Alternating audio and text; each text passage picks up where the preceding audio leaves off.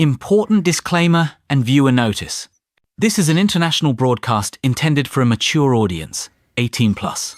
It is designed for global horse racing enthusiasts, particularly those in jurisdictions outside of India. This content may be of special interest to attendees at the live event. Important notice for viewers in India. Please be advised that this content is not intended for your jurisdiction and may conflict with local laws. Please read the following carefully before proceeding. 1. Purpose of this channel: an academic exercise in risk analysis. This live stream is a purely educational and informational broadcast.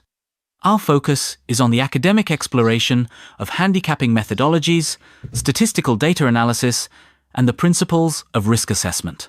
Crucially, our analytical framework does not assess the probability of winning. Instead, our entire focus is on identifying and evaluating the potential for financial loss and the inherent risks associated with each variable. This is an intellectual simulation designed to teach a disciplined, risk-first approach to analyzing the science of horse racing. The live format of this stream is essential to this analytical mission. A spreadsheet alone provides only a static, quantitative snapshot. A complete and rigorous risk assessment requires the inclusion of dynamic, real-time variables.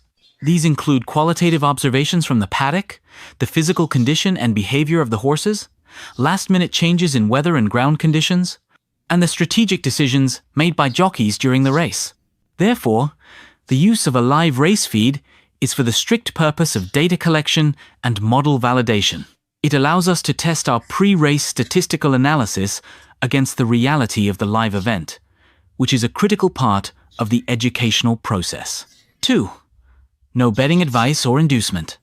A firm policy. This channel does not provide betting tips, financial advice, or picks. The content is not intended to induce, encourage, or promote any form of wagering or participation in online money games, which may be prohibited by your local laws. Any analysis is a theoretical exercise and must not be interpreted as a recommendation to place a bet. 3. Strictly independent, supported by viewers. The host of this channel is fully independent. We have no affiliation, partnership, or financial relationship with any bookmaker, wagering platform, or any other entity in the gaming industry. Our analysis and content are not sponsored or influenced by any outside entity. This channel is made possible through the voluntary support of our viewers via YouTube's official features, Super Chat, etc.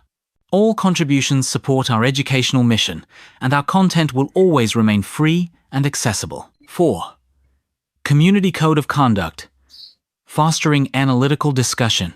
We encourage an intelligent discussion focused on the science of racing. Encouraged. Sharing your thoughts and analysis on the race or any horse, focusing on data, strategy, or observed risks. Prohibited. Discussing personal bets, encouraging others to bet, requesting tips, or sharing links to wagering sites. Violation of these rules will result in comment deletion and a potential ban. 5. Viewer responsibility, legal compliance. You, the viewer, are solely responsible for your own actions and for understanding and complying with all laws in your jurisdiction. This channel and its host assume absolutely no liability for any financial losses or legal consequences. By continuing to watch this stream, you acknowledge that you have read, understood, and agree to these terms. You confirm that your purpose for watching is to learn from our methods of live data analysis and the critical study of factors that influence race outcomes.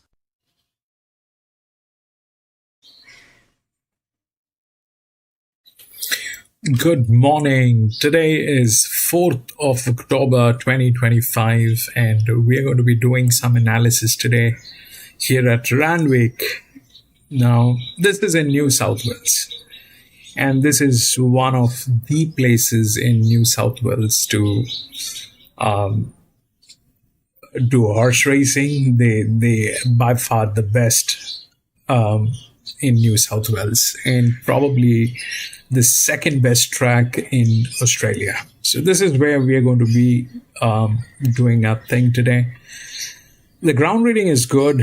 The last finishing mile is about 410 meters. From the last bend to the finishing post is about 410 meters. We've got 10 races, and we've got some Group 1 races, Group 2 races, Group 3 races. The prime race today is a $1.5 million Epsom, and we'll see how this thing works today here. Welcome to Grandstand, and we do horse racing analysis, and we do that in two steps. First, we try and identify the best horses through physics, mathematics, a little bit of understanding of horse racing. And once we have identified the best horses, that's when we take a look at the horses at the paddock when we get the live stream from the paddock or the gates. If we find that all the horses that we like are good to go with, we wait for the results to come out. But if we find that there are better horses at the paddock and there are circumstantial changes, we often give it a shout out, and that's exactly what we try and do. So we'll take a look at the first one today, which is here at Randwick. It starts in 27 minutes. 4 and 15 has been scratched, so we do not have 4, we do not have 15. 6891.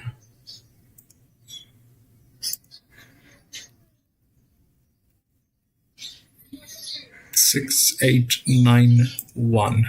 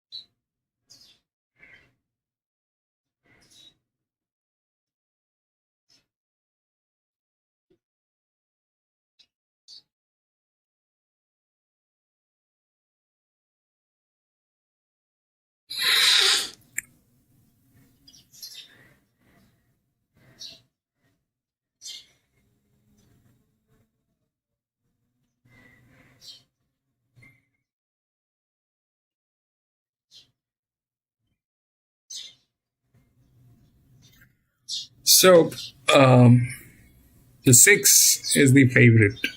So that looks okay. It's an 1800 meters, so the rails will not matter. In anything above 1700 meters, the rails generally do not matter. The rails will matter up till 1600 meter, 1400 meter. So here, this is the second linear, okay? And the linear, which is 14, is it's a benchmark 72. This thing is some kind of a problem with those horses. Probably a drop in class, and it's difficult for 14. That's that. The 6 is through pressure line. It is okay. The 6.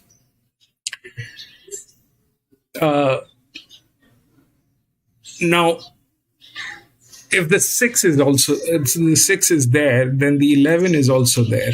Okay. Now, this thing is 11 is being written by Mr. J. Ford. Now, I generally do not like to, I like to stay out of J. Ford. But here the problem is, J. Ford has brought this horse home twice. So J. Ford riding this horse and this horse winning has, that has been twice. Twice J. Ford made this horse win. So that's the kind of thing which is there. Okay. But J. Ford is J. Ford. And the problem is I don't know how to believe or how to ignore this.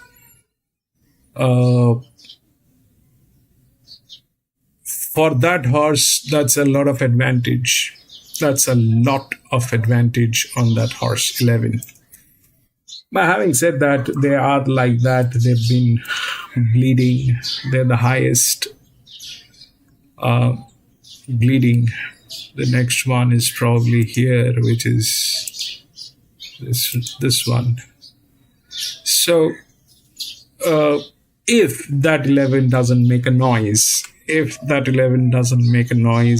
things do not go upside down, 6 is claimed to go, all right, through the pressure line.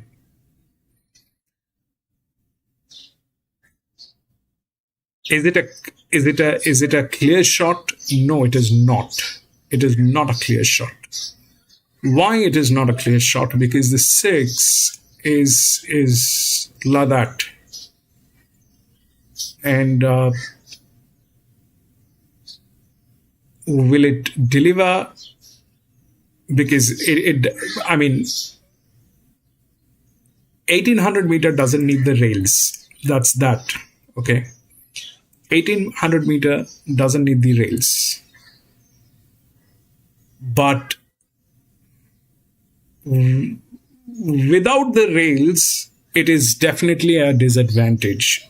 You don't need the rails. That's okay. But without the rails, it is definitely a disadvantage. It doesn't have that. Plus, it is not also in the best shape. It is not also in the best shape. There's something not right why this thing has dropped, because it got scratched, then came in fourth, then came in first, and then second, and again fourth. So things are a little dicey, a little unstable with 6. 6 is dicey. 11 is with Mr. Champion. Very difficult for 14. So 6 is the favorite. People think 6 is going to win. If we look through the pressure allocation, 6 has the right pressure allocation. All that is good. If it delivers, if that delivers, it delivers. But if it doesn't, then we know why it didn't. The second thing is about the rest of the things, what might happen. 6, 8, 9, 1. So 8 is here, which is the largest inner, and then 9, which is the EW. If we look through these two horses, then both of them are 5-year-old gilding. Both of them has advantage. This is a better hand. The 8 is a better hand, but it is going to come from gate number 9. The advantage is definitely with the EW. It is also in a better shape. Okay. So 9 is probably the second one in line. They also are tailing gates. The 1 is there. It is either this one, which has more chances, or it is this one, which has less chances. Now, where things can go wrong, okay,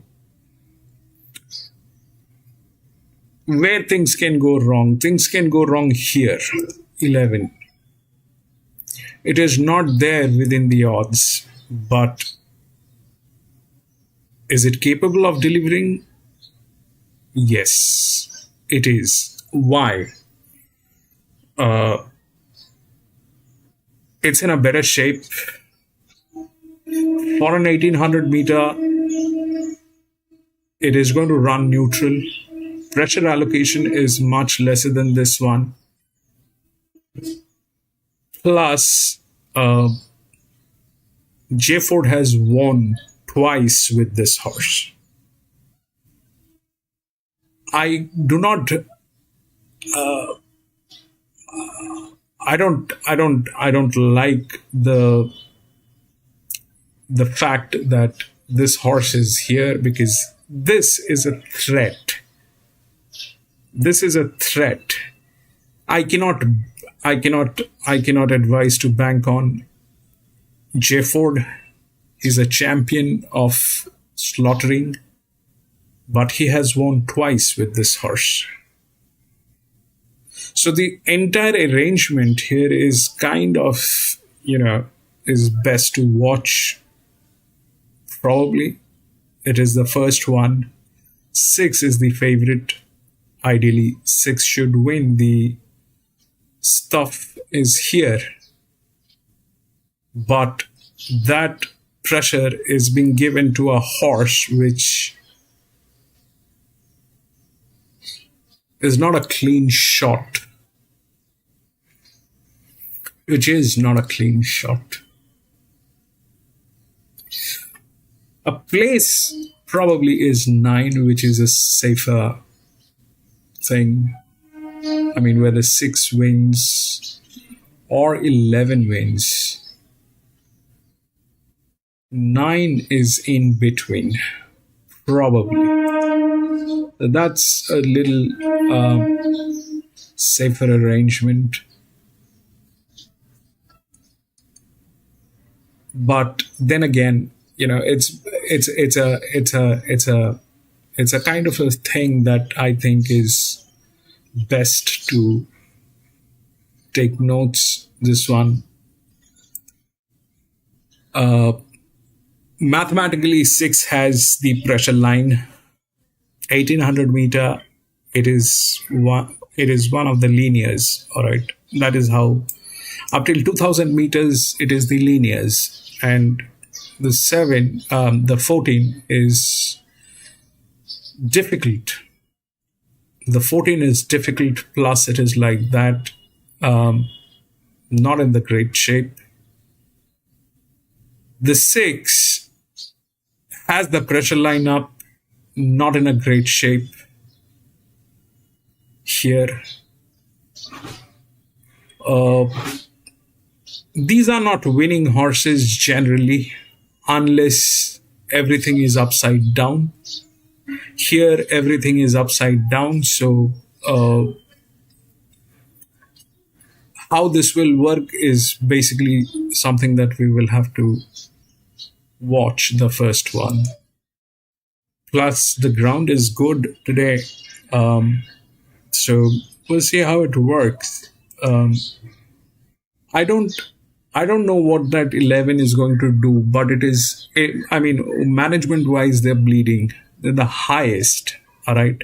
Chances are they will not do anything. But the presence of that horse with J. Ford, with a history of winning with that horse, makes it a very dicey thing. Can it beat 6? Yes, it can. Yes, it can. Because of the body weight. This horse has a better body weight than the 6. The pressure is not here. It's an 1800 meter. It's not a pace oriented race. It is not going to be something which is going to be on pace. It is going to be on strategic placement of the horses, and that is how it is going to go. It's going to be a slow paced movement. So when it is a slow paced movement, things can go very, very wild. So yes, that 11 is a problem. The 6 is the favorite, which is here. Maybe nothing will happen with 11, but it is still there. It is there. If that happens, then it happens. Out of these two horses, I think this is better. This one is in the second position, probably. But we'll see how it works, the first one. And that'll give us a little bit of understanding of the ground. And we'll see how that works. Things can go wrong, and wrong in multiple levels.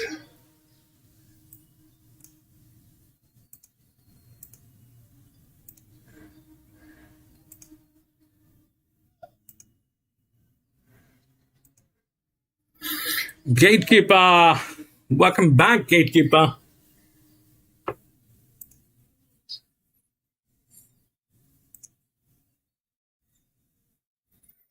For second or third race 1, 7, 10, 13 to show 7, 10, 13.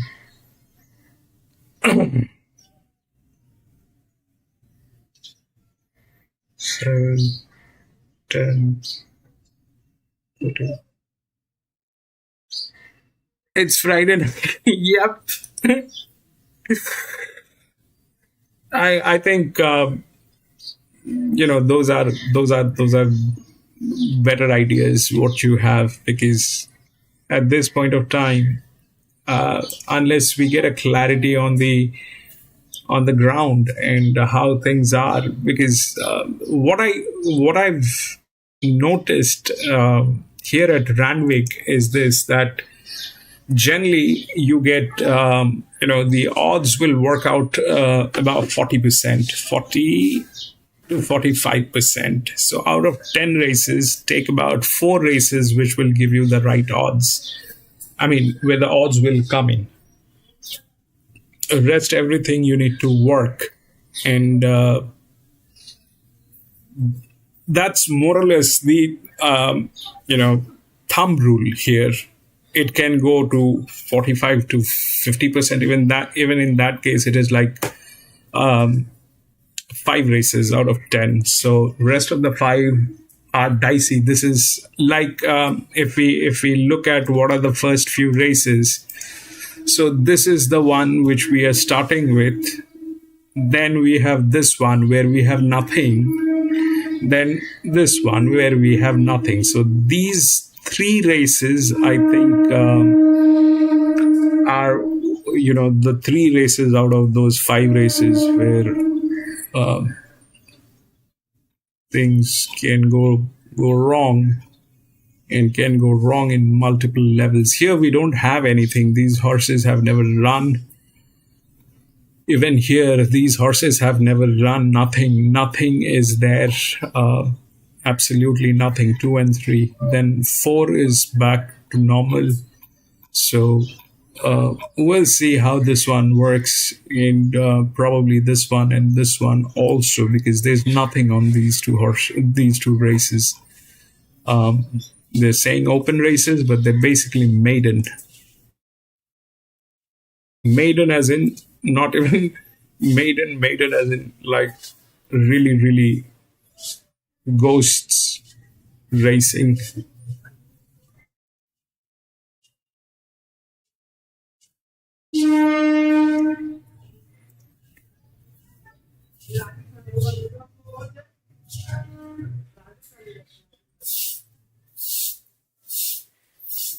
Randwick comes up in 6 minutes, they say.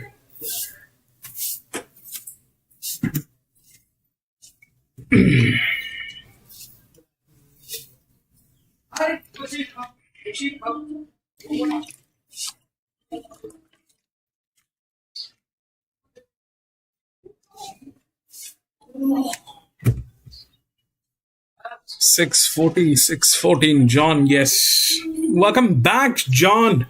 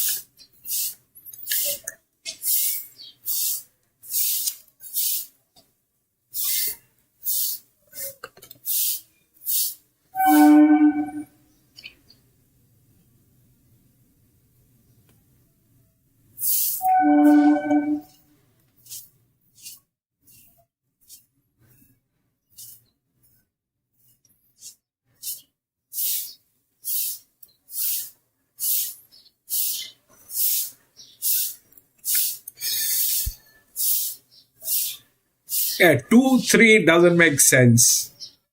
2-3 definitely doesn't make sense. Who's going to get in there is with nothing, but it is fun to watch. There's nothing. The kind of all ghosts.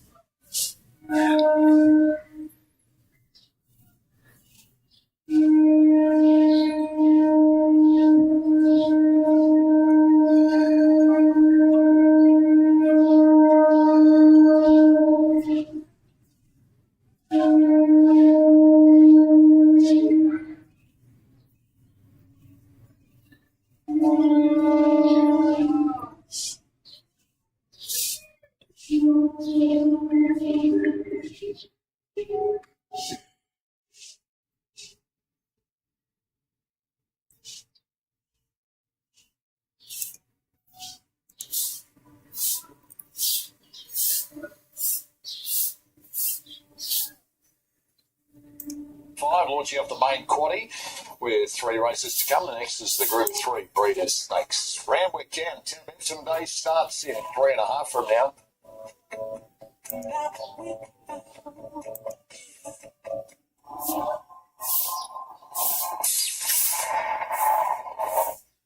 This program is brought to you by TAB. The best time in racing deserves the best app in racing. TAB, we're on. Chances are you're about to lose. Drillin Golf, Australia's biggest. We are locally owned and operated. Lowest price guarantee. And Harvey Norman, shop in store and online. Best brand, best range, best prices.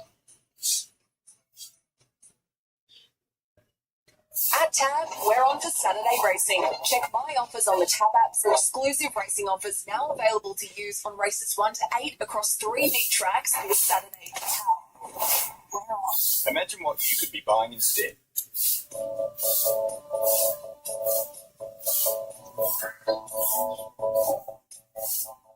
On the big day, Randwick, the first is a midweight, 1,800 metres. Back to Brad Davidson. Just recapping, Dover, that Highborn Harry is your best value placement by the extra trip today, and you're most worried about the stablemate, Argita. Yeah, I am, Marto. I thought he was terrific first up at Canterbury there. Highborn Harry, I think, stepping up to 1,800. No weight on his back, the key today. And he just loves these dry tracks as well. So 8, 9, 3 and 6, my numbers. I thought Ajita, the stablemate, was the danger. He was a good third in the lead-up race to this. He looks like he's going to relish the 1,800 as well and maps to get a decent run. Free Catch Me beat home Sunset Park there at Canterbury the other day. I thought was clearly the better run too. So I've got Catch Me in front of Sunset Park, who I thought went up too short for me and just seemed to have every possible out in front of Canterbury last time. So I'm 8, 9, 3 and 6. Let's have a look at what's happening late with the bookies, who have Sunset Park $5.50, just out to $6 last 15 minutes. Ajita $6.50 to $6.50, 15 minutes ago, $7 to $6 late. Highborn Harry, the value play for Dovo, $6 out to $7. Claim the Crown is $9 to $8. Harlow Miss $9 into $8.50. One you've got in the mix, Cash Me, is attracting interest, Dovo, 12 out to 13, back into $10, and it's been ticking along okay this campaign. Yeah, I thought it was a really good run behind Pastula there at Canterbury last time out. Marto beat the Sunset Park, who's shorter in the market here, quite comfortably and running past the late. So I think when you take a look at both of those runs from last prep, I clearly want to be with Cash Me over Sunset Park from that race. And then there's a little nibble for a Tono, number 11 everywhere. Very lovely race, 5-year-old mare who's won 3 of 8 and presents you third run back. Yeah, and I thought the effort behind Iceman last time out was certainly solid enough. I think it's a horse that's going to appreciate the step to 1,800 metres here. I know he hasn't raced over the trip before, but it looks like he will run it out strongly. So can certainly understand as a knockout hope. Highborn Harry is your top pick. Doesn't find winning easy, but has been fairly consistent with 10 minor placings on the resume. Second up last campaign, third at the Hawkesbury, 1,500 metres. Hit the line well. He did hit the line well, and I'm just hoping you can stay in touch with them early here, Marto, not be too far off them. Thought his run at Scone last prep was terrific, but he just had to get too far back from the gate that day. So I think he'll be strongest late here. He just needs to be within striking distance. Sunset Park is the favourite. Lovely race, 5-year-old, building a really good early record, and she's come back well again. She has. I thought she was too short here, though. Like I said, Catch Me went past her the other day. She had a soft lead at Canterbury and wasn't able to get the job done and was well beaten, to be honest. So I thought it was a false favourite, to be honest. Little nibble for Claim the Crown, $9 into $8. Josh Parr and John Sargent did work on speed last time out here at the mile. It was a solid effort, and that will only help bring this horse on now with an extra run under the belt. Yes, 1,800, which I think is a positive, and it does have that early speed. And a little nibble too for the other Sergeant runner, Harlow Miss for Molly Burke, the toppy. And she's talented when in the mood. She's Group 2 place. 100%, yeah. Her first up run lacked a little bit, but the extra trip and back to this midway grade, I think gives her an opportunity to really improve here today. Expecting a really fair surface today with the rail true on a good floor. I think so, yeah. It should be pretty fair. I think it'll be fast, though. We had a lot of wind around the last few days, so expecting a fast track, but fair track. Fantastic day's racing. 3 Group 1s on tap. Epsom Day, as we say, a very good afternoon. We should well be behind the mic, Darren Flindell. Magic. Okay, thank you very much. Yeah, thank you very much, Andrew. We just had a bit of a drama here with one of the horses, number 10, I think we're there. Well, he bolted, despite Brace not doing his best to restrain it. And it looks like Think We're There is coming back up the home straight and leaving the track. So it's fair to say this is coming out a $31 chance, Think We're There.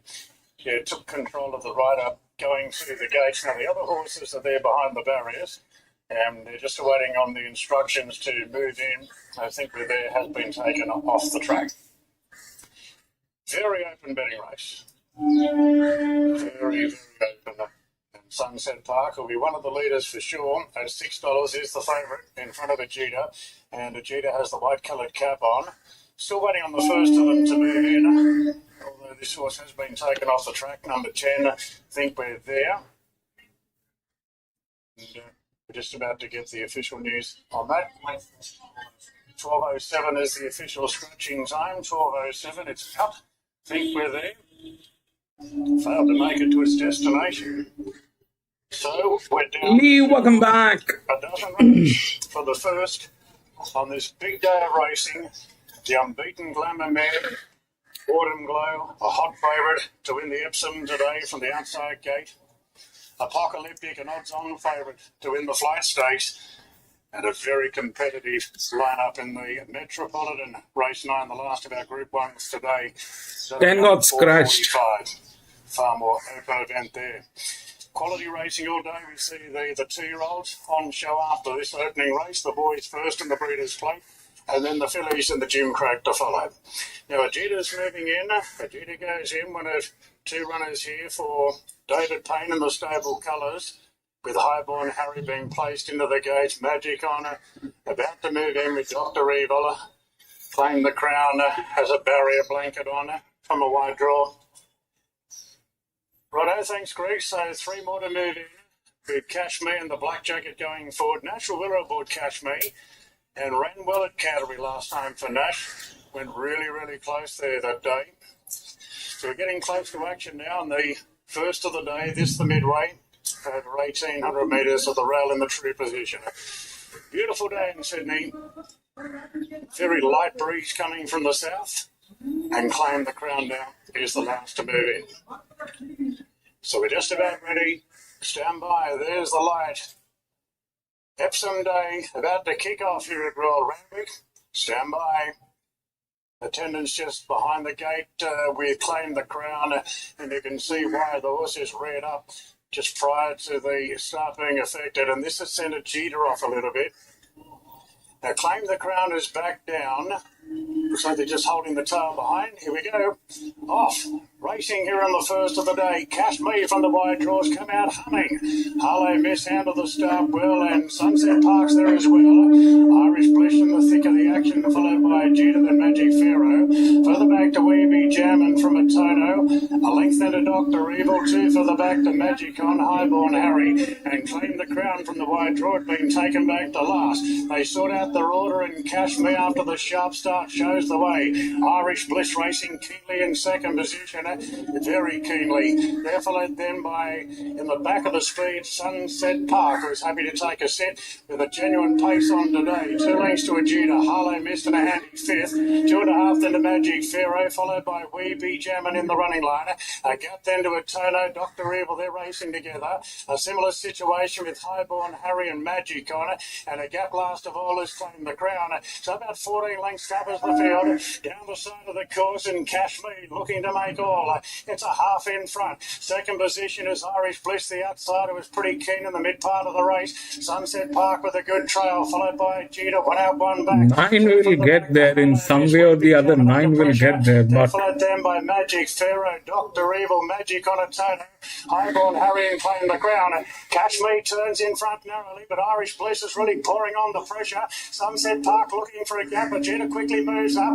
They're followed by Magic Pharaoh running running on Irish Bliss, and further back then, down the outside is Highborn Harry.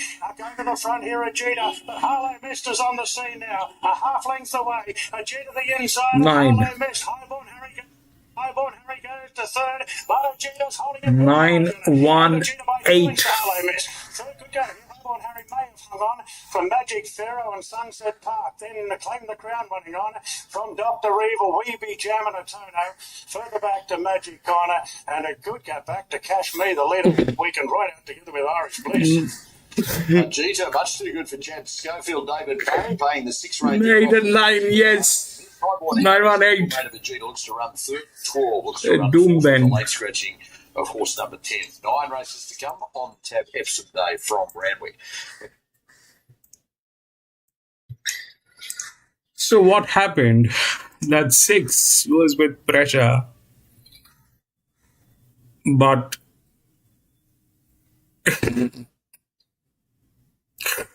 that did not work. This is difficult. 9 was good. 1 had the lowest pressure here, but this, I mean, in this case, what's happening is these 3 horses, they were not in a position to get there. All right. 6 was a little emotional, I think. How will that work is something that I don't understand. The 11, I don't know. The 11, I was very scared of this horse. Very scared because of the history on that thing. And the 1 was with the advantage. 918. And then what? I don't know. But we will get the numbers. See.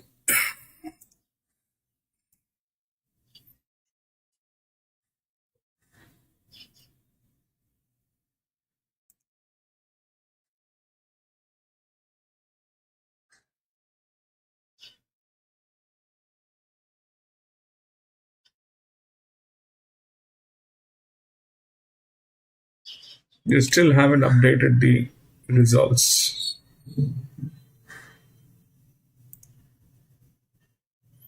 9, 1, 8, and 12. 9, 1, 8, and 12.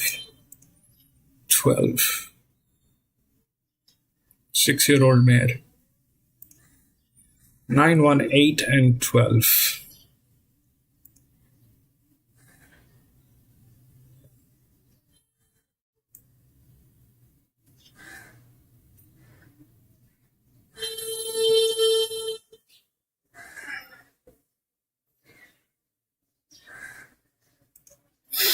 That happened. We'll go to the next where we have nothing. This is like ghost racing.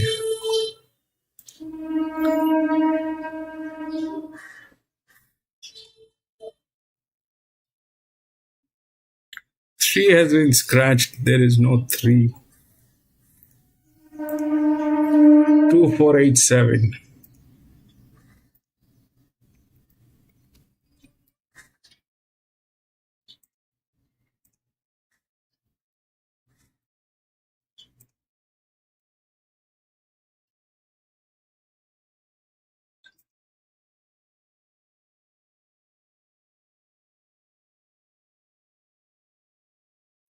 So this is the only one which we have a little number for. The 4 is the only one where we have that,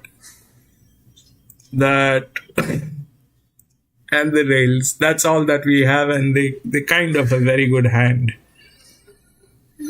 But having said that, the rest is absolutely crazy. The best jock is on 9.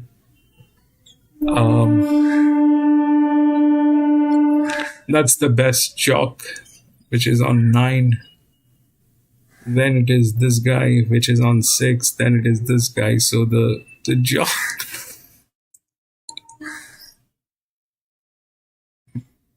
That's the best jog, but they're like 45% bleeding. They're okay. Then 7 and 8 are in good hands. 2, only God knows what that is and why it is like that. We can't calculate anything. We cannot calculate their body weight. We cannot calculate anything.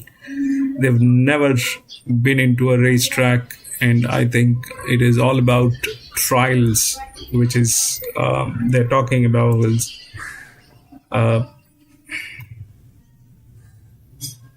the trial Kensington. So the 2, which is the favorite, is with the trial. It's Tim Clark. So that's that. But will it actually run? It's a colt.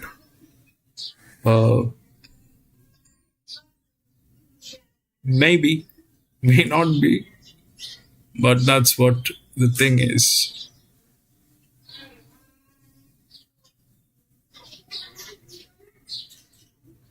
How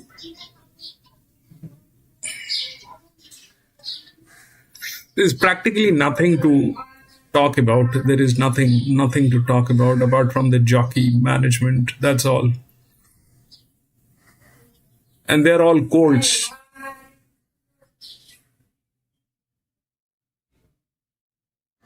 God knows.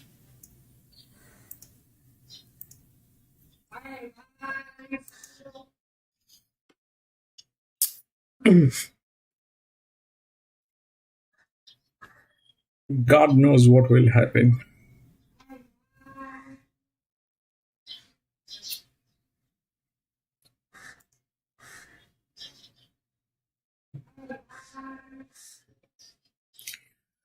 The problem is here at Randwick, you generally get about 40%. I mean, that's the thumb rule. The 40% of the odds are right, and 60% of them are wrong. So if we take out the first one was definitely wrong. I did not like the entire arrangement here, but that is what has happened.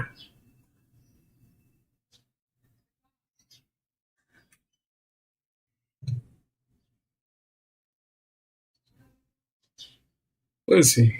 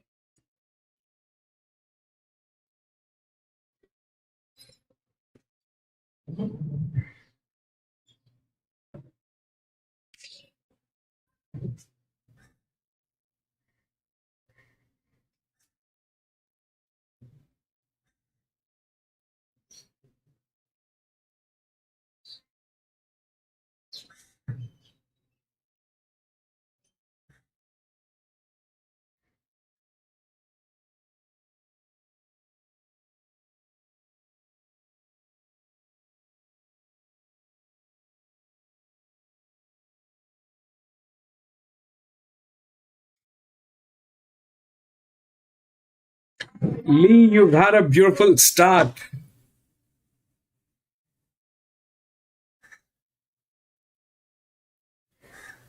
Congratulations.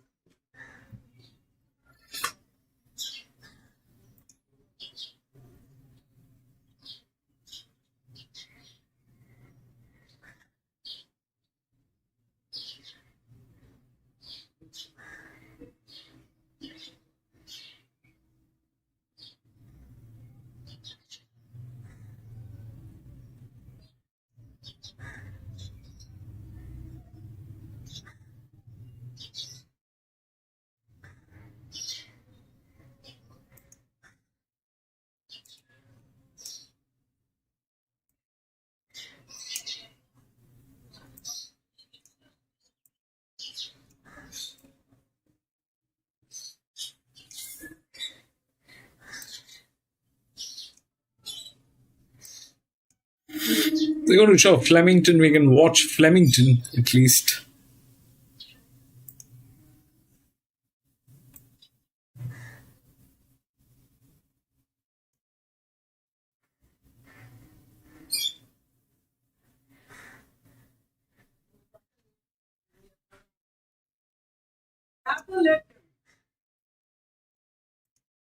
Condition-wise, he'd probably come on as well.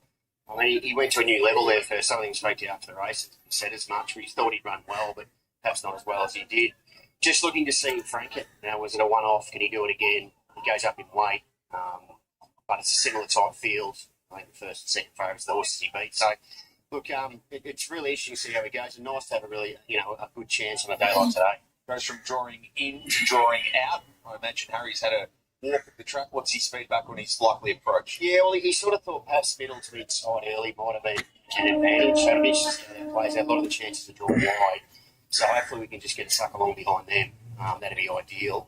We're never quite sure with the straight races, particularly earlier in the day when the pattern's not set. So look, we're hoping that's an advantage. When I saw 7 and I thought, that's probably going to be a help to him, not a hindrance. So, but you don't know till actually run the race. Thanks, mate. Good luck. Thanks, Nigel. Yeah, well, perfect conditions out here before the start of today's races, and Sam's just had a nice trot along on this ground, which feels perfect underfoot. There is a gentle breeze that it's just picked up a fraction more, so it'll be interesting to see if that increases a little bit throughout the day, but certainly very warm conditions. It definitely feels like spring is finally here. Now we're going to head up to Matt Hill for Full of the First. Fantastic, Charlotte. What a beautiful afternoon it is here in Melbourne with a minute to go before we get underway for this first of 10. So it's a good 4 rail out night and everything in order for a memorable race meeting today that turned on absolute beauty. And this is a strong start. The first event, the tap we're on, benchmark 78. So the favourite way with She's an Artist. So impressive last preparation up the straight. Has to prove it again here. Stolly Bolly. She's an Artist is that horse which could not take the pressure last time. I don't have the data, but it's the same horse that was on. That was at 150, 160, I think. Could not take the pressure last time. Acid Wash goes in. De Bergerac goes out into barrier number 14. So sought after to come along, and also Persian Spirit, and that will be it. With the field of 16 to run up the straight here for the first event. These will be slightly assisting up the green light. Persian Spirit goes out. Doesn't give you a barrier number 50 and a $7 home. Sought after is the final.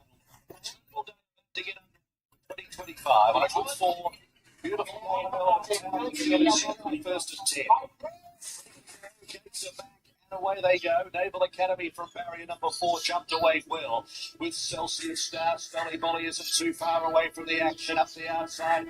Number 39, She's an Artist, began well, and also Acid Wash is in the middle of the pack as these two groups are going to merge almost together where Princess Q is the leader with Kappa 39 on the outside, Mr. Exclusive, Stolly Bolly with the trail behind them, Naval Academy next to it, followed by Wolfie, Acid Wash in the middle of the pack, she's an artist deeper, then Celsius Star next to finish, or next in the race's Titan of Choice, and they were followed by Hurricane de Bergerac, and then towards the end, Crafty Boss, and also sought after, so 500 metres to go. The leader is Princess Q with Mr. Exclusive, Stolly Bolly. They were followed by Naval Academy, Kappa 39 up the outside, and then came She's an Artist, who's still right there. Few of the big chances across the course of the 250. It's Stolly Bolly, Kappa 39. She's an Artist on the outside. She's an Artist in front overall from Stolly Bolly, Kappa 39 to Bergerac Lane. She's an Artist ducking in Stolly Bolly and de Bergerac come down the back. Yes. De Bergerac's got up to win from either 10, Stolly Bolly I and think. then Kappa 39, Persian Spirit, Titan of Choice. Further back in the Two. field was Wolfie, Mr. Exclusive, Princess Q, Celsius Star, Naval Academy, and then came Hurricane. There's something not right with that horse. I mean, they're trying, they're pushing it, but there's something not right with that horse.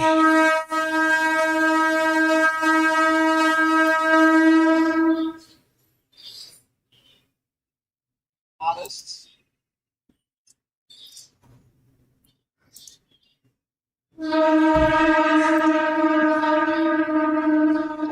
Francis Betty, they broke 110 in the opener.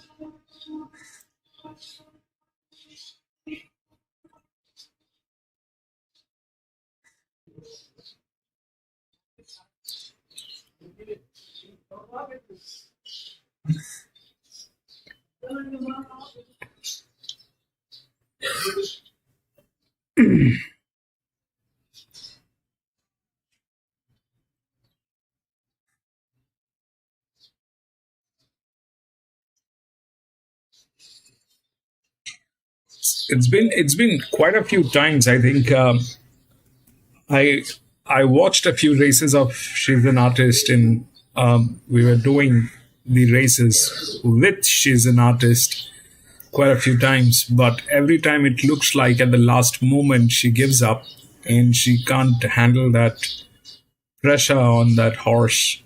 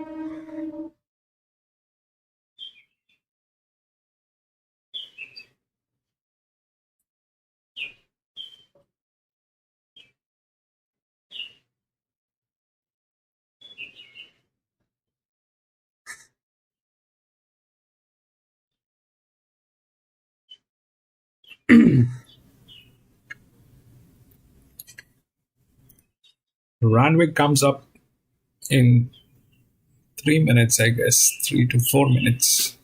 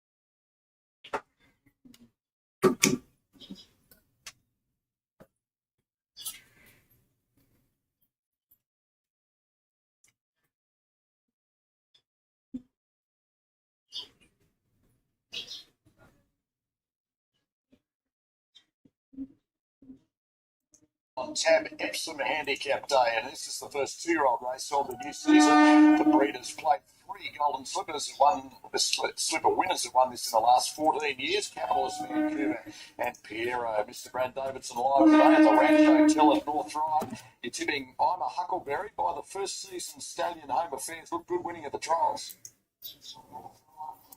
Yeah, he did look good winning at the trials, Marta, and there wasn't much between him and eviction notice in terms of overall time.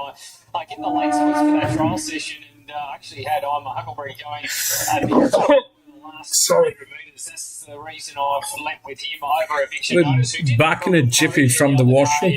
It certainly looks like a horse that it looks going to get on speed, probably your likely leader in the race, and I think with that setup, it's going to be awfully hard to run down. I'm 4, 2, 8 and 7, my numbers. I'm your Huckleberry. I'm happy to go with on top, though. I just think that strength late in the trial with challenge. I just really like the last 100 metres. 8, Revengeance, and 7, Paradoxium have both also trialled really well at those trial session on the Kenzo circuit going back last month, so also right in the mix for me. But look, always tricky with these first starters, but I just want to be with I'm your Huckleberry on top. Market likes it as well. Went up at $2.90 with tab this morning. Late $3 back into $2.70. I'm your Huckleberry. New favourite ahead of eviction notice. $2.40 out to $3.20. The best factor roll both, Davo, is for Tommy Berry, Michael Freeman, Incognito, number 6, $8 into $6.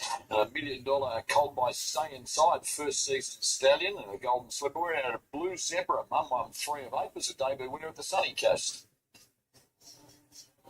Yeah, finished third in that heat behind Revengeance recently. We know how good Michael Freeman is with these young horses, these 2-year-olds. He gets the best out of them, he gets them ready to go. And my comments from this horse from that trial was we'll really come on from this. The time could have been a little bit better out of that heat, but certainly a horse that must be respected from that stable.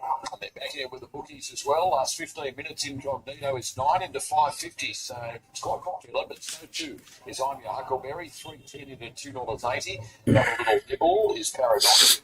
Again, back. $9 into $8. Vision notice soft everywhere, $2.45 into $3.20. Tab is framed on Thursday night, the Golden Slipper market, and I'm your Huckleberry is the $21 favourite.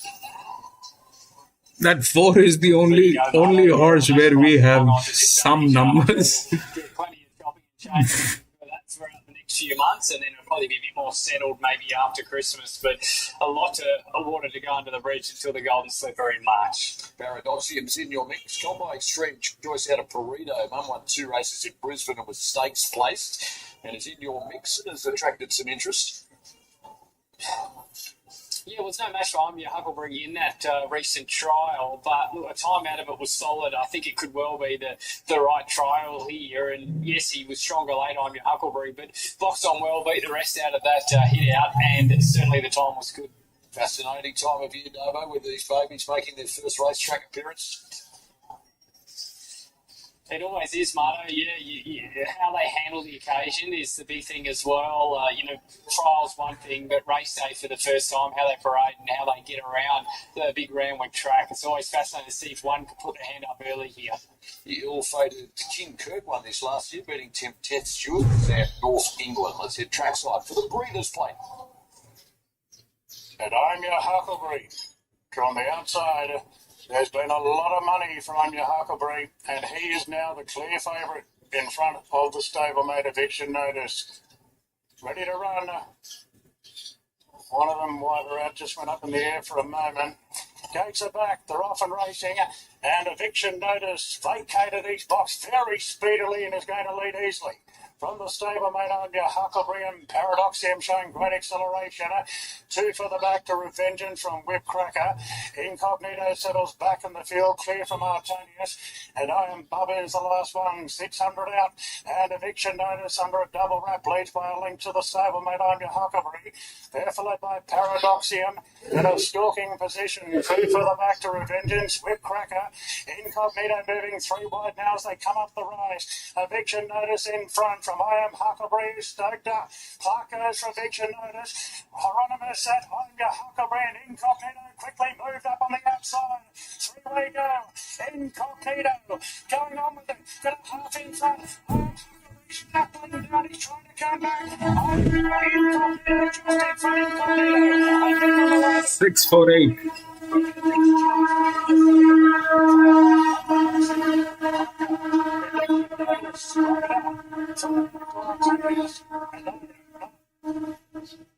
Incognito by the first season Stadium Stay Inside wins the Breeders' Plate, adding a bit of a long price go in the process, paying $5.20 and $1.60 over. He travelled up really well into the straight, Marto. They seemed to roll along in those early stages, allowed him to chime in at the right time. And he was a bit too strong late. Gee, I love the fight of I'm Your Huckleberry. He did a similar thing in the trial, and he sort of got headed and fought back off the canvas. I thought he was going to come back and win, but he wasn't to be the case. Revengeance, a real eye catcher as well. All eyes on the clock and how that compares to the Jim Crack in the next race. And at 6-4-8-7 in for fourth. Incognito home in race 2. Randwick, second at Doomit in 5.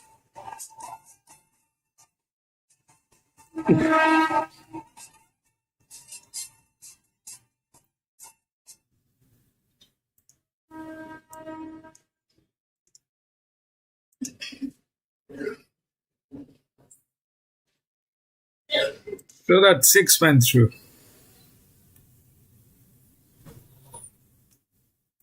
6, 4, and 8.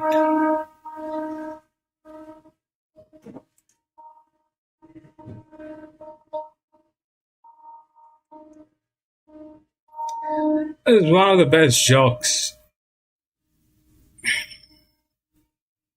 Here the jock was a problem.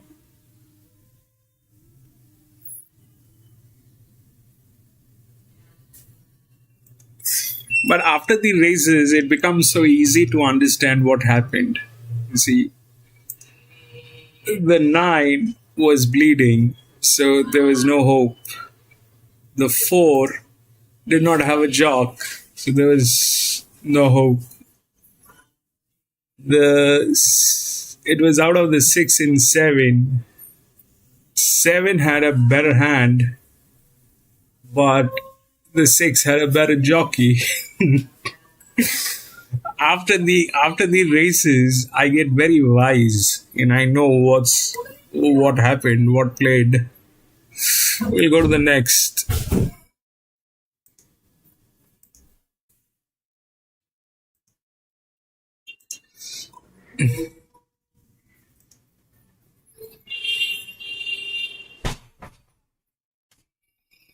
Six has been scratched.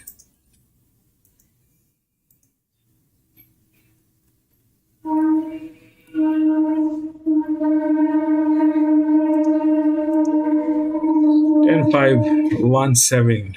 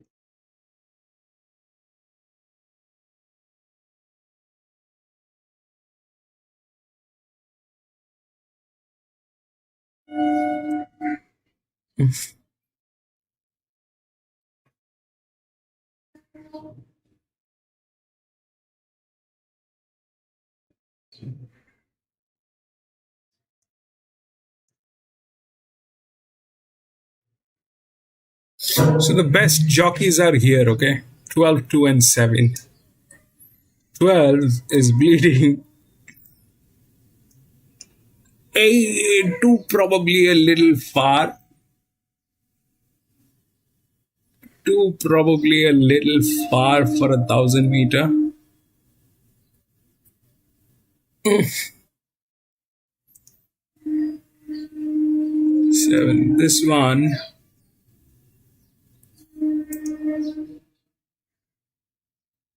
All of them have very good hands. All of them have very good hands.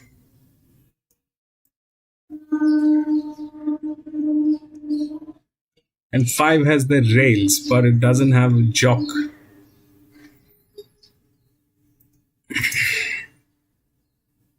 It's the same thing. Like here we had the 4 with 15,000. Here it is also with 15,000.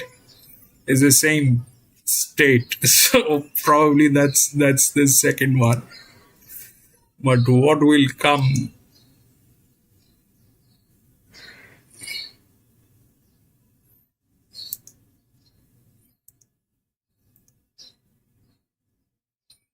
Seven, maybe 10.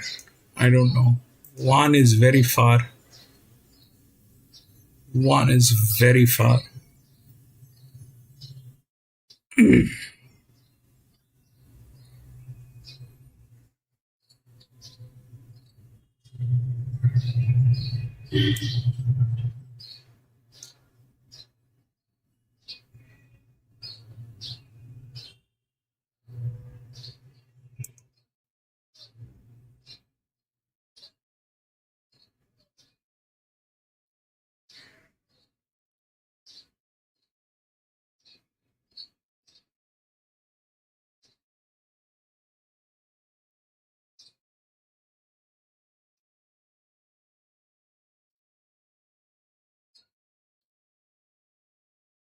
This is also a very good hand, but the best jocks are here. We'll see how it works. We've got Flemington.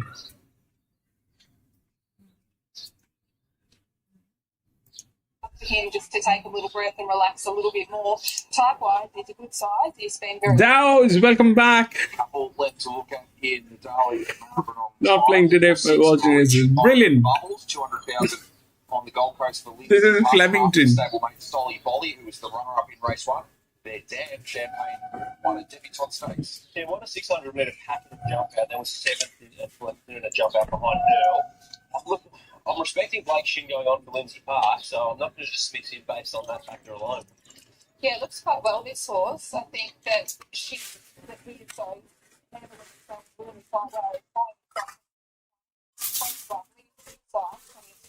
From a capitalist colt to a capitalist filly in the 7 Flash in class.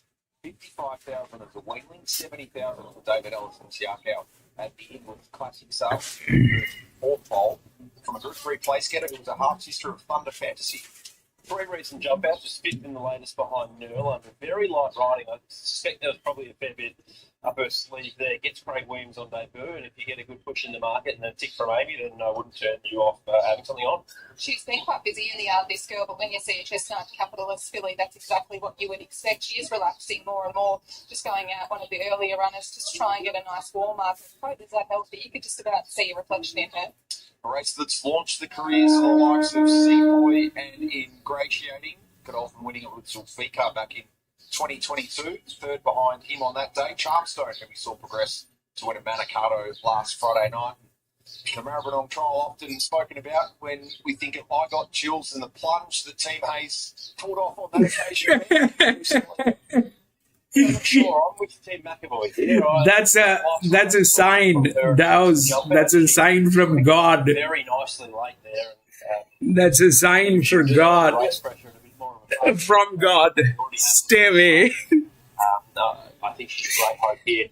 I'd have her. That's a sign. Knightsbridge, who God's saying something. He's a better guide than just the jump outs, but he was under a bit of pressure great stable to back. He's going to put himself on the speed, close to the rail, give you a good sight. Streisand's a really interesting runner, and I note there's been some support on the VOP, 6 into $5, was under no pressure in the recent jump out. It was a decent enough push for Amy for her, and Eurocanto as well would be somewhere in the mix. Zara riding for Lindsay Park. But 9 on top, Amy, who was the best of them? Well, I think I'll go the omen bet here is all parents in Australia can probably relate the end of school holidays one day at a time. That's what we've all been doing, taking it over this holiday break. Lovely filly this. I thought she looked fantastic in the yard. Beautiful mind on her and time. She's handled herself particularly well, so happy to go with her. The other McAvoy runner in Nurl, he's handled himself really nicely. Eurocanto, he's probably my favourite type of horse in the yard. My query on him is his attitude. If he can keep his mind together, Knightsbridge is another one that looked great and did everything right. So one day at a time, the pick from Amy in the mounting yard, and I thought she was probably the pick of the jump outs too. So 420 is available for her at the moment, and she can probably put herself somewhere close to the speed. Knightsbridge looks the potential leader. Let's hear what Calvin McAvoy thinks, what he's expecting ahead of this debut, both one day at a time and also now. An exciting time here, Cal, with 2 lovely 2-year-olds about to debut. Let's start with your filly one day at a time. She's trialled up great. Yeah, very professional filly, beautiful, sweet-natured filly, and has continued to progress all the way along. She's brought us here. We haven't had to push her, which is the main thing with 2-year-olds, and probably every trainer here has come confident thinking they've got the right one, and we hope she is. What about Neil? How's he trialled up? He seems to be doing everything right as well. Yeah, look, very similar. He's not an overly big colt, but he feels bigger underneath him. For the riders, again, professional, trialled up nicely. They both seem to handle the straight well, and that's a big part of it. And yeah, we're confident they'll both run very well. Who's your pick of them, Cal? I think the filly probably has a little bit more class. But you know what? I wouldn't be worried to be the one. Be a happy problem, wouldn't it? Good luck, Cal. Thank you. Into $4, holding good money there, but it's Knight's Choice that had a good crunch into $3.50. Back out to $3.60 will be your market mover. Race 2, number 4. Your numbers are 4, 9, 12, 5, and the best roughie is number 7, Flash of Glass. I should say. What are you really gambling with? Free confidential support. All the 1-8 number. Visit the website. Clinton McDonald with us. Streisand set to step out for the very first time. Clinton, appreciate your time. What were the redeeming features of her when yourself and Shane elect to grab her out of the English Premier Sale earlier this year? Yeah, we saw her at Melbourne, and she's at the Zoo Star, man. She just looks very familiar, like a Zoo Star. So, made us very keen on her. She's a gorgeous filly, got a great attitude, beautiful walk, and will take her a long way in this race. So she's presented really well here in the yard today. She walked around like she's been here 100 times. So that's a start. And now she's just got to get it right once the barrier's open. So we feel she will. She'll be in the forward position, and we feel that she'll be strong late. Do you feel like there was much incoming here for the jump out that helped her handle race day? Yeah, definitely. Fitness was a big thing. This would be very soft on her leading into the Flemington trial. And as I said on radio this morning, we're just trying to get her on the way up. And we feel that we've done that, and we'll see what happens. 4 in race 5. It's just interesting watching these horses go onto the track and just noting how they stride off and their actions. A couple that really caught my eye were Eurocanto and Knightsbridge. They are very quality individual horses, but another horse that I also really like the look of was Streisand, and that horse just took its time nicely, Betty Mellon, just going out there in a nice trot, just allowing the horse time to see the crowds and just get the horse focused on the job in hand, and then canted off beautifully. Really, really striking looking horse, that one. So plenty of chances in this race, but certainly a bunch of very quality horses. Yeah, today there's the Epsom is there. So, see, I mean, Randwick is good. Let's see how it plays today. The first 3 are absolutely dumb. The first 3 races are absolutely dumb. But we'll learn a lot more when they jump and make it to the post for the first time. The field of unraced debutants here in the Maribyrnong Trial Stakes for 2025. Let's go to Matt Hill for the call. So 2 to get set. This movement is close. So the baby's a little bit fierce. At a time and showed excellent turn of foot in the jump out up the straight. Harry Coffey aboard. Also, Earl yet to be called in at Streisand. Who didn't completely show its hand up the straight here. So Newell in the Godolphin blue. Got a decent hand across the country today. Milling around, Streisand going up to a middle score. So the favourite Knightsbridge to jump from barrier number 2. Here's Damien Lane and Newell. Goes up to the outside and completes it. Set to go. And racing immediately. Eurocanto jumped away pretty well from barrier number 3. Knightsbridge, the favourite, jumped speedily, and there was no pace from Rich on Bubbles out the back. After 200 metres, Knightsbridge is the leader with Streisand the outside. Then came Given the Extreme, One Day at a Time, and our deeper Flash of Class. Further back on the outside, Rabare, Eurocanto, and then came Rich on Bubbles. Harry Mencelli is well back, and Newell is the widest in the blue. Knightsbridge was the first to find the rails, and at the 450, guided by Same, 3/4 of a length in front of Streisand.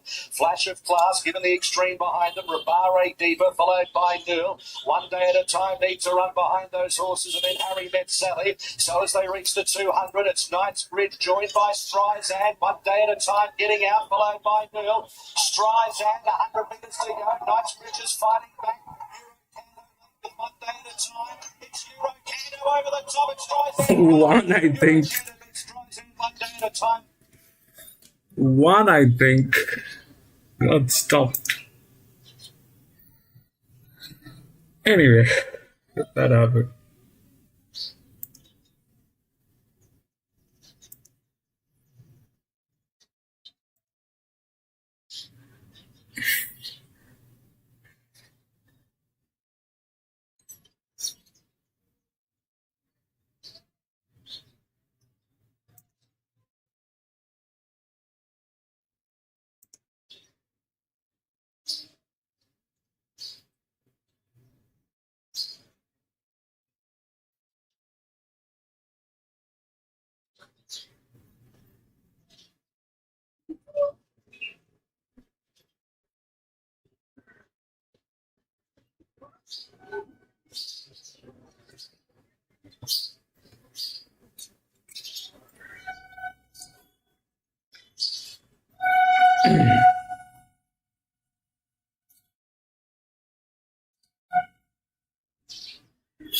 They're showing Kembla Grange. Let's watch Kembla.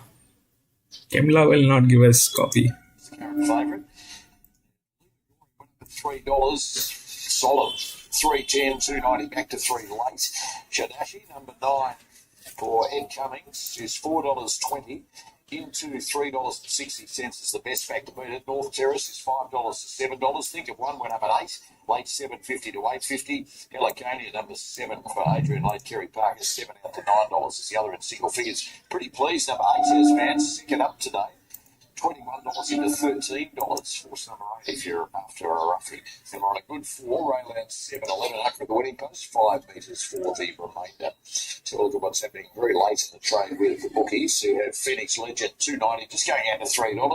Shadashi is $4.20 into $3.30. And the mover to beat it everywhere is force number 9. And away from those top 2, little skim for number 2. $14.15 back into $13. Very good afternoon to Ben Hall. G'day, Marno. Good afternoon to you. And race 1 not too far away here on Oktoberfest race day as we continue through the Gong Spring Carnival here at the Illawarra Turf Club. So 7 still to load here. Pretty pleased to come up. Was scratched yesterday from Maruya for this race today. Teresa Bader combining with Jess Taylor here in the first race. So Phoenix Legend's about to come up. He looks to have stripped fitter from his first 2 runs. Paraded quite well.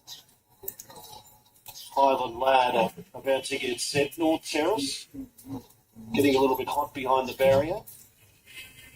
Been too far away his last couple either. He's been given plenty of time. He's a 5-year-old. He's only had the 5 race starts. Thought he might improve today coming back to the 1,600 metres, but pretty tough race to sort out here the first. Torrey Pines and Heliconia waiting their turn to load. So North Terrace to come up. First of 8. Kembla Grange this afternoon. The starter works his way around to the front of the barrier. Allocation of the yellow colours just holding up proceedings. Torrey Pines is with the clerk of the course. And last look at the board here, Phoenix Legend 280. Shadashi 330 is on that second line of betting, drawn the inside barrier. North Terrace at $6. Ascot, we're at Randwick. Last two to come up. This one on screen is Kembla. Taken this one up riderless now. Heliconia, Adrian late. Welcome back, Ascot.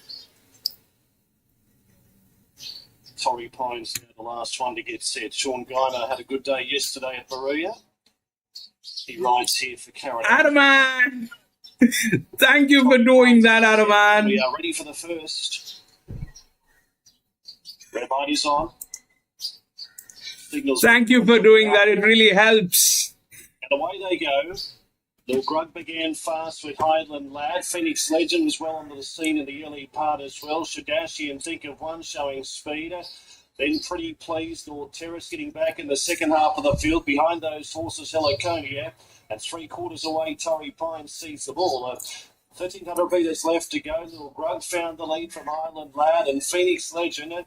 Just over racing a tad in third on the outside of Shadashi, fourth on the fence. Further 2 lengths away then was Think of One and Pretty Pleased. They raced together. 2 lengths North Terrace, then came Heliconia. And the last one at the 800 metre mark at the back was Torrey Pines.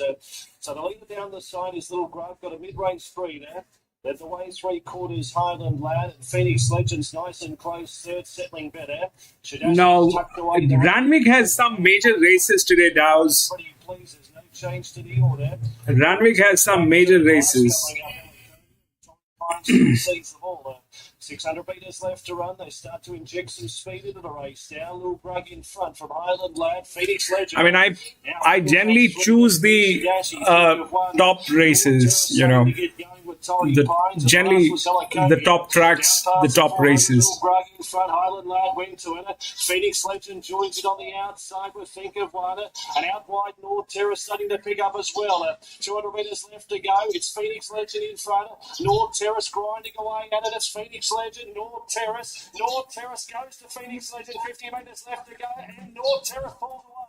North Terrace just beats Phoenix Legend. Pretty pleased third.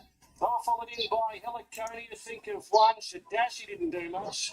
Torrey Pines was... All right, so 3, 4 and 8. Spitch Bell and North Terrace. 3, 4 and 8.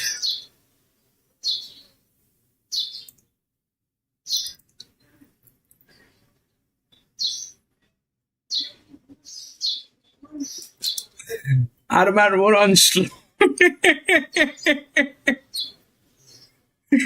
Brilliant.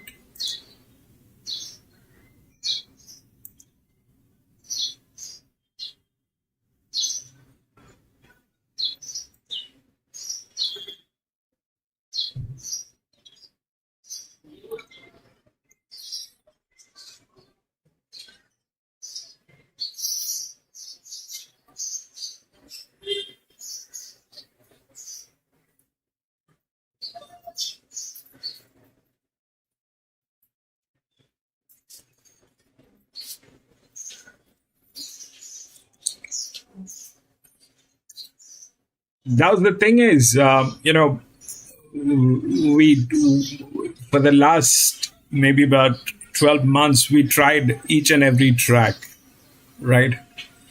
The major ones, wherever they have the good racing going on in New South Wales and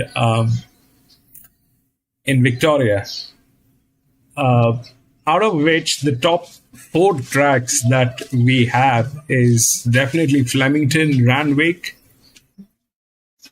Doomben, and Rosehill. These are the top 4 tracks. So when we have those tracks, then I just have to take a call on the right races. Today, Randwick had better races. So I picked up Randwick.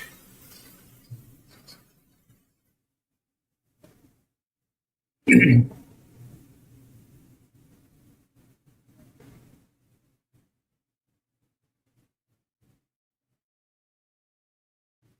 brilliant. PC, welcome back.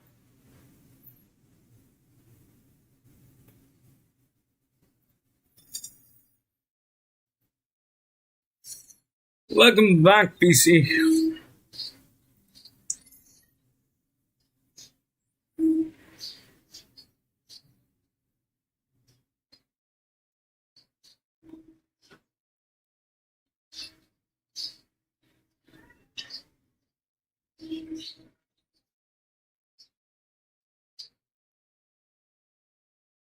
Brilliant.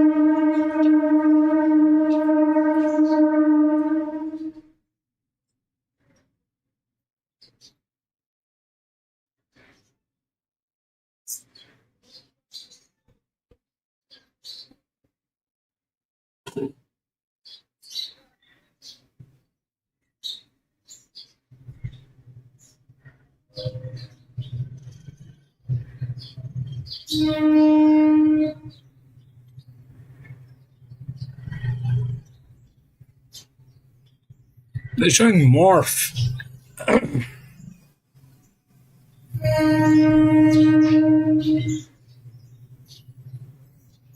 We can't put morph, they'll give us copyright.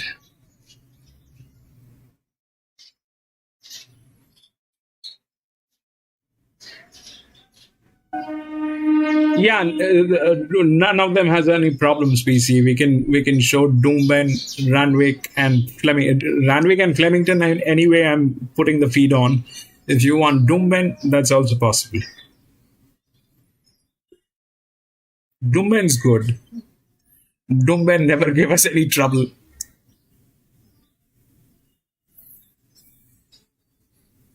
It's the South Australian races that we need to be careful about.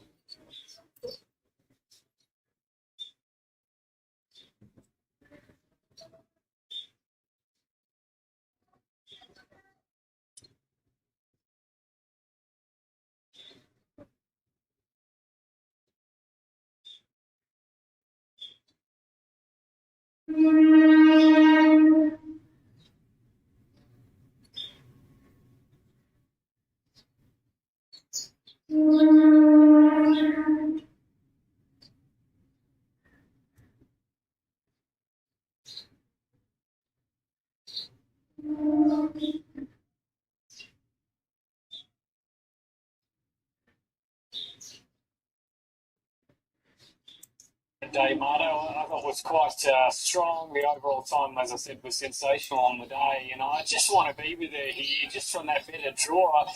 I do think they're better off alone. The second pick did try a touch better than they're in that same line, that last little bit, so the step to 1,000 metres is certainly going to suit her.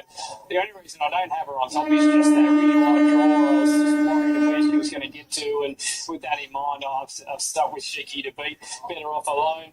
I thought 4 Handloom was really good the last 50 metres or so in that recent trial, was asked for an effort and really close off well in that 2-year-old trial session on the Kenzo surface. And Mass Bingo beat home Handloom in that trial. The overall time was strong, and I thought had plenty to offer. So I'm 10, 1, 4 and 7 in the gym crack. What's your read on Do Bella? Attracting very good interest, as I touched on. $16 into $7. Horse number 2. Won her 4-horse trial here on the Kenzo circuit by nearly 2.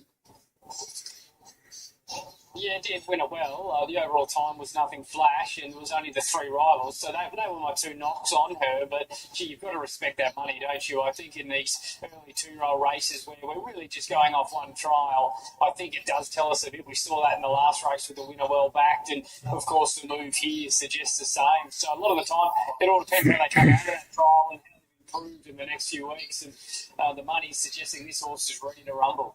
Played with the bookies at Shiki 360 to 390, home invasion 5 to 550. Mansfingo number 7 is 6 into $5.50, and Do Bella firms here as well, $8 into $7. Obviously went up a lot short of the tab. And there's 1 or 2 at big odds. Give Her Strength is one of them for John Thompson, Andrew Atkins, number 3 Novo. It's 31 into $21. Third being 1.4 by Mansfingo in the sole trial here on the Kenzo. Yeah, I thought she closed off really well in that heat, and I've already touched on the time of that. It was quite quick for the day, and a couple of rivals here, I thought she trialled almost as well as them, so really liked her late little close, and stepping to 1,000 off that 850 trial is going to suit. And at big odds, Bronze Joy is 41.51 into $31. And for John Thompson, 4th but 3 lengths in her track, Kenzo track trial. Yeah, and of course, John won one of these 2-year-old races. I don't know if it was the Breeders or the Gym Crack last year with the Roughie. So he gets his horses ready. Trial was solid enough, and I was certainly respecting the money. GG as your top pick is horse number 10. By 2 done hot out of Just Excel. Mum won 3 races in Queensland and 1 on debut at Ipswich. 2 is in a good hand. I like what she did at the trial. It's a bit different this year where normally 2, 7, 10, all are in good hands. It all looked okay, but nothing sort of to get too carried away, and that's why I think she's drifting a little bit here. The horse that Stowe was alluding to for John Thompson won one of these races last year was Bill Mercy, beating the subsequent Magic Millions winner, OLA, and third. Manal won a year before. The Jim Crack Stakes is the third. On These are ghosts. So 11 running. The problem is we don't even know whether it will come out of the edge. Trial Clark aboard. The rivaling who went toe-to-toe with her early is a $13 chance here. Getting a good rut from Shani in the yard. They're better off alone getting set. Masvingo and Hand Bloom are the remaining runners to move in. The stay inside colt, Incognito, was there for all to see. Mine is on 29th October. Aruman, Now this it's the month, fillies' turn here in the Jim 29th. There's the light. And the fillies are ready for open betting race this. Home Invasion drawn the inside. Ready now, racing, Home Invasion left cleanly off the inside. Better Off Alone, the outside came out fast, and there's Cheeky. When is yours? Looking for the lead, followed then by the Barling in fourth. Deeper out is Screen Icon on the outside of a Bond's Joy, then Give Her Strength, Mass Bingo. Well back in the field is Do Bella Handloom, deeper out. Yes, she did. It last of all. Favourite in front, Cheeky. From Better Off Alone, followed by Home Invasion, who took a set on the inside of the Wildling, and Screen Icon wider out as they straighten up now. Favourite in front coming up the right, Shaky under a good grip from Better Off Alone, Home Invasion, Screen Icon. Further back to the Wildling, looking for room. Do Bella, oh yes, She's coming with a good run down the outside, and Mass Bingo as well. Shaky under a leader from Screen Icon. Mass Bingo, no, yes, she did. Shaky just in front of Screen Icon, who's going to make one last lunge. Oh, close. 10-9. Screen Icon bombing. That should be right on the wire. Mass Bingo's going to run third. Come on. That's about four in Home Invasion. Better Off Aruman. the Wildling, and yes, she did, was very right. What's going on, Aruman? The Bronze Joy Handloom, and Do Bella was last in. Photo finish. Shaky refusing to lie 10. down. 10-9. Green Icon making that lunge on the outside. As Bingo will get up and run the third. Clark waited for Yeah, it's difficult. They're going to show Doomben now. I'll keep it on Doomben.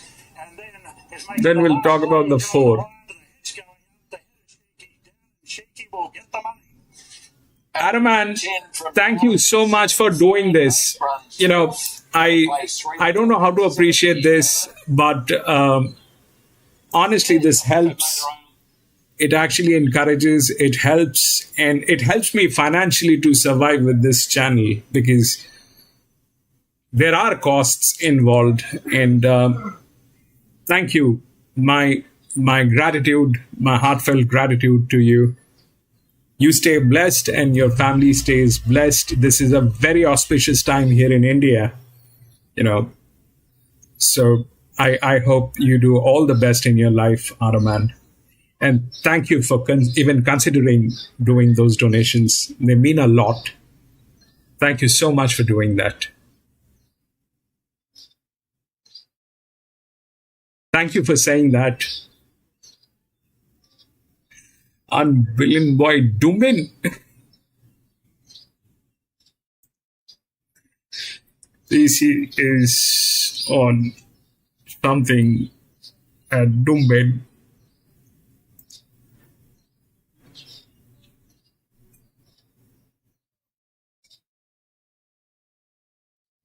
To be in venue mode to take advantage of it. Great excuse to get the mates together, head down to the local pub, club or your local tab agency. Enjoy a punt, just like Brad Davidson, who's at the Ranch Hotel at North Ryde today, Dabo. It's a terrific venue out here, the ranch at North Ryde. Great tap facilities, really good place to come and enjoy Group 1 racing this afternoon. If you're in the area, get down, plenty of time to get involved in Tapped On later this afternoon. I believe it might be focusing around one of the most popular horses in the country. So it's going to be a big offer. It's going to be a popular one today. There's no doubt about it. So get down to your local, wherever you are around the country. You've got to be in venue. Get involved in Tapped On this afternoon. Another fantastic special coming your way a little bit later on here on Sky Racing 1. We're rapidly approaching race number 3 from Doomben today. And Mr. Michael Charge is our form analyst from Brisbane. And you're siding here with Bullion Boy, who's flying at the moment, charging.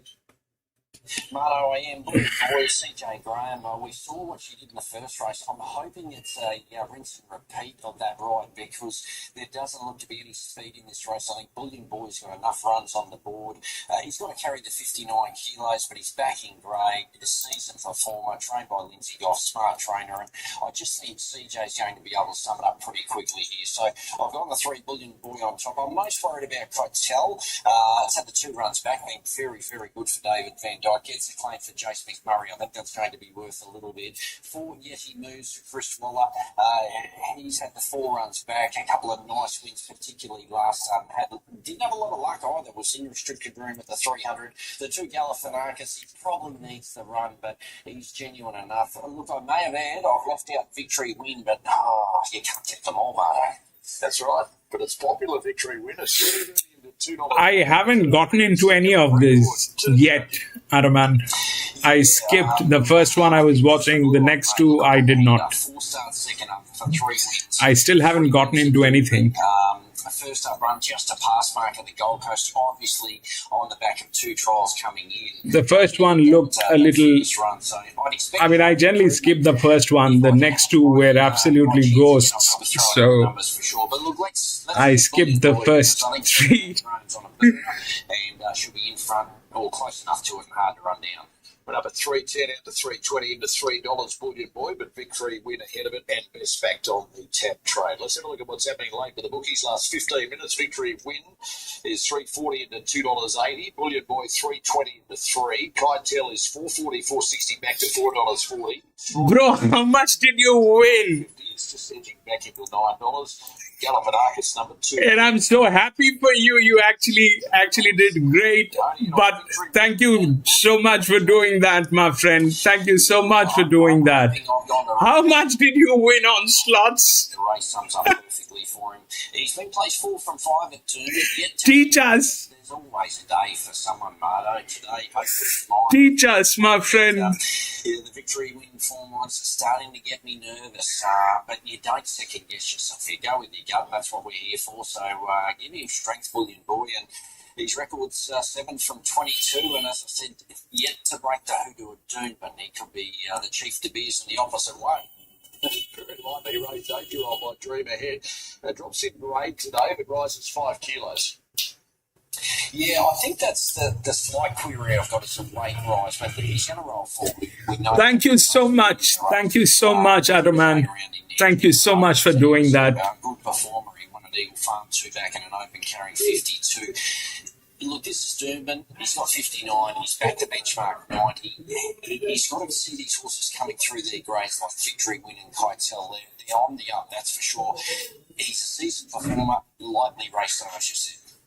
Quick read on Galifianakis, which is just been expected longer odds. Capable 8-year-old returning from a break-off for second at the Sunshine Coast Trials. Yeah, he's a beauty for Jack Bruce, and it was a good trial behind Winston Smurfield, a horse that generally is sharp in its trials and races well through. So he's only going to get better after a run or 2. His fresh form, it's okay, it's not outstanding. He's never won first or second up, so that's got to be the query with Galifianakis. Third Doomben, let's get to David. And Don't Stop was the last 2 to move in. A good battle was fair, Victory Win and Bullion Boy, but it would appear that Victory Win will go off the favourite. Only just, though, over Bullion Boy. Don't Stop. With the barrier blanket, goes in, and the starter has a complete line. Ross Smith about to switch on the red light. Close to a getaway in the third at Doomben. Just waiting for Don't Stop to settle. He's agitated and the gates don't stop. They haven't released the barrier blanket as yet. They're about to now. Bullion Boy drawn alongside of him. Racing this time. In the end, Don't Stop was one of the best to go. Smart Action came out well. Bullion Boy showing early speed, and there's Extraordinaire, slipping around them 3 and 4 deep. Like Galifianakis getting back in the field, getting moves. Victory Win. The favourite lands in second last, and one behind him. That's Kytel. Extraordinaire. The plan was to run it more forward, and they've executed that. Goes to the back straight as a clear leader. 3 to Bullion Boy. He's going to get a great run in second.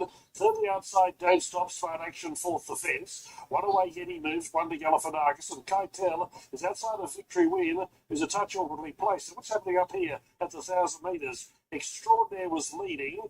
Don't Stop took off to challenge it, the roughie. Bullion Boy came away from the rail third, and Smart Action stepped up to be fourth on the inside. So a bit of chopping and changing in the leading division. They're short of halfway left to go.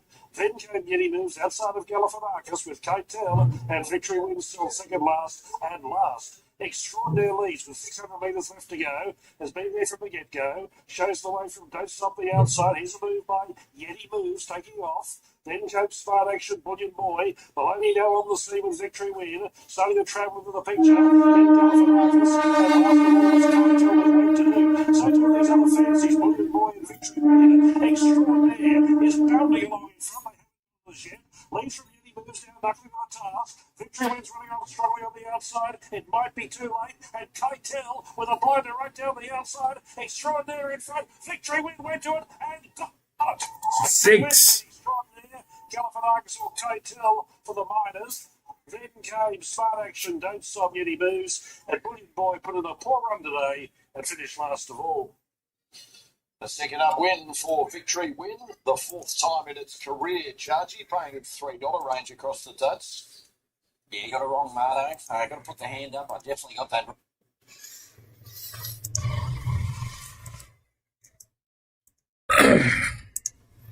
Right, so we're at the fourth one here. The odds are 176 and 11. 176 and 11. 1 7 6 and 11.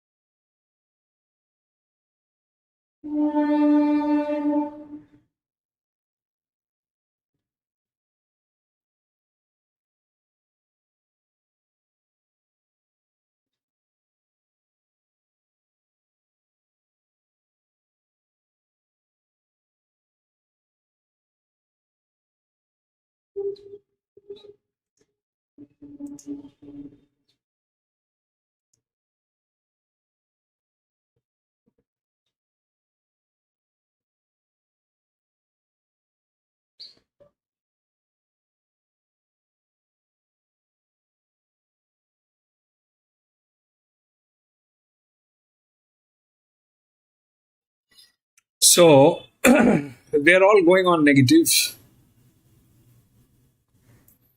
Through this, they're all going on negative. This is huge. That I don't know.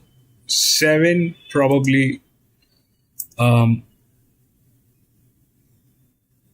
7 probably there is a chance, but that's from gate number 11. So winning with that jockey, with that leverage and that pressure is, I don't know how that'll happen. But 1 looks good. That's the linear,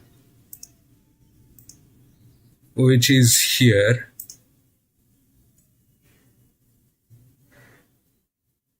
14. Who's riding 1?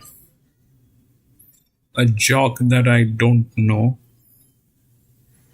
But 6 is not that. Got the physics. So I don't know if that pressure will work. 155 turning to 330.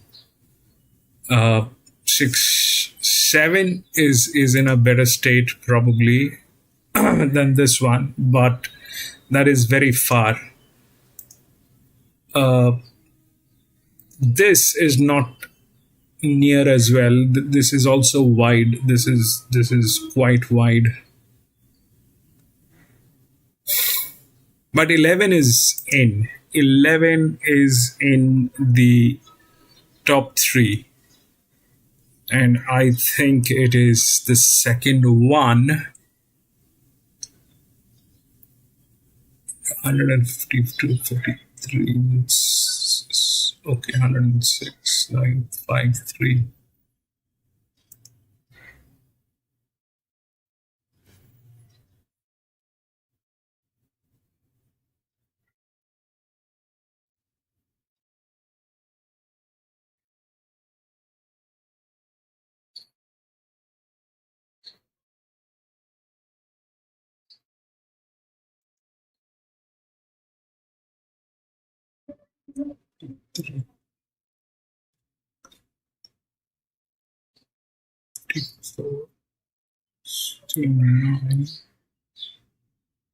That will become 66. 54 will become 111, I think. Rest, a lot of other things are possible.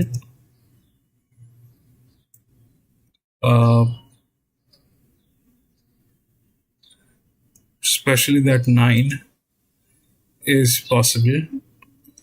This one, the 3 has problems. Why? Because it doesn't have the side of the rails. They have the rails, but that's very, very weird. I don't know how that will work.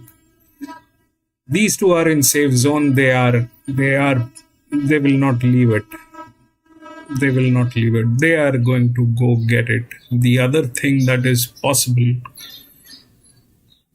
See, 3 is not in a winning position, but getting a place may not be difficult.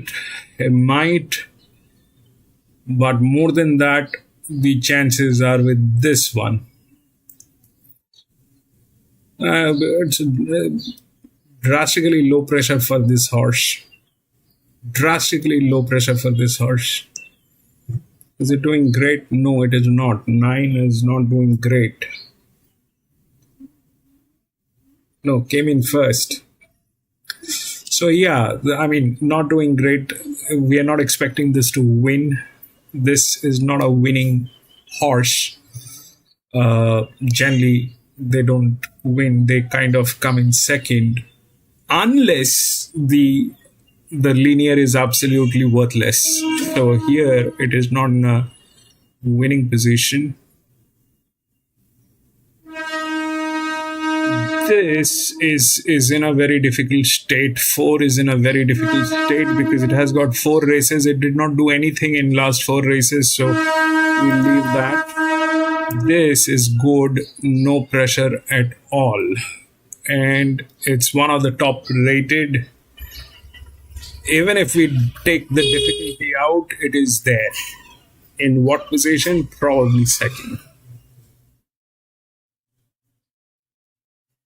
What other thing is possible?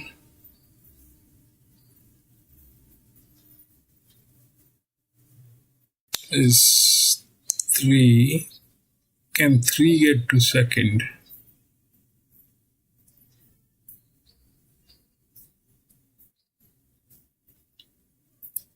Can 3 get to second? 17, 20, 35.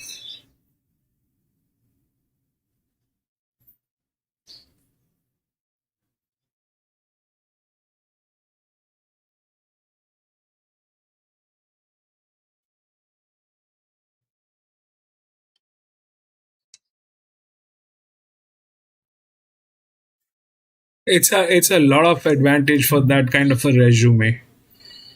It's been to league races and group 1 races and all those things. So it's actually got a place. So with that kind of a resume and that kind of a pressure, that's a lethal combination.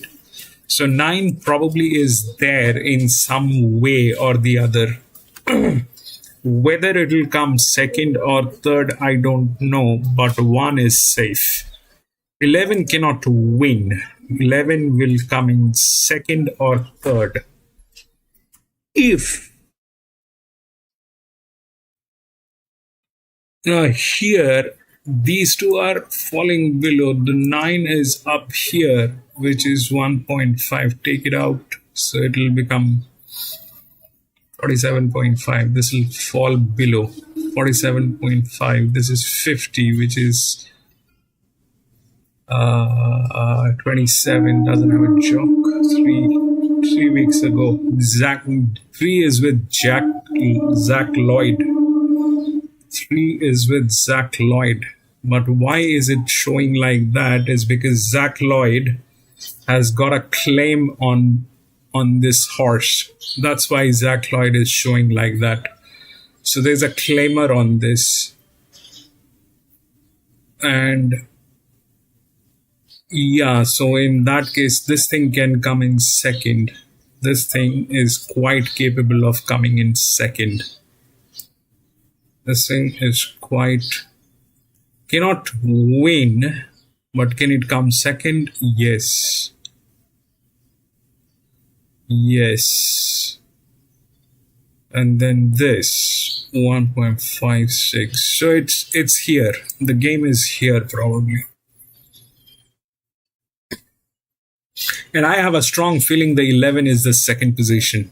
Very strong feeling. If you remember, we've had a similar situation like this a few days back at Flemington, maybe. There was also an 11, which was a lady horse, a filly, which was exactly like this. So we take it out and it came in second. The first one was definitely the linear that went through. We'll see how it works, but I like 111, and there is a very strong possibility that this thing may get into the second position. There is a possibility. There is a possibility. These two, I don't know. Firstly, they are all three of them are with huge pressure. Huge. And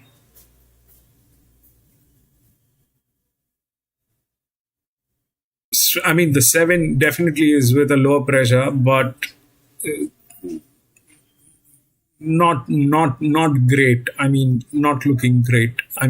This is bad.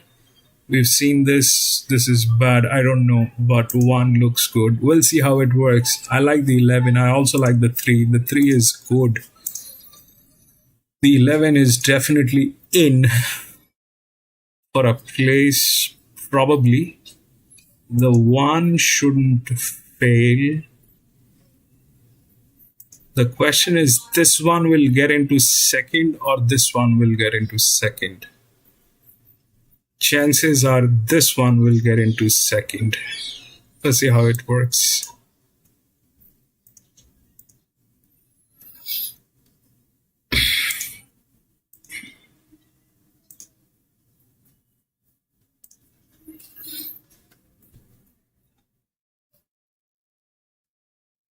Flemington missed. Oops. All right, next time we'll get the Flemington.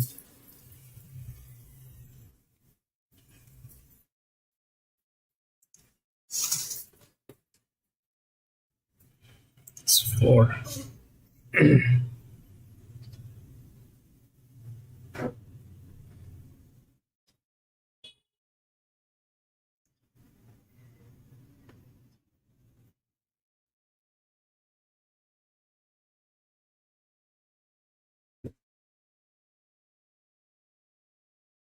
More fit.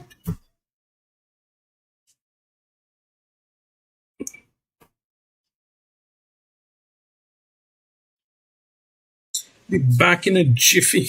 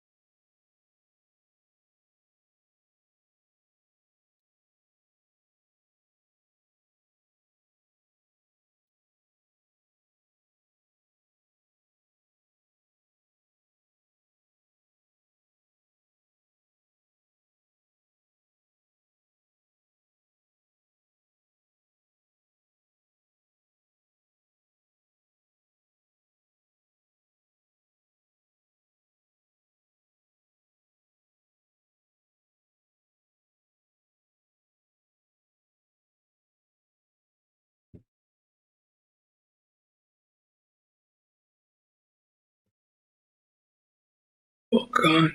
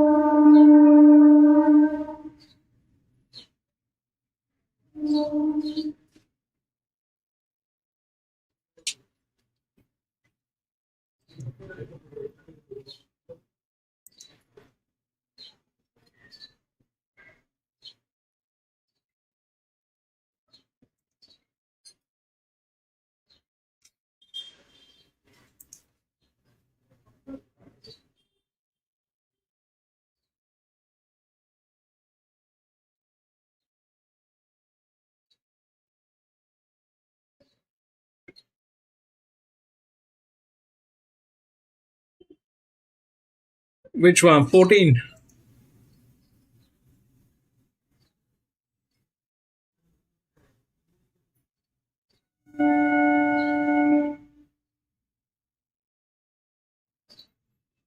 Yeah, 14, there is some problem.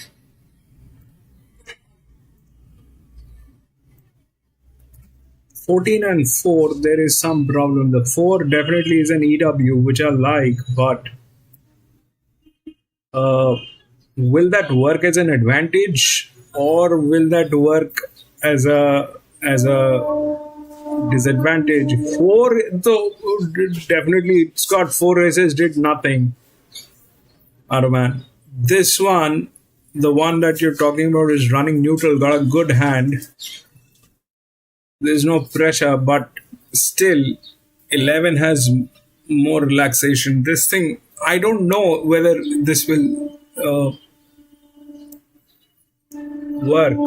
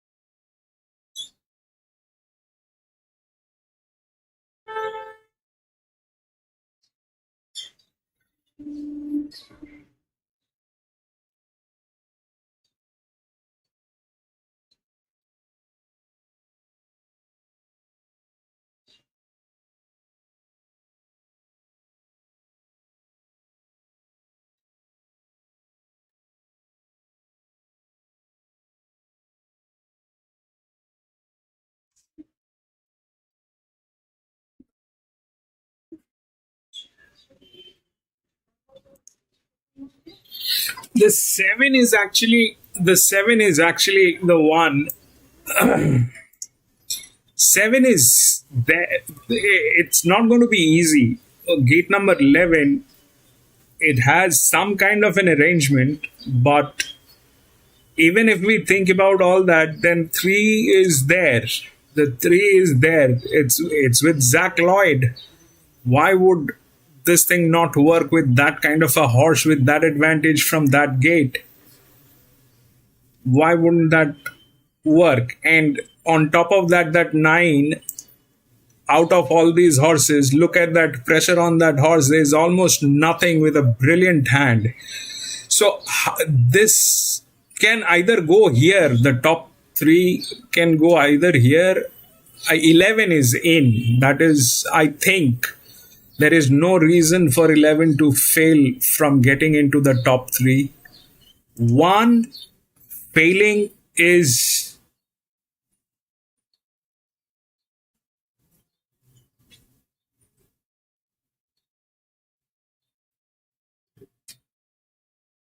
I don't know.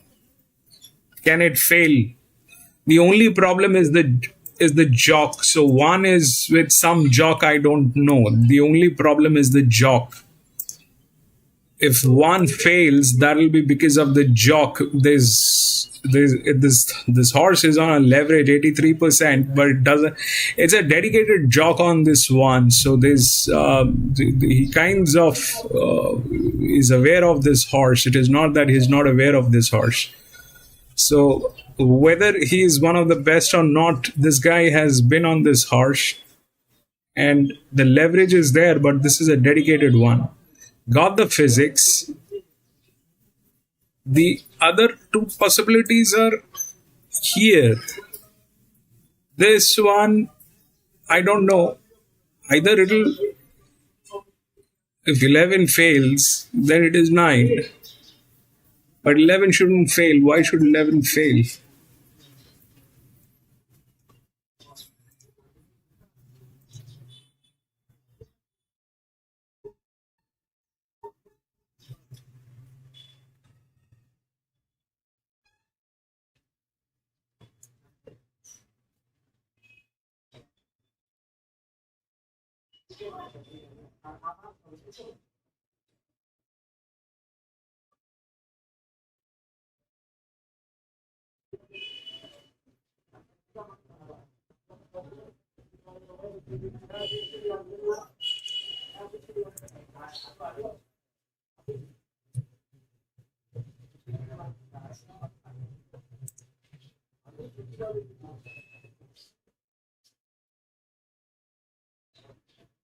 What are they doing?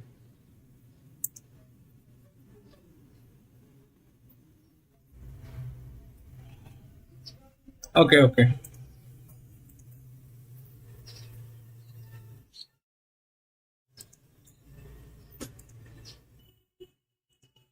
20 big dollars for the Victorian Derby. All those futures markets in full swing at tap. Well, he's still got all his first preparation. That's the query for him going forward to those bigger events later on. But I think this is a good assignment for him. We'll see a bit of his staying promise here and see if he's going to be able to extend out to those further trips. Another beautifully bred Jolly's Handicap by Londo out of Sabatiano. Mum was smart. Blinker's first time. And he's showing talent 2 races into a career. Yeah, I thought the first up win was great and beat Enviable, who I give a Seki Open the flight stakes later. And then the latest effort was good, albeit beaten at the short odds. They ran a really good time. Blinkers go on, as you said, well bred, and stable are quite bullish about him long term. With Falcon, who we'll see later today in the championship, won it last year, beating Pleasure, Artists and Media World. Gambare won it the year before, beating Pushy and Tom Kitten. For the Dulcify Stakes, here's Darren. Azarax is moving into line. And we've got about 5 to go in. Thanks, Andrew. The Plunge Right Dulcify Stakes. One of the part owners of the great Dulcify, Alan Mauler, tuning in from Perth, for him the greatest of health. But what great memories when we see him today in Dulcify. What a 3-year-old he was and went on to win a Cox Plate. So it's fitting. We've got some nice 3-year-olds here in the Dulcifer stage without Pierce being best back, the Triple Crown runner. And Attica now is the last to move in, has the white cap. Locked and loaded now, ready in the Dulcifer Stakes, and they're off and racing. Next gem was Tardy out. Villa Castina wasn't much better. Ruination bounced well from the wide draw from Azarax, and now Cobra Club is responding to urgings and goes up to hold the pair out. Without Pierce, slicing through goes to fourth. Flying Organ to touch Keen in the blinkers. Villa Castina goes up the fence. Barbarossa's deeper out. Attica's the widest. Next gen's going along the rails, and Federalist is last of a fairly bunched field. Only about 6 lengths first to last, and Josh Parr takes Cobra Club to the front by a length and a half. Ruination cleared, the rest going to second. A couple up to Azarax, travelling strongly on the outside of Villa Castina. It's positive up all right here, fourth on the rails. Then came Barbarossa. Further back to Flying Orca, getting it close to heels from Next Gen. Without Pierre was with them early, but it's back in the field and 3 wide. Further back then to Federalist, and in the white cap, Attica is the last one. Cobra Club at the 600, a half in front to Ruination. Azarax moves 3 wide, Barbarossa's 4 out. They're followed then by Villa Castina, tucked away on the inside of Flying Orca. Without Pierre, he's well back in the field, but stoked up by Schofield, getting right to the outside and starting to run into it. Cobra Club comes up the rise in front of Ruination, who travels up, and Ruination put paid to Cobra Club and raced 2 lengths clear from Attica. Forget about without Pierre, it's dropping out. Ruination in front. Attica's the big danger, and then Flying Orchid, but quickly Attica pounced on the outside, takes the lead away from Ruination. 7, 8, 7, 6. To Ruination. Camera third, Flying Orchid and Federalist hit the line hard on the outside. Good gap to Villa Castina without Pierre was set a task. 7.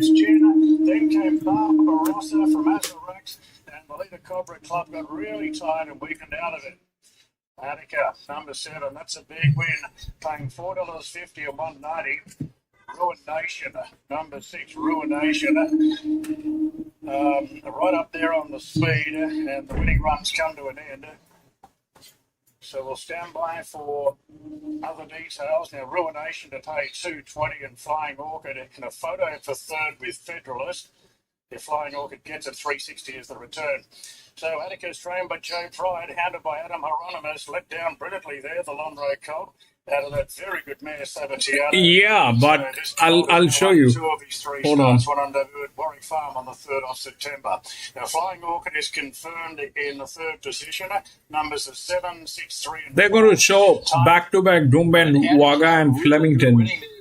But $15 for the spring champion pre that here is what happened. So the 7 was from wide. Everybody was very, very good there, wasn't That it? was... Wide at the back of the field. They were really jacked up mid-race, and it's sort of 1,000 to the 600. They went very slowly. So he's done a really good job to give him a big start, get a bit of a check around the turn, and still 7, 6. a dazzling finish to win impressively. And what? Coronation was very good up on speed as well, and I thought Federalist was much better for him today. The team will be tickled pink with that as they head towards the spring champion. Yeah, he was excellent, making up many lengths late and winding up in 4th position. His markets will probably close a little off. $11 spring champion, $15 Derby for the $1 billion Colts. Bionic Bitzable out of Arcadia Queen, but it's 763 on race number 4. 763 on tap Epsom Day. 4th event from Doomben is next assignment. Pharaoh's Prophecy. 1 and 11 both failed. Out to $2.60 back into $2.40. Boom Shot is best back to beat at $5.50 into $4.80. He-Man $6.50 this morning. 7 into $5.50 is Chargie's top pick. Another big specials coming your way very shortly on Sky Racing 1. You and your mates are going to love this one. You've got to be intending to take advantage of it. Great opportunity to get to the local pub, club, or your local tap. Settle in for Arvo on the punt and some quality tap time. Stand by for the latest tap time special. In fact, it's dropping in 3, 2, 1, 0.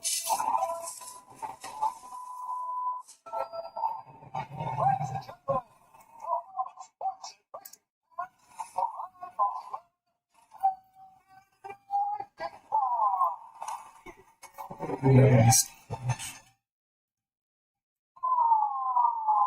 19, 13, 20, 15.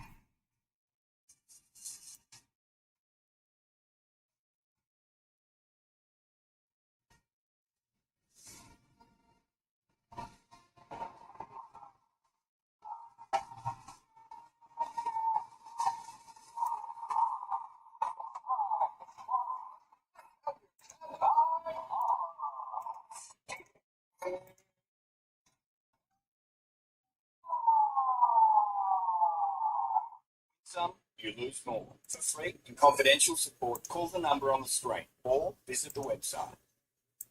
Another Saturday afternoon cracker via Sistina, currently $2.50 in the feature from Flemington this afternoon, the Tab Turnbull Stakes. But scan that QR code on screen, shopping with the inflated odds of $5 for a maximum bet of $20. David Gately joins us, and you're all over via Sistina this afternoon. And she's looking to defend the crown she won last year and claim her 11th Group 1. Great value with that tax special. No, look, it certainly is for a champion of the turf, and it's hard to see her doing really well. I mean, that's what she does pretty much every time she races. She's been at 2,000 metres in the last 5. She's won them all, and all Group 1s. It's a great race this year, the Turnbull, but she was tough winning it last year, and you're getting a great side there at a great price. So get in quick, tab time if you're in venue. $5 for Via Sistina, currently $2.50 freight.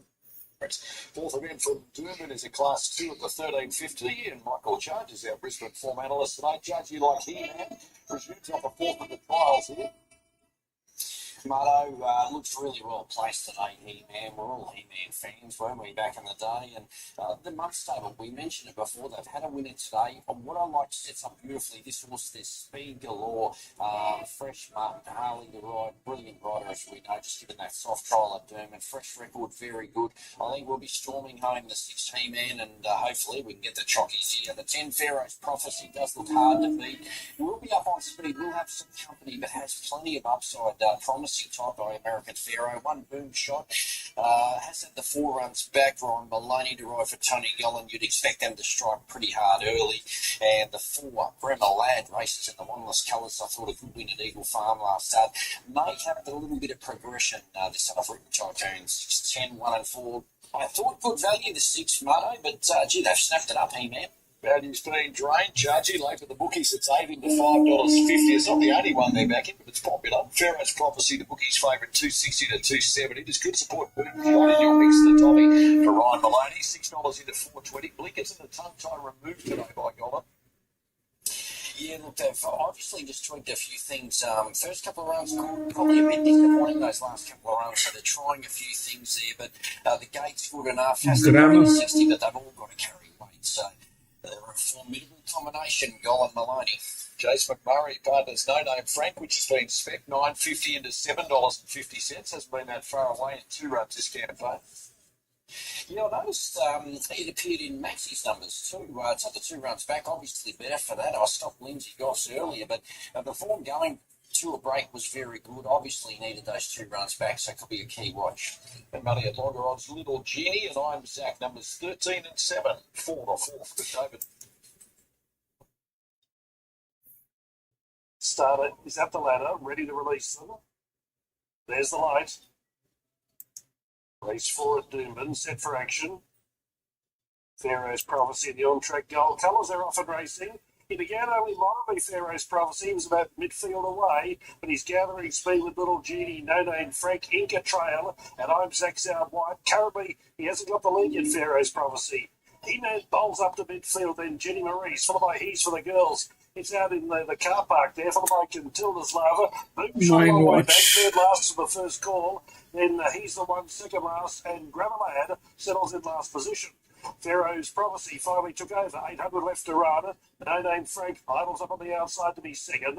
Little Genie following the leader in favourite third. And Inca Trail dropped into 4th one off the fence. He-Man came off the rail, gets himself into a striking position outside of Isaac.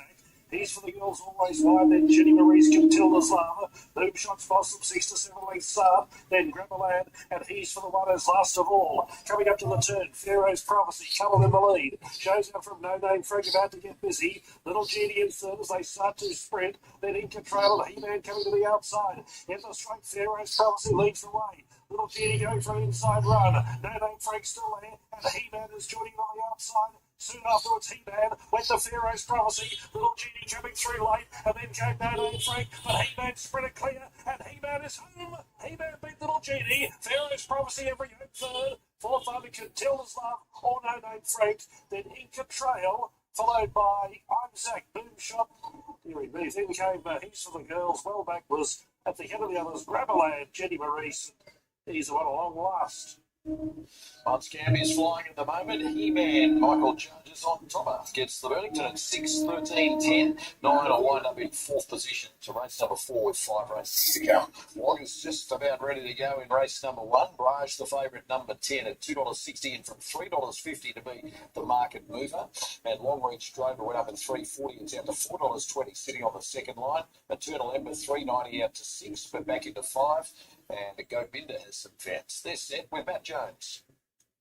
6 race card, and they're all set and they're racing now. Yaliba Showgirl a half length slow early. One of the debutantes, Brage, began well. So Eternal Ember, who's going up towards the lead from Govinda. Helga Chick over on the inside, running 4th, and then Fontaine Ford out wide. Jewel Ben in the middle. Further back as Cool as You over on the inside as they settle down. Long Reach Drover behind those. Then 4S is on the fence, and 2.5 Yaliba Showgirl back in last. Eternal Ember cleared the field and led up by 3/4 from Brage, and the red and white colours running second. A few lengths Hell of a Chick, followed then by Govinda running 4th. Jill Ben behind those. Up to the turn, Fontaine Ford, Long Reach Drover behind those with Cool as You, 4S's, and also Yaliba Showgirl into the straight. Eternal Ember just led. Brage called upon. Govinda down the middle, starts to run on for Hell of a Chick, and then Long Reach Drover winding up as well. In the straight, Eternal Ember, Brage, Hell of a Chick getting up on the inside from Govinda, and Long Reach Drover still driving at them. Eternal Ember, Brage putting in the big shots, and Long Reach Drover's coming up them strongly. Eternal Ember's just been Long Reach Drover and Brage, and a good finish, Govinda 4th. Helga in the field into a close up there was Cool as You, Yaliba Showgirl, and also behind those 4 witnesses, the likes of Jill Ben, Fontaine Ford has finished back towards the end. But Eternal Ember pays 6.10 and 170, repels Long Reach Drover and Brage to win race number 1 with 5 races to come from Wagga. 4th event from Flemington, 2 away is the tab Edward Manifold Stakes for 3-year-old fillies, Group 2 at the mile, and Gator Just a Journey off the all-the-way win at Canterbury and Sydney last time out for you. Yeah, I'm just bringing in different form. I think a lot of these fillies in Victoria have just been crossing the line together, haven't they? And there were 5 lengths over, was 1 length over 5 or 6 of them last week as well. Looking at Just a Journey, I just don't think he's in the best part of the track during. I think she was gallant. Second, a pretty handy older mare in Tuileries. And then a good tough win last time, effectively carrying, what was that, 5-ish kilos above weight for age. So back to your own age group. I should mention that race exclusive artist was excellent too. So Spicy Lou, I was pretty keen last time at the price. I just think she didn't handle Caulfield and she's looking for 1,600. Well, she gets away from Caulfield and she gets to 1,600, so she gets another go. Maiden call back and wide and terrific last time off an unbelievable maiden win. She's a good filly. Zany Girl and Young Quinoa, that key lead-up race at Caulfield. I'm not sure they'll get the same fearsome tempo, but they're certainly in the mix. Numbers 5392. You're on top of Just a Journey. It's $3.80 at the 4.40. Yum is the best factor beater with the tab fixed number 4. Went up at $6.50 and tightens into $4.80. Hit the line well to win last time out at $21. Shapes like the mile. First time will suit Data. Yeah, I couldn't see 1,600 pulling her up. She was 5 weeks between runs into that as well. So this a serious case to be made. She's still very much on that upward spiral. Late with the bookies, it's 4 to 4.40, back into $4.20 for Just a Journey. Yum went up shorter, 5.50 back into 5, but Bellazane has some fans, 5.50 out to 7, back into $6. Led and only grabbed late last time out at Sandown. Yeah, she set a strong speed too, so if she can set a more sedate tempo and run 1,600, she can win. Others to firm in, Zany Girl, 8.9, back to 8.50. Just Chick, $10 into $9. And Rusker Roma, 19 to 17. Roma, 19 to 17. And Get a Good Feeling, Spec 15, just going back out to $16. A Key Oaks lead-up race, 18 fillies have won this in the Oaks. Nosy, the latest 2 years ago, they're set with Matt for the Edward Manifold. Ready to go. Stalls back and they're racing. Ruscaroma towards the inside was one of the better ones away with Just a Journey, Get a Good Feeling, and Zany Girl up on the inside. As expected, Bellazane is going to force forward as well. It's not rushing over though. Spicy Lewis, Ruscaroma back to midfield, followed by Lathlane, Just Kick, Yum, and Mating Callers at the end of the field. So with 1,200 metres to go, the leader is Just a Journey, 3/4 of an eighth in front of Bellazane second. Zany Girl is third. It's not overly hard. Get a Good Feeling is in between horses and Spicy Lou progressing around them 3 deep. A length and a half, Ruscaroma at the 1,000 metres, followed by Yum, who's 3 wide with cover. Further back is Lap Lane, Mating Call getting onto that 3 wide train. And at the tail of the field is Just Kick, bailed away on the fence, and would be 7 off the front runner, Just a Journey. So was 700 metres to go. Just a Journey from Ballazane, Spicy Lou is 3 wide. Zany Girl next from Get a Good Feeling. Yum is tracking 3 wide in 6th position, followed by Lath Lane, who's next on the outside. Then came Mating Call, who'll have to be 5 and 6 deep on the final corner, and Just Kick is at the tail of the field, preceded by Ruscaroma. They dash up at the 400. Just a Journey from Ballazane, Zany Girl getting into the clear. Here's Yum presenting up on the outside with Spicy Lou, and then Ruscaroma. It's Just a Journey, 200 metres to go from Zany Girl, followed by Yum and Mating Call on the outside. Get a Good Feeling's coming through too. Just a Journey, 50 metres to go. Get a Good Feeling is going to make it interesting.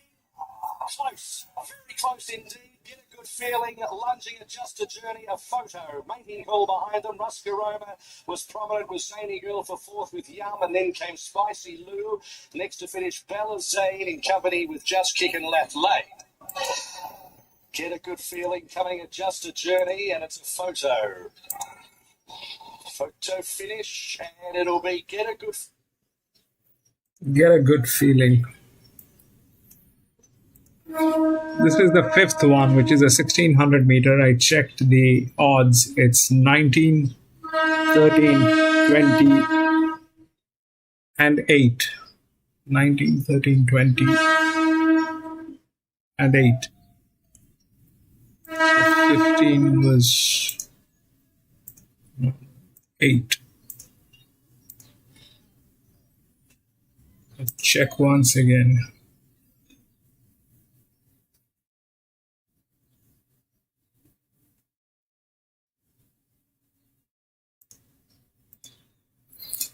Nineteen, 13, 28, 20 and 8, 19, 13, 20 and 8. 19 is the favorite. That's the linear. 20 is the second linear. 13 is here. 8 is here. So it's a 1600 meter. Rails would matter. The 19 doesn't have the rails, plus there's 75% bleeding, and the jock is... I have no clue about that jock.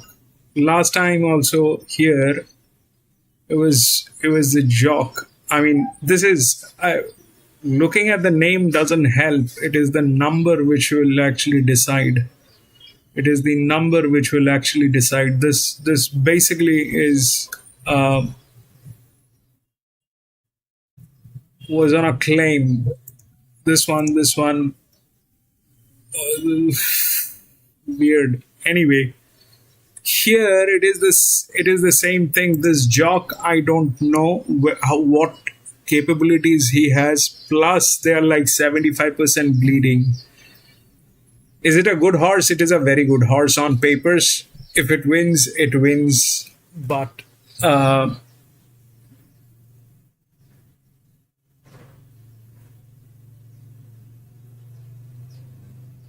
the horse is good, but it has issues. The second one, which is the second linear, has the rails, everything is good, has a jockey, but it is from gate number 14. All right. Now we look at this one, which is 13. 13 is being ridden by R. Bayless. So he is also handicapped in such a way, I don't know whether that will work.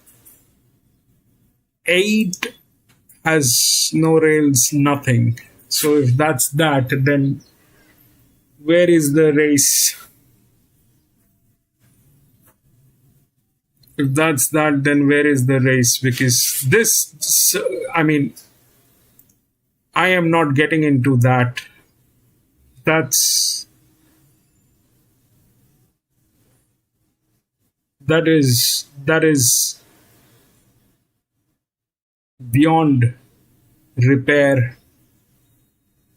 That is beyond repair. I don't know if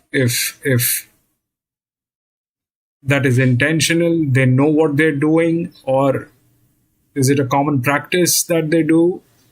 But it definitely doesn't look good.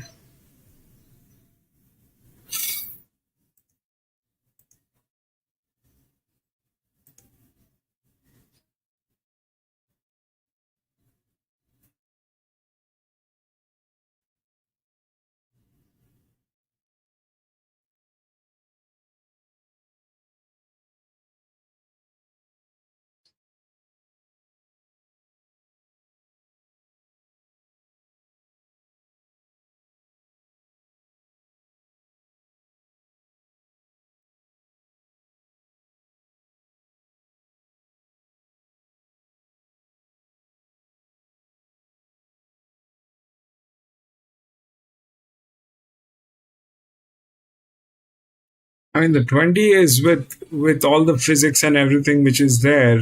It also has a good jock, but that's like gate number 14. That's too much exposure. That is too much exposure. These are like drop in class. These are like drop in class. I don't know what they can do. This is also similar, which is like that.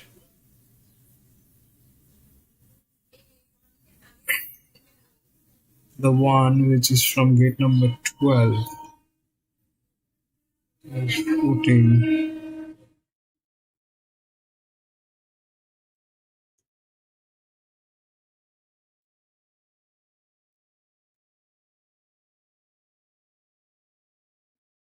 This is from gate number 18. This is from gate number 5.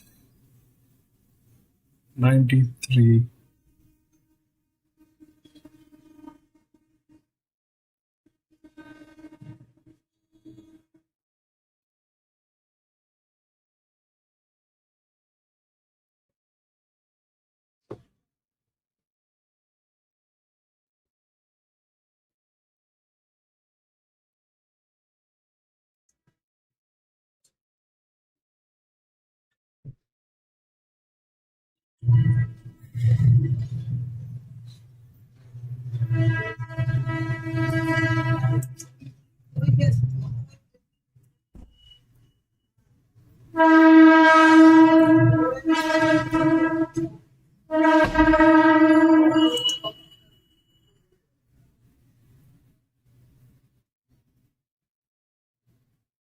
Nope.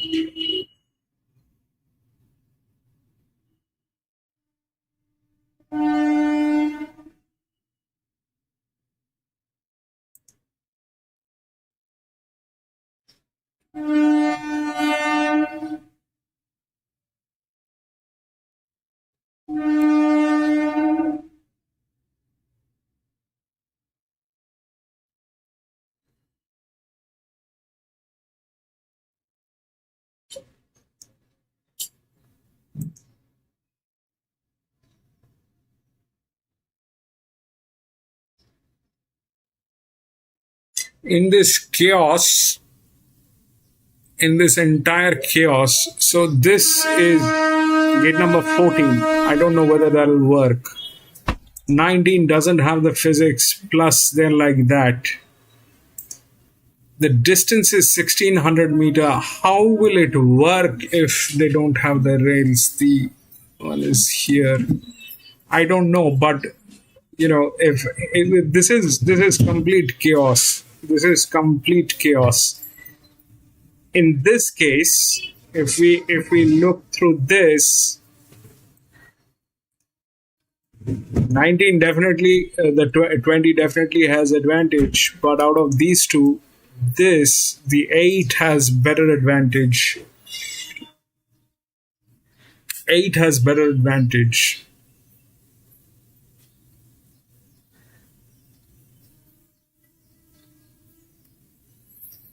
8 has better advantage, and it also has a little support from that 17, which is a horse. It is not going to win, but still there.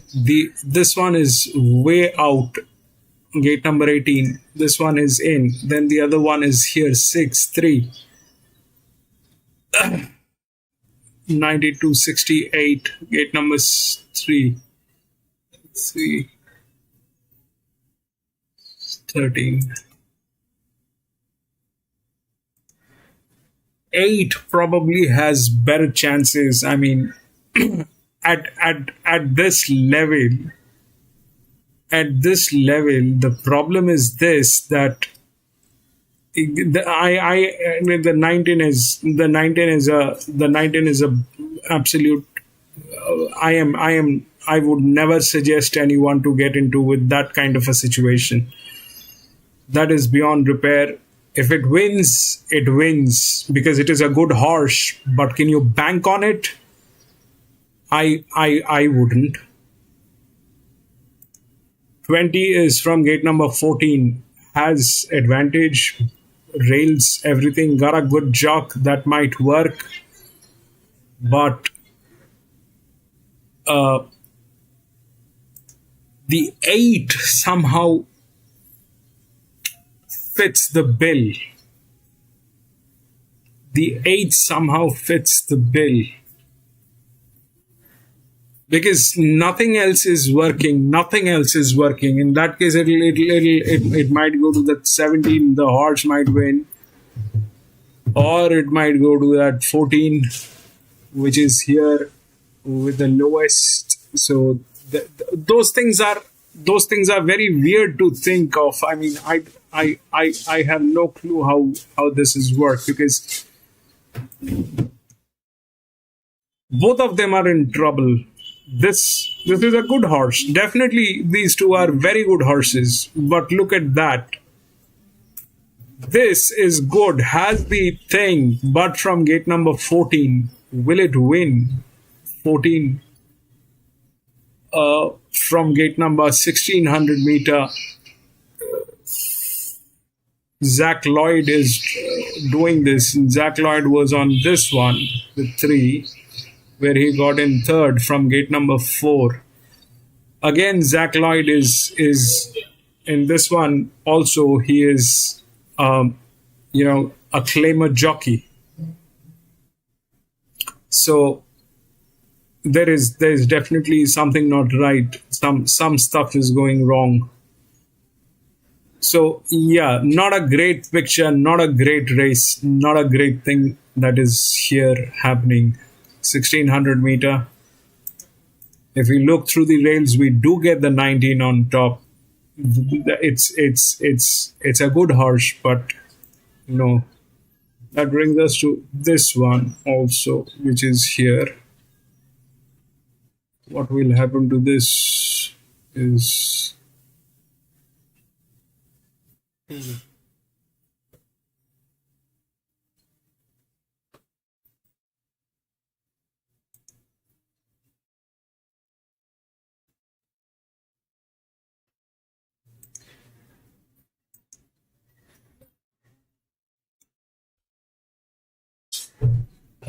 four. Number 4. 5, 15, 65, gate number 6. Who's writing? Let's see, I don't know. It doesn't look right.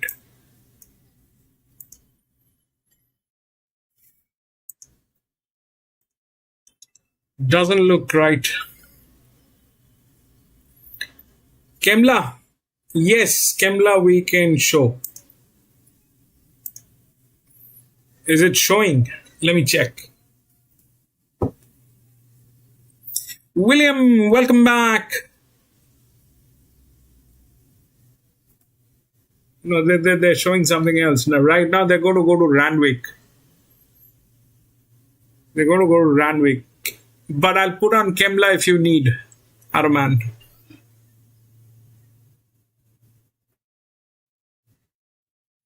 Just let me know when there are too many things going on. You know me.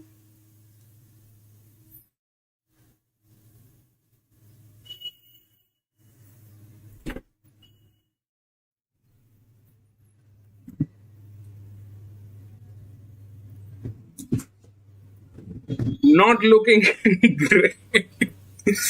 This one.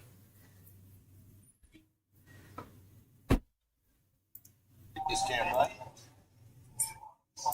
Yeah, she has, Motto. She's just gone to a whole new level, hasn't she? Her first up win was terrific, and second up, she got a lovely ride from Zach Lloyd, but her late strength was terrific. She was held up until the 200 and then clocked the best last 200 performance of the day. And if you watch it through the line, she was about 4 lengths in front of her rivals, about 100 metres past the post, just to a mile. Now, interestingly, the year must go on. They just want to get her to relax a little bit more. If she does, I think she's way too good for these. And just a big drop to 52 kilos, the other massive positive. 19, 28 and 13, my numbers. I thought Preliminary might be the danger. She was well beaten by Idle Fly the other day, but she was only first up. She had to sit outside the lead as well, and she is proven at the mile. 8 pocketing, I thought would run a race out of a decent form. Lined last time out, a bit of a different form. And 13, Perfumist is getting better with racing, but certainly needs to keep on improving. I thought Idle Fly was really well suited. 8, I think, is good, Dow's, but it doesn't have the physics. It doesn't have. You see, I like the 8, and I'll tell you why I like the 8, because the 19 is like that. It doesn't have the physics. I don't know what will happen here. The 20 is the other one, which I also like, but it is from gate number 14. Now, depending on these two, this one definitely has the pressure. It is better than this one, but it doesn't have the rails. But it's a chaos. There are like good 20 horses in here. It's a chaos. If it goes through, it goes through. Otherwise, I won't suggest anyone getting into it. It doesn't look right. It doesn't look great. I mean, the 19 is the favorite. If it wins, wins. But look at them. 75% bleeding. Which one is that one now? Idle Flyer. Back in Sydney off a duck egg. 19. Enlisted grade last time out. It's always had some talent, Davo. Yeah, has had some talent, Mardo. Look, he's been a bit disappointing this preparation, though. He's been a bit disappointing for some time, to be fair. But look, he's run at Flemington last time, left a bit to be desired as he effort at Bruce Hill prior to that when he was right in the market. So I think he's got, we know the talent's there, but he hasn't shown it for some time now. Idle Fly showing plenty of talent, really good record for the lightly raced 4-year-old. Good sides when they win on a heavy 8 first up and a good 4 second up. Yeah, 100%. She seems really adaptable. Bred to love the mile as well. She just needs to relax early, but just the big weight drop here, the strength through the line. I'm surprised she's not a little bit shorter in the market. India is a very good mare. Group 1 place last preparation, and you're most worried about her down the bottom. Yeah, she's going to be better second one back. She was beaten Watching by 10 by Idle Fly the other day, and Idle Fly was running away from her even further. But she just sit outside the lead. Yeah, that 10 is there for some reason. It is there, but God, this if 19 is a brilliant horse, but there's something wrong has happened in the management, because they're saying Zach Lloyd was riding that horse. Why is Zach Lloyd not riding and somebody else is riding who's got no records? Speaking of big odds in big races, Idle Flying at top pick. You can find in the Golden Eagle market on race at $51. There you go, yeah. Well, I wouldn't be surprised if they have a crack at a mare's race. I think the Yanks might be next. The 10 is getting tailed. Smith during the week by memory. But Cosmic Vega, I know, as real rough here, $61 into $51. Just out from $41 late. It's been spec number 7. 5-time winner through 35. Hasn't won for almost a year. Just behind the placings in the Tun Curry Cup last time out. Yeah, whether that's a strong enough form line, I'm not sure. But got a good rider aboard, one of the most underrated in the country for mine in Ethan Brown. That protest third against first league interference in the home straight dismissed. Take note of Wagga, and the numbers stand 11, 9 and 10. We'll get to see in 2 minutes, Adaman. We'll get to see in 2 minutes. I don't like this arrangement. I don't. Many lightweight prospects here. Pocketing just arriving at the start as well. So 280 now is the call about Idle Flower. She was brilliant winning first up at a bit weaker here on the Kensington. And then last time had a nice one in Bohemia. So Emirates moves in. Went to Melbourne for the last run. In Sydney now. Pocketing is being guided into the gates, and the year-long silks there by Tyler Schiller. Double up with the colours here. Glad you think so. Moving in the check-coloured cap, along with Imperialist, moving in. And there's about 6 more to go forward, and Polymnia is one of those. No doubt Zach Lloyd will be trying to roll forward and get a good spot up on the speed, as was the case. Been running really well first up. She hasn't been known for doing that in the past. Second up today up in trip. Geriatrics moves up, and Cosmic Vega about to move in along with Straight Acer. In the red cap we got Powers of Opal and Political Debate. So 2 up now. This is the Melbourne Storm Mile. Storm and Broncos in the grand final tomorrow. Political Debate, the last to move in. 18 running, and we're set to go. 18 horses. Let's look at the big six as well, and they're off and racing. And Perfumist anticipated the start brilliantly and is going to lead. Straight Acer is away well. Whiteout is going forward there with a good run. Imperialist is coming down the outside and poking right through, as well as Idle Flower in the early part. So Idle Flower's up running second, keeping Imperialist in a 3-wide position. Ember on the back of the speed from pocketing, and they're followed then by Straight Acer, is pretty wide out into the first turn, and Cosmic Vega as well. So there's a bit happening. Just dropping in behind them in the early stages is Glad You Think So. Time Quest is down there on the rails. Political Debate on a wide path. They're followed further back by, in the red cap, Powers of Opal. Political Debate, Polymnia is cast pretty deep in the runner. Further back then to Ruby Flora, the black jacket down on the rails. Geriatrics as well back together with Embrand as they race up towards the home turn. And Perfumist line for the sharp start. There's a nice leader coming to the turn. It's Perfumist by 2 lengths or so. Pushing through on the inside as Embrand giving chase now as they straighten up. Perfumist 2 in front. Then came Imperialist on the outside of Embrand. Now Idle Fly's about 5 lengths away, really being wound up. She's got a big job to do here. Perfumist is getting a real sniff of victory. Idle Fly 3 lengths away, is running on, but she's running out of time. Perfumist still in front by 2, and Perfumist is going to lead all the way from Idle Flyer. 13. Time Quest, followed by Churchill's Choice, Polymnia, and finishing off well, Real Class towards the end. They're followed by Ember, got pretty tired from Imperial. 13. 19. Firm agreement. A break 10. Great Acer. Then came Glad You Think So, Powers of Opal, Pocketing, Cosmic Vega, Ruby Flyer. 13, 9, 10. Debate. They couldn't catch 13, 19, 10. Baker paying 7.10 and 2.40 goes all the way to beat Idle Flyer and Time Quest. The field got destroyed because of what happened. That Yeah, nice ride, wasn't it? Just finished that race out in front, Marno, and got the winning break. you see, there was no problem with the horse, but you see who they are and look at the jock. You expect this jock to deliver that horse? How?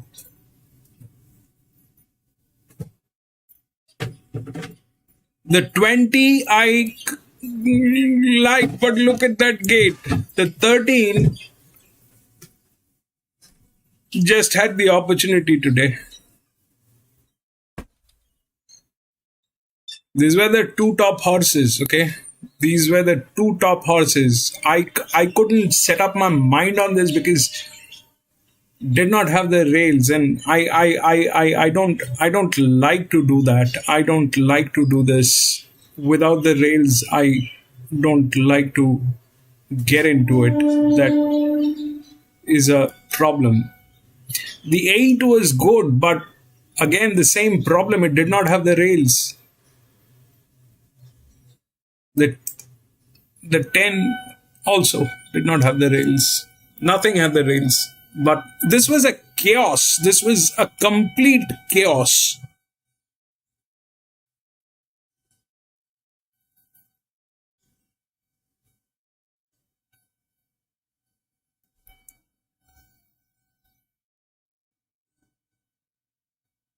Anyway, we'll go to the next.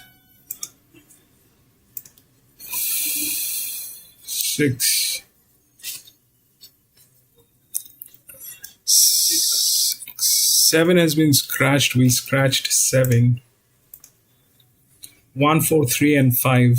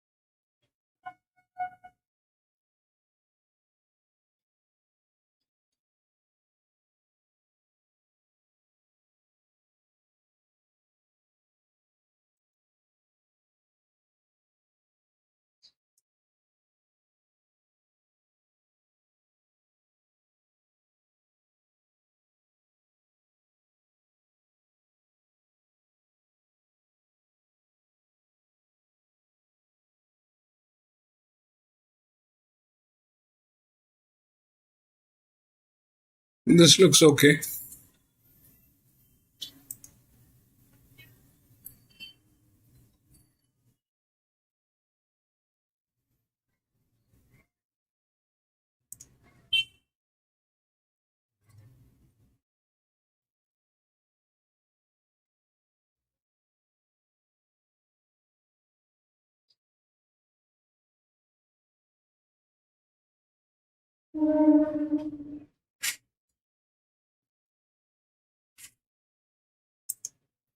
One looks okay. 3 is good, but it's from gate number 10. Doesn't have the rails. 4 is good, has the rails. 5 doesn't need the rails. So this is 67, 61, 22, 46. So we know this probably is in the between. If one wins, one should win. Why should one fail? It's a brilliant horse, 150, 145, 94. The jockey's there, racing after 2 weeks. Is that a problem? That is at 36.7%, 36%.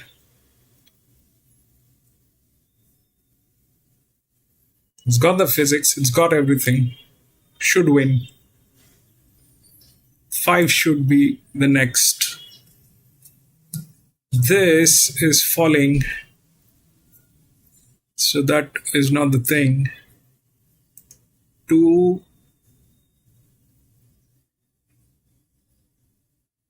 Is a larger drift. is better. 64. So this is the largest inner. The second largest inner is this one, 2, which is here with a very low thing.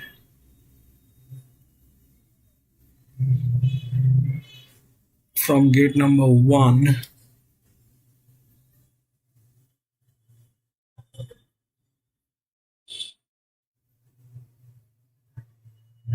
If I want to eat.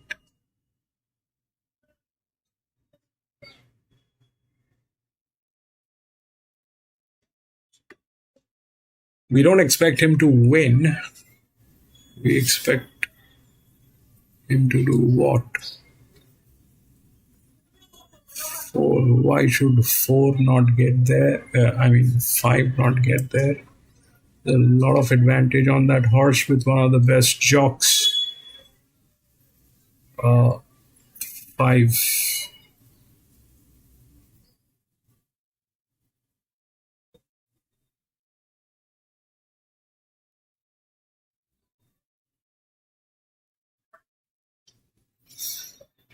It's written 2 and this 64.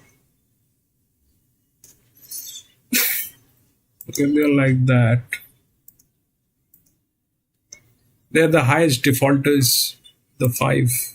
So they are not in any ways in a winning condition. But it's a 1600.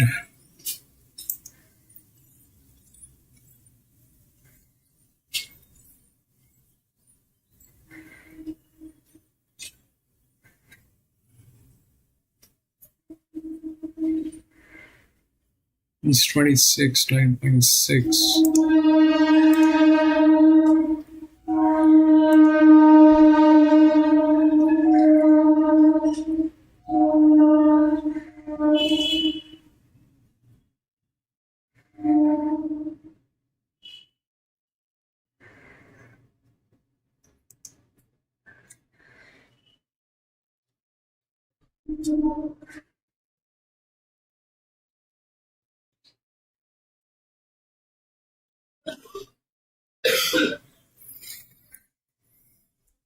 The jockey is better on 5, but the horse is this one.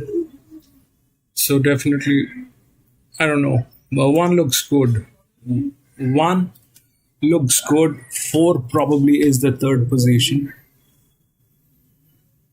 4 probably is the third position. There is 1 in between, which is either 5 or 2. Either 5 or 2. 1 is good. 3 is far if that 3 had a chance, but no. The 4 is good with the rails. And then we have this one and this one. This one has a management problem, but they're like 45% bleeding. We don't expect them to win, but that is an issue. That's probably the second or the 2. The 2 is the check. 1 56 will drop 6 here. 125, 122, 46, 6, 64, 67. Should work. Let's see how it works. But that's more or less the scene. 1 is good. It has everything. It has a jock. It has the rails. It has the pressure. It has almost everything which is there. The 3 is kind of a little wide. Plus, it doesn't have the rails. 4 is good with pressure, but generally that doesn't happen. So there is 1 of these which are in. This one has a jock. This one doesn't have a jock. The 2 is a better horse. The 5 is not. The 5 has advantage. 10, 10, 19, 9 has advantage. So advantage, jockey, mismanagement. 1. Let's see how it works.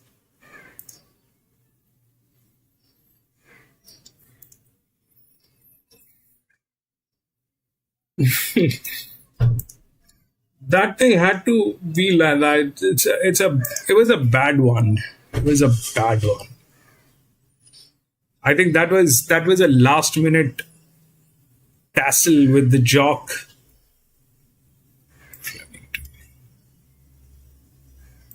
He's 3 wide. Next in the field is Pop Award. 2 lengths moving out. Terra Star, Roll on High. On Display is going to have to just about run past all of them. And then came Miss Aria and Pondalawi. Miraval Rose, 300 metres to go. A length and a half in front of Jewellery's chasing. And then came Pop Award. On Display still has 5 to pick up. Miraval Rose going well, though, with just over 100 to go. 2 lengths in front of Jewellery's On Display. And it's all Miraval Rose trotting. Miraval Rose won it well from Jewellery's On Display. Pondalawi. Then Miss Aria. Next to finish in the race, Pop Award, Roll on High, moving out. Terra Star and running by. 2 good Miraval Rose for Jordan Childs and Graham Begg. And it pays $4.90 across all of the totes coded for its 5th win at start 16. Yeah, she looked really promising, didn't she? 2. Early doors. Sort of lost her way a fraction, but she's well and truly back. 2, 10, 4. She had a bit of a pest in run. Downs. Just kicked on strongly to score. Jewellery's every chance. On Display, finished off well, best of the closers. 2, 10, 4, 11 should be 4th to race number 5. Half.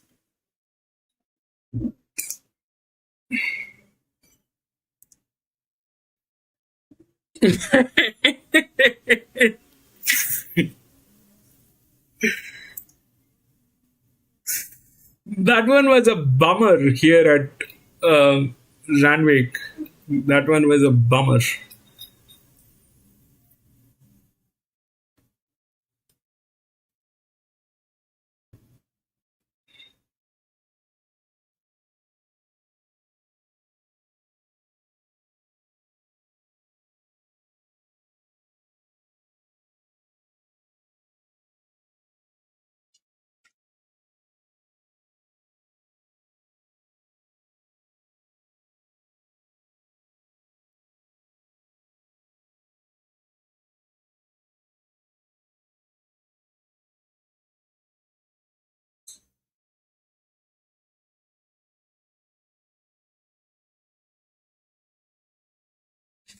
They're showing Kemla. You want to see Kemla? Aroman.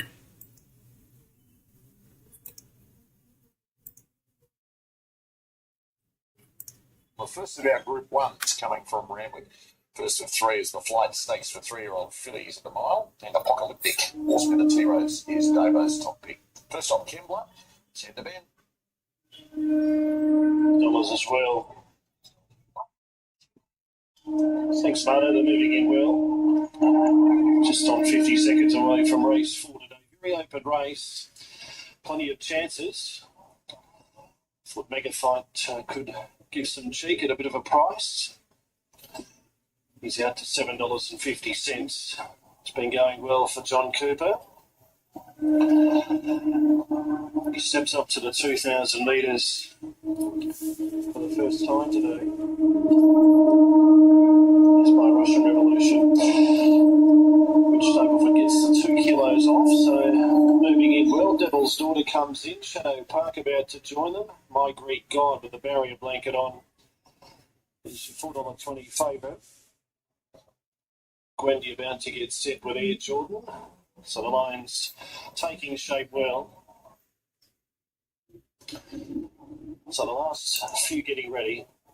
Air Jordan and Shadow Park now all completed. Mega Fight drawn the inside. So the 2 bitch beer runners here with the black jackets, the red lightning bolt. We've got Bless, this jockey's got a white cap on. And old Greg, this jockey with the black cap, the red pom-pom. We're set for a start, 2,000 metres. Ready for a break. Signal from behind's being given. Gates open and they're off and racing, and Mega Fight bounced on terms with them. Just Go Bang and Happiness shows speed. Gwendy's not far off them. They were then followed by Devil's Daughter, Bless This Old Greg, Shadow Park, Air Jordan, and the last one is the favourite, My Greek God. They negotiate the first turn now with 1 mile left to run. The leader is Just Go Bang by 3/4 to Happiness, and Mega Fight's over on the rail third. Fourth, Gwendy, then came Devil's Daughter, Bless This. Now My Greek God not having the speeds off 3 wider. Then Air Jordan, and then came Old Greg over on the inside. Shadow Park is last of all. 1,400 metres left to go. Last to first now, My Greek God. So My Greek God takes over and leads by a length and a half. Just Go Bang. Happiness 3/4 away third. Mega Fight settles better fourth, and Gwendy fifth, the outsider.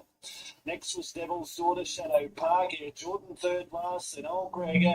And Shadow Park, the inside, is last of all. So work their way to the top of the track now with about 1,000 metres left to run. So My Greek God in front and gets a mid-race breather at the halfway. 3/4 to Happiness, and third Just Go Bang. Mega Fight's now away from the rail in fourth. Then came Devil's Daughter, Gwendy together, followed by Blasters, Air Jordan, Old Greg, and Shadow Park still last. And the racing pairs down the side, 750 left to run.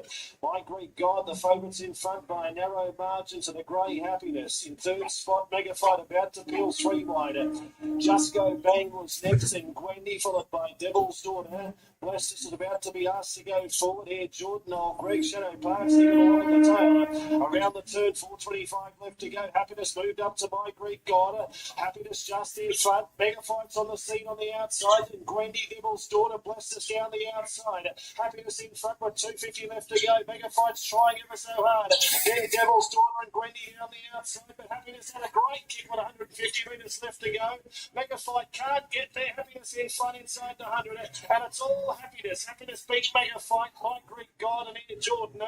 Then came Devil's Daughter, Gwendy, Blasters, Shadow Park, Just Go Bang, and Old Greg. So racing rule, he's finished last. Behind Happiness for Jeff Benzer, playing big across the tuds as it beats Mega Fight, My Greek God.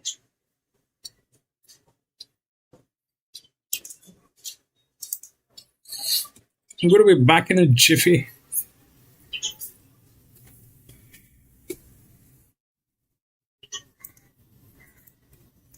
I'll keep it open here for everybody to take a look.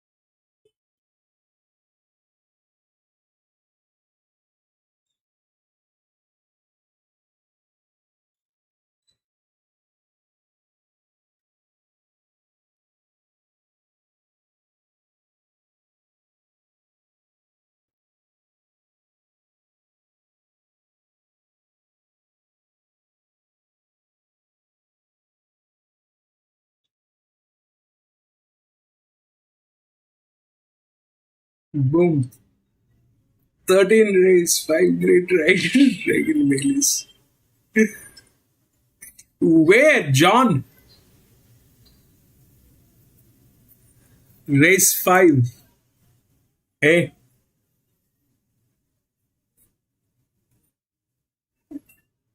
After such a long time, you're going, boom, 13 years.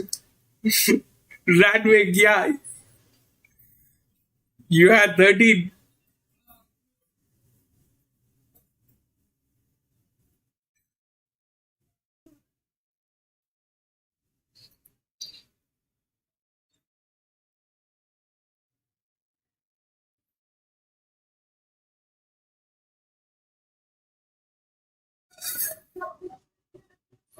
Brilliant. It's a chaos. It was a complete chaos in that race.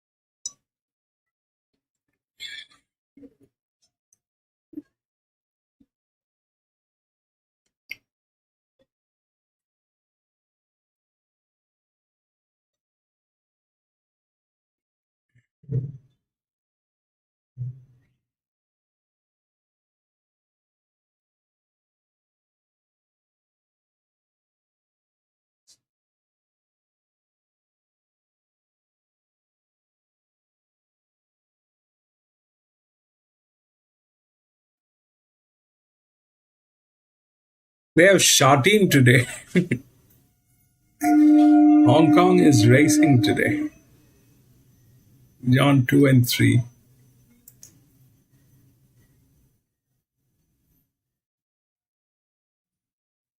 That 2 could be in a place if the 5 fails. The 2 could be in a place. The 3 is from gate number 10. I don't know how good that will be.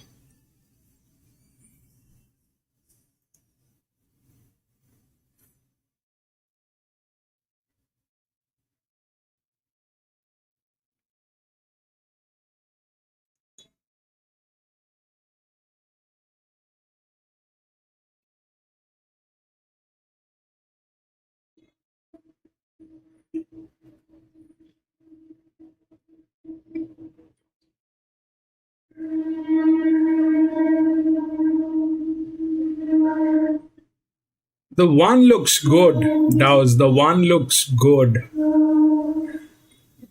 The one should not fail. It's got the arrangement done.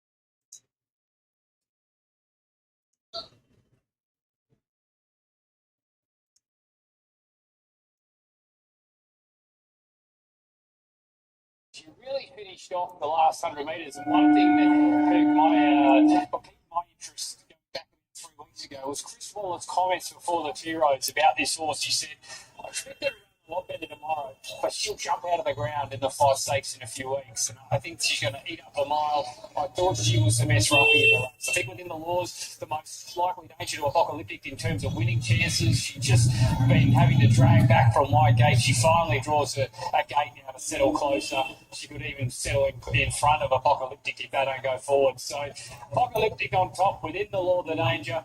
Enviable, the best roughie, and Queen of Clubs was the eye catcher in the flight stakes. So how you want to play it? You can box trifecta or something each way on Enviable would be my suggestion. Apocalyptic is the favourite with the tap fix 170 this morning, late 160 to 175, back into $1.70. Within the law is best back to beat at $7 into 5. This going back out to $5.50. Enviable. Roughly for Davo is 23 out to $26. Quickly there on the tab fixed. Let's have a look at what's happening. Late with the bookies last 15 minutes. It's 180 into 170 for Apocalyptic. Within the law went up short of the tab 5 to 550. Queen of Clubs 10, 11 back to 10.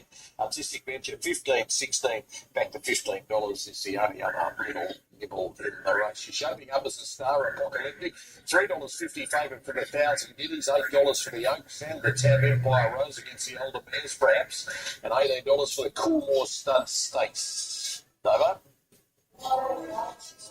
Yeah, a lot of different options for her, isn't it? And I'm not sure which way they're going to go, how far they go with her. Maybe it's job done today, who knows? She's only lightly raced, and the upside with her is enormous. Who knows where she's going to be in 12, 18 months' time. They might even, if she's able to go through and win this series here, she might go on and contest the Cox Plate next year. Who knows what her ceiling is. She's got to go and win this against the fillies and then see if she can keep improving the next 12 to 18 months. Second biggest within the law, covered ground last time out, drawn for a cosy run today for Jason Collins. She's been a ripper for connections, only set them back $30,000, almost won $1.5 million. Yeah, she ran so well at a mile in the 2-year-old season, of course. And the key with her today is that gate. They're going to be able to be so much closer. She's had to go back from wide gate there last couple. And I thought her run was better than Apocalyptic first up. And then second up, I thought Apocalyptic was much better. So can she bounce back third up with that gate, utilise it and be right there? I think she's the main danger to the fave. Further late push for Queen of Clubs in your mix for National Winner Gary Portelli late with the bookies. 10, 11. Back into $9.50. Third run back today. Yeah, she had the writing on the wall in the T-Rows last time out. It was a real good closer late. She's going to love the mile. Whether she needs 2,000 to show her best, I think she's a real Oaks filly. But who knows, 1,600 might be far enough today. She gets a chance. No spot in your top 4. Tupacara, still a maiden. It was a beaten favourite in the T-Rows. What's the read today?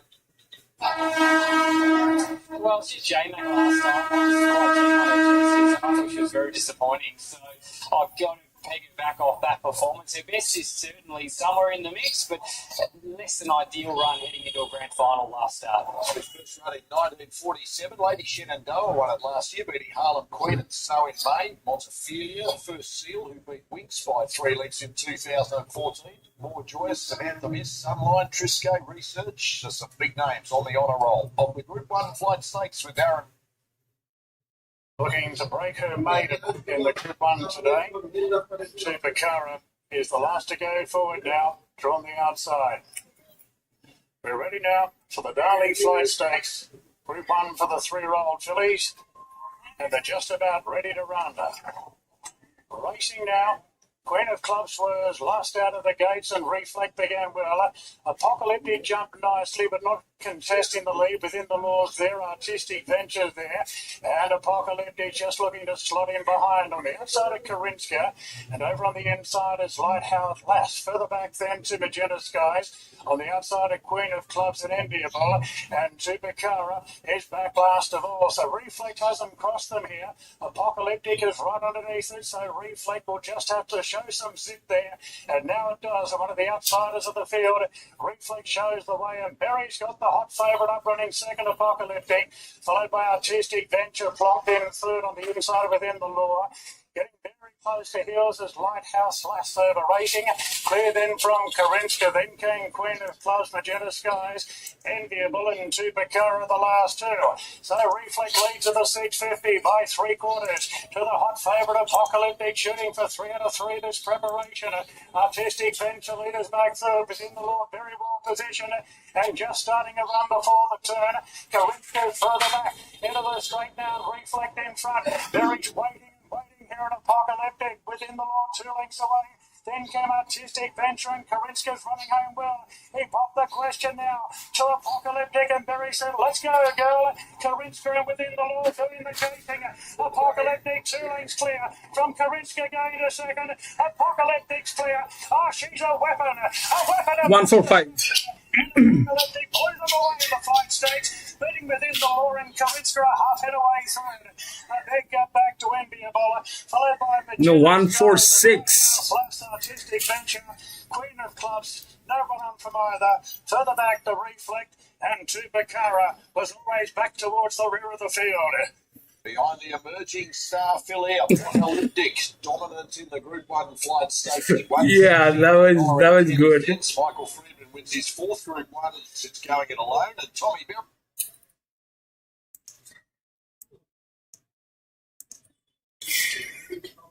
So what happened is this, then this, and then this.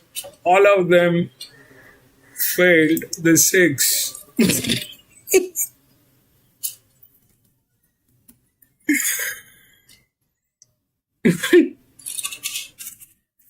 The 6.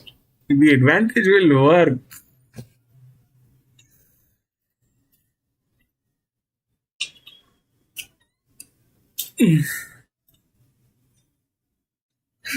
They like that.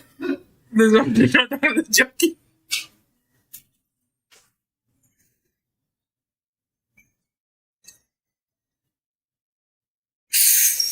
The 5 had the opportunity. I mean, the odds were right. There was no problem. This was in a much better position. But look at what happened because of their management. It just failed. The 6 went through. 1 for 6. And then I don't know what else. We'll go to the 7th.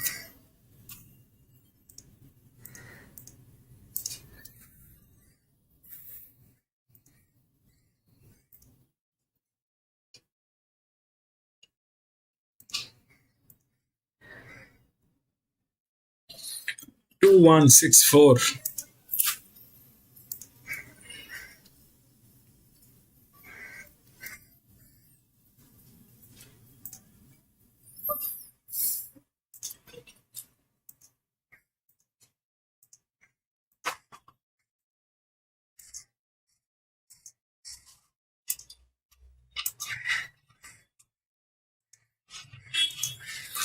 So I did not stretch it, but it is up till here. So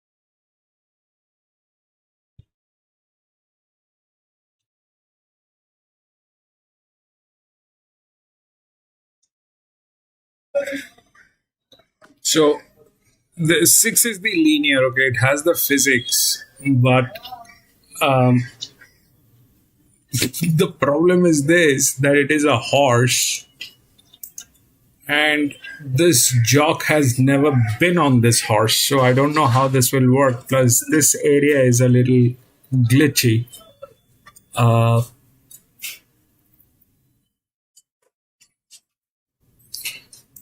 2 has the rails, it is the third, it has the physics. 1 is the second linear, we don't expect it to win, but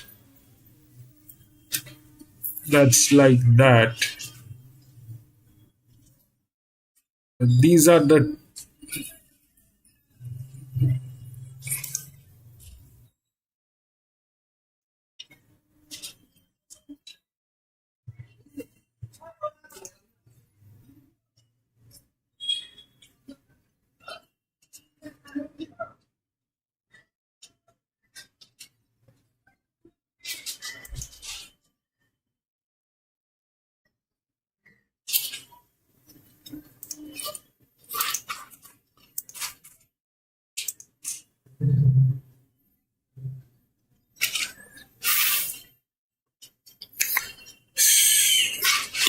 so it's like this.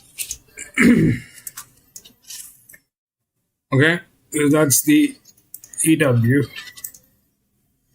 and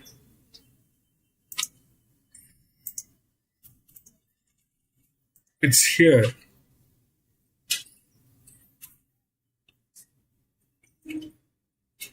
It's one of the best jocks.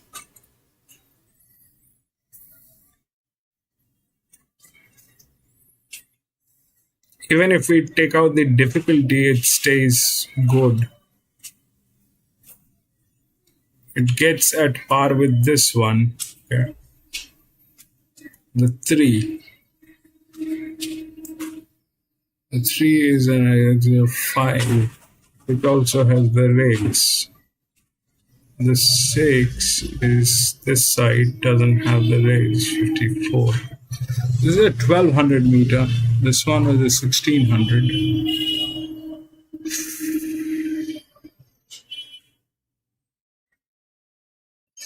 5.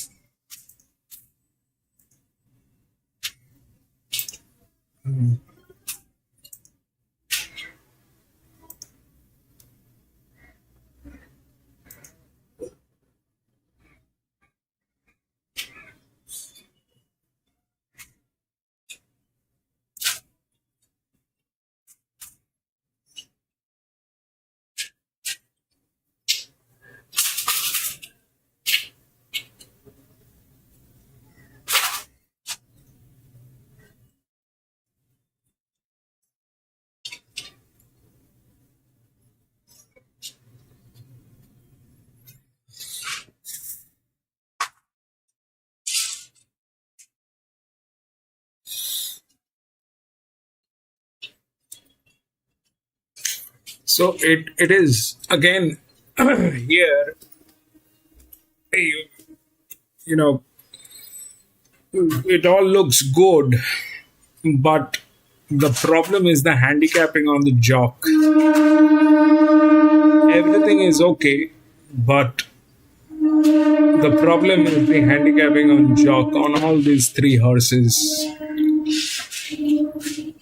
If the jock is not an issue, this jock is a dedicated jock, by the way. So that is, and his whatever races he has done with this horse, he's won 63% of the time. So that's that part of the story. But we do not know during this 63% whether his handicapping was like this. So today, his handicapping is like this, which doesn't complement, and he is the favorite.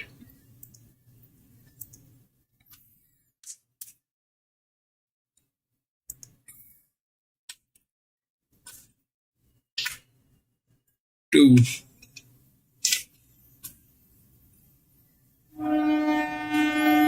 That is unnecessary.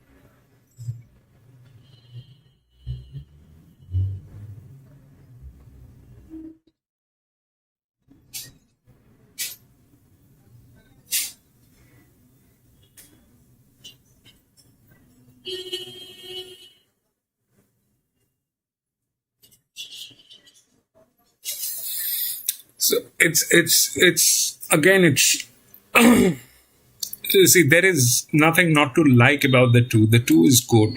Okay, the horse is good. Here, the horse was good. The arrangement was right. There was a jockey to deliver this. There was no problem. Here, it was a disaster, and that did not work. 55.68, which was okay, but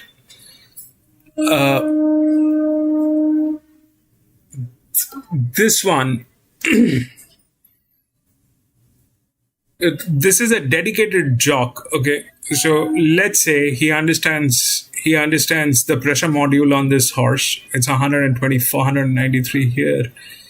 It's 124. One of the best horses that he's riding, and he's been riding this horse. But we don't know if his handicapping was like this in the previous races. We don't know. And what is happening is this side is getting a little sketchy for both these horses. This is the definitely sketchy. This is also not the great. It cannot go down. It had to go up. 68 cannot become 55 and then win. 72, 73 is very sketchy. I don't know. Plus, it doesn't have the rails. Here, this is a good arrangement, but the horse is not that great. Here, it is a good arrangement, but the horse is not that great. So, will it win? With a dedicated jock, it is. I mean, my apprehension is this, that, you know, the handicapping on it is all about how the jockey has been handicapped. It is all about how the jockey has been handicapped. If the jockey is not handicapped rightly, then it is a trap. Then it is a trap. Here it is like this. So, but the point is this, that even after like that, this jock has been a dedicated jock on this, and he's won about 63% of the races. All right, he's won 63% of the races.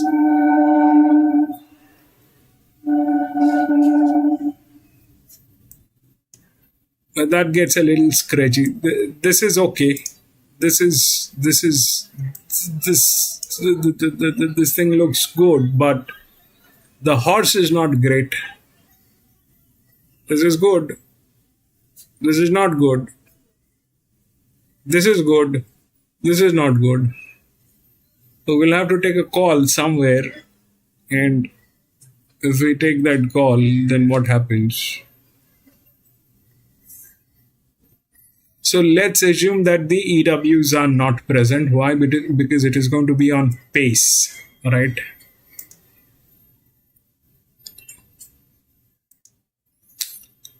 There are only two horses, which are these two horses, 7 and 4, which are on non-pace out of 7 horses.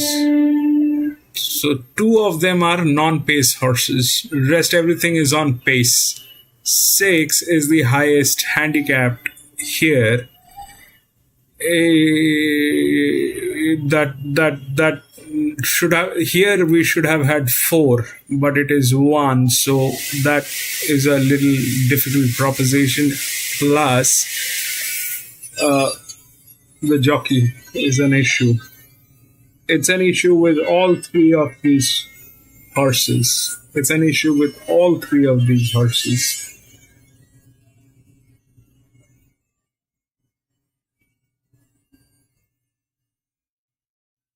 So what is going to happen? What is going to happen is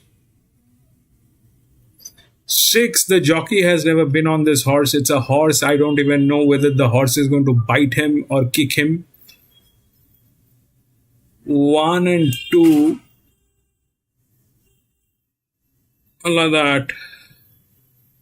This one doesn't have the rails. This one has the rails, but doesn't have a jockey. This is 57 dropping down.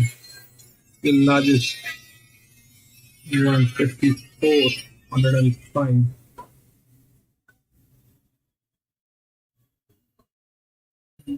Three, 1. This thing is a check. This thing is a check. It has this. This one doesn't need.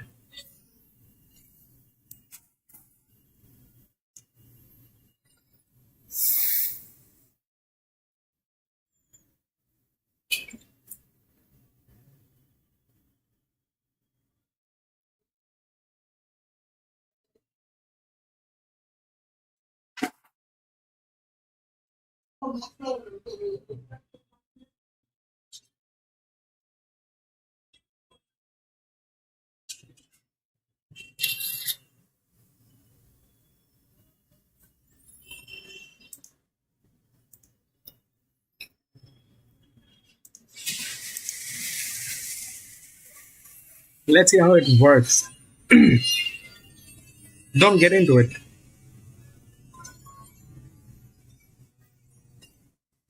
Don't get into it. Doesn't look impressive. I mean, if this jock was any of these guys, then the problem would have been solved. But it is not. It is a jock who's a dedicated jock, but this handicapping is for this particular race. He has delivered 63% of the races on this horse, but we don't know how he was handicapped earlier. Today, he's handicapped like that. For a 1200 meter, that definitely is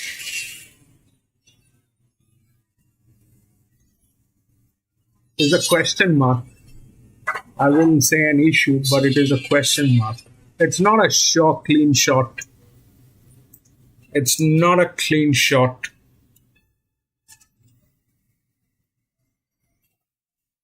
Is Flemington? Are they showing Flemington?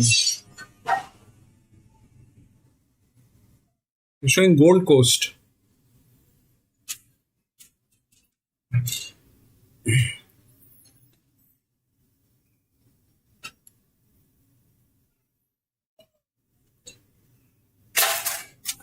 What are they doing today at Randwick? I mean, it'll boil down to 30%, I think, today. How many odds have come in? That was the one. One came in. That did not happen. 4, That did not happen. Two. Only two of the favorites have come in today so far. And we are on the seventh race. This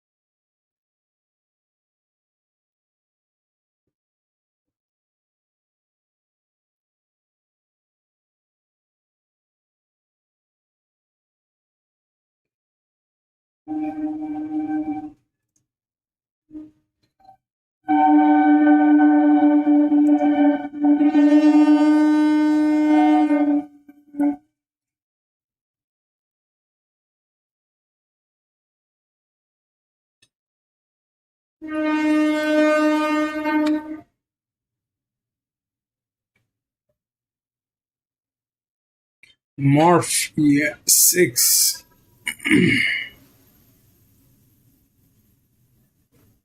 It's called Morph. Murph. Short of Murphy. Murph.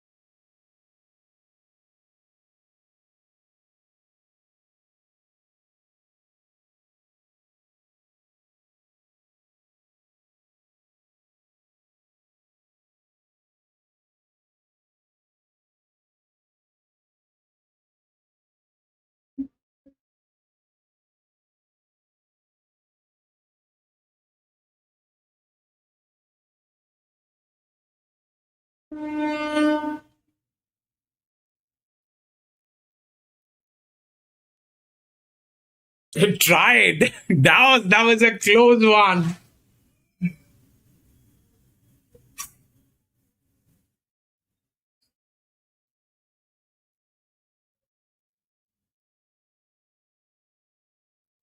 Got it, I think.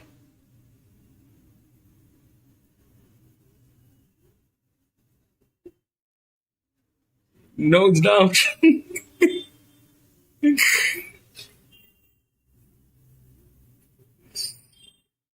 One, no. Yeah, second.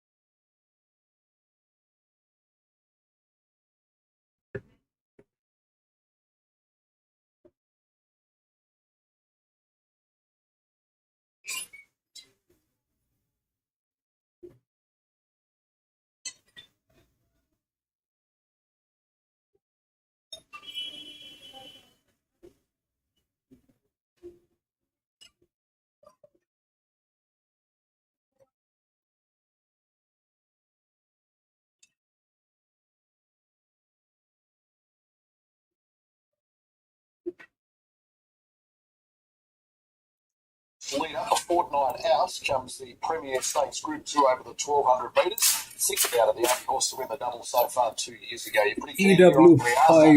Davidson Special, the favourites. Second up, he'll be much fitter. Yeah, it's a possibility, John. Yeah.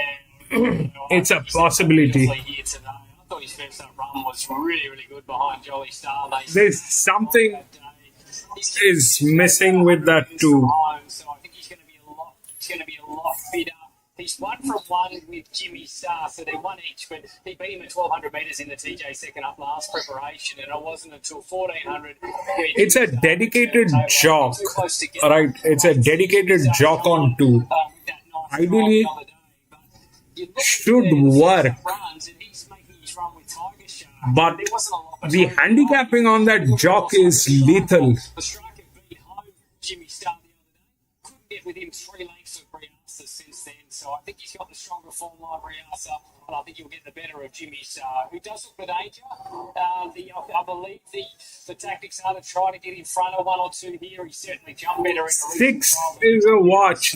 That's a linear. That's definitely is a watch, but striking distance alongside Briasa turning from home, then he's got a great chance. But I just wonder whether Briasa no, that the tactical advantage. we'll get to see. Actually, the 6 doesn't have, the 6 is a horse, and the jockey has never ridden that horse. So that's a problem with horses. You need a jock that the horse likes. Otherwise, 2 minutes away. Late action for the bookies. Briasa is 220.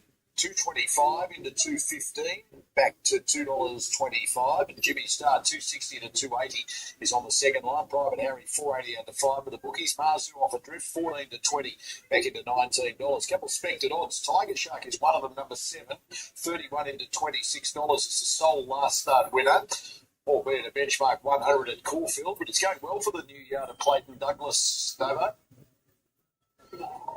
She's going really well, Mardo. that was a bad idea, I think, because with a stallion, you need a jock who knows that horse. Otherwise, that horse can bite you.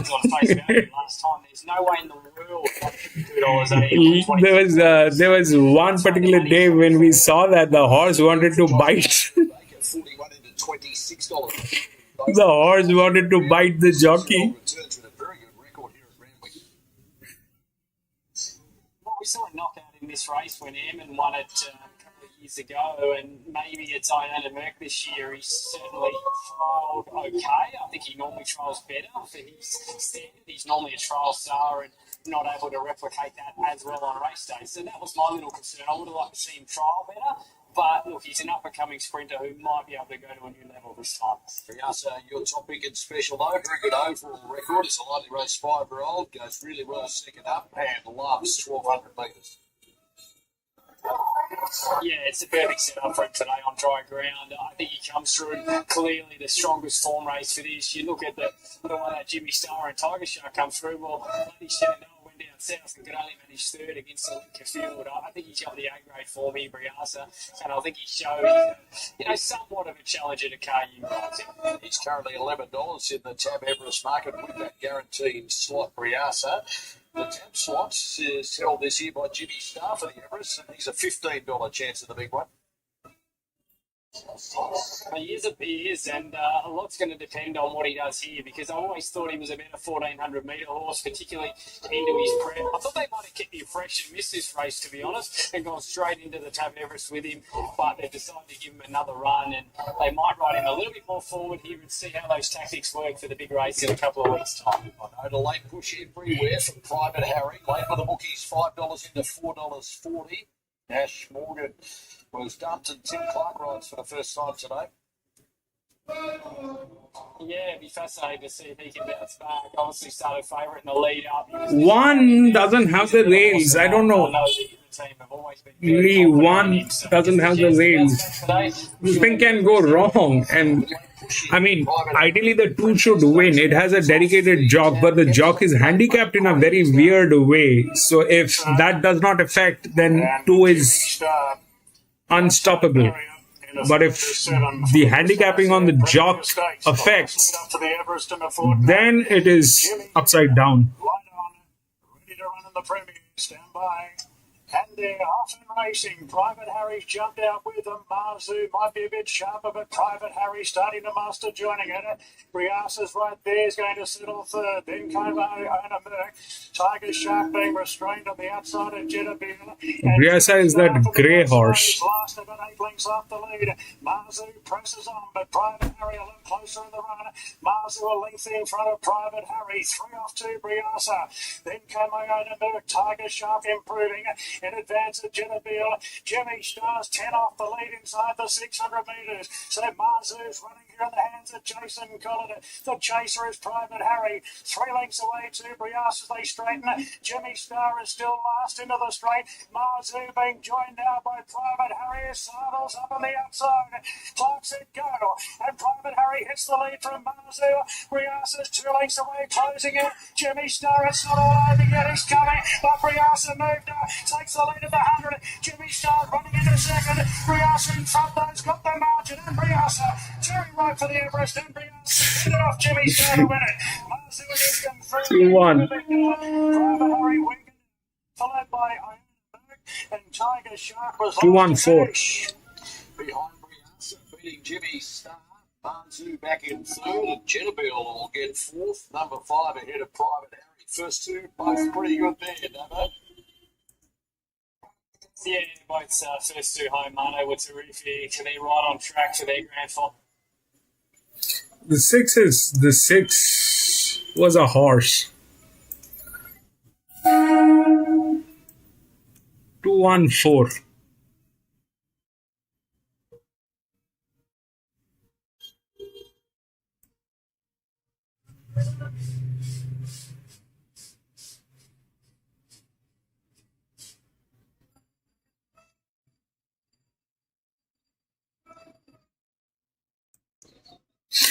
Both of these are dedicated jocks. 2 and 1. Both of them are dedicated jocks. In fact, the 4 is also a dedicated jock.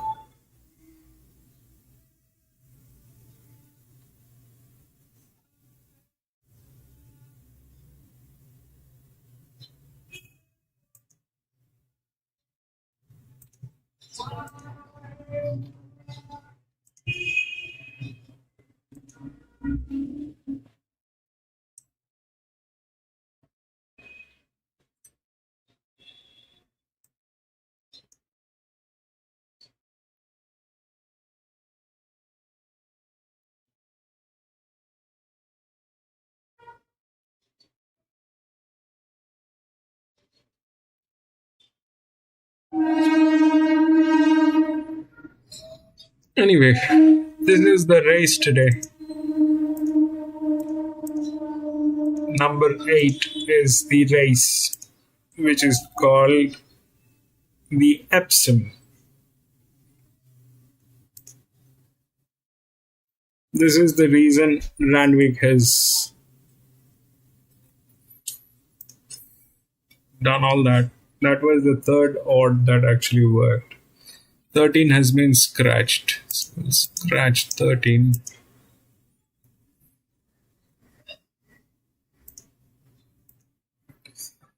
Four, 2, 6, 1.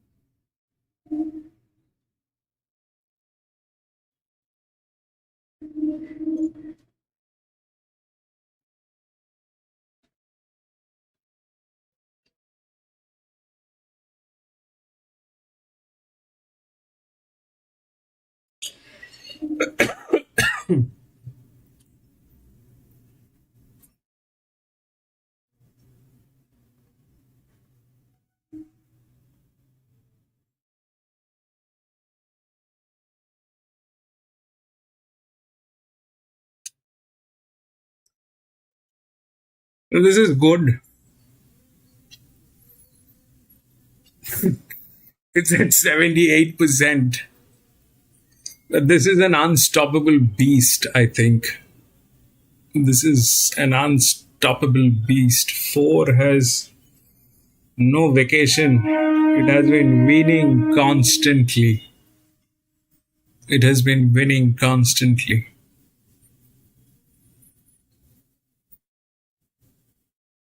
Around 62. Then the nearest one is this one, but then if we have to consider something, then these are falling way down. The one that they're talking about is difficult. Though it is a 0-0, it's difficult. It's difficult. There are horses which are absolutely in fabulous shape. Things that might happen is this, that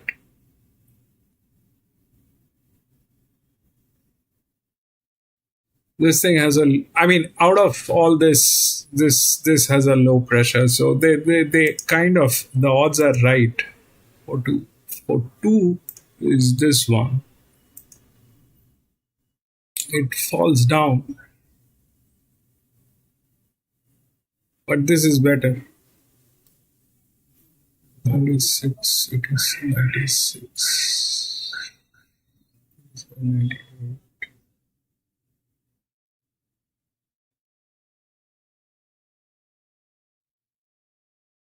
37.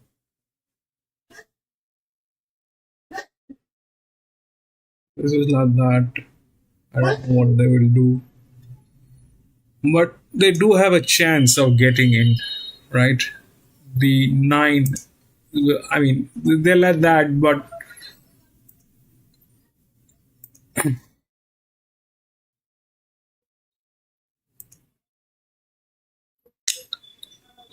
the 12 is not great. This is here, alright. The relaxation is huge on this horse, but they are like 50% bleeding out. So I don't know if they will get in, but technically they have the possibilities. Technically, if they know what the numbers are, if they actually try, they can get into a place. But 4 looks good. I just hope that it works from gate number 14. The jock is there, and it's a dedicated jock. 2.5 out. Then here it is this and that. This is 109, but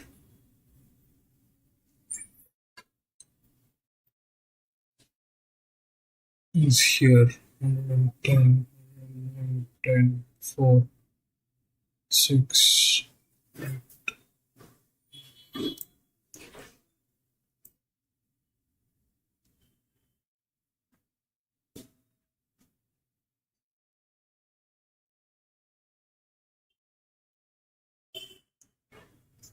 $30.96 to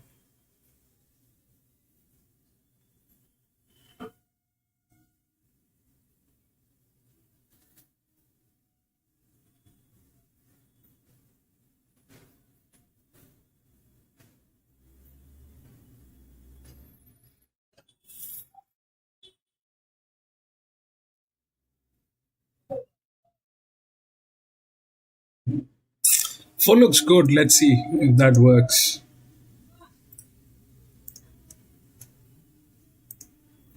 Flemington. Are they showing?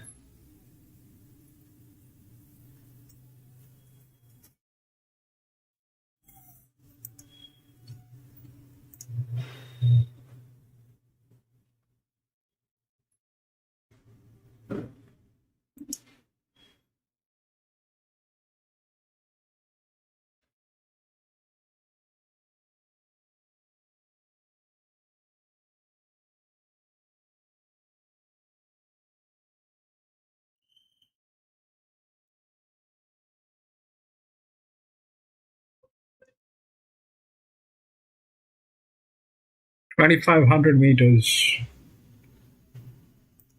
From 3/4, Sadati has Gilded Water, kept them moving here and is starting to spread them as they reach the top of the course at the 1,500 metres. Very keen up front. Torrenzino in 4th place already is about 9 off the leader, and they're 2 lengths in front of Bird Dubai, and then came Rivellare outside of Pomona. 2 lengths to Mark Twain, who's 3 wide. Further back is Grand Piero on the rails as they reach Takeda Lodge at the 1,200 metres. The leader and favourite is 6 lengths in front at the 1,200 metre marker. So Gilded Water's out now, 7 lengths in front of Asterix, 3 lengths Sadati, 2.5 Torrenzino, a gap to Bird Dubai, Momona Rivellare. They were followed by Grand Piero next on the inside. Interpretation between horses, Mark Twain 3 deep, 1.5 Berkshire Breeze, well back Trav. Also in that group of horses is Fineo, and they were followed by Valiant King, Mr. Wolfgang and Berkeley Square. So Gilded Water approaching the home corner, the 650 is still 7 in front. Second is Asterix. Sadati is third. Then came Torrenzino, Bird Dubai. Next in the field, Rivellare, who hooks towards the middle of the course. Pomona battles on only. Then Grand Piero, and back behind those horses, Berkshire Breeze. So at the 400 metres, it's been daring. Gilded Water, still 4 lengths in front. It's a long home straight. Torrenzino, the bolter, chasing Rivellare. Here's Valiant King and Berkshire Breeze coming on. Gilded Water at the 200 metres, absolutely paddling. Valiant King is absolutely mowing it down.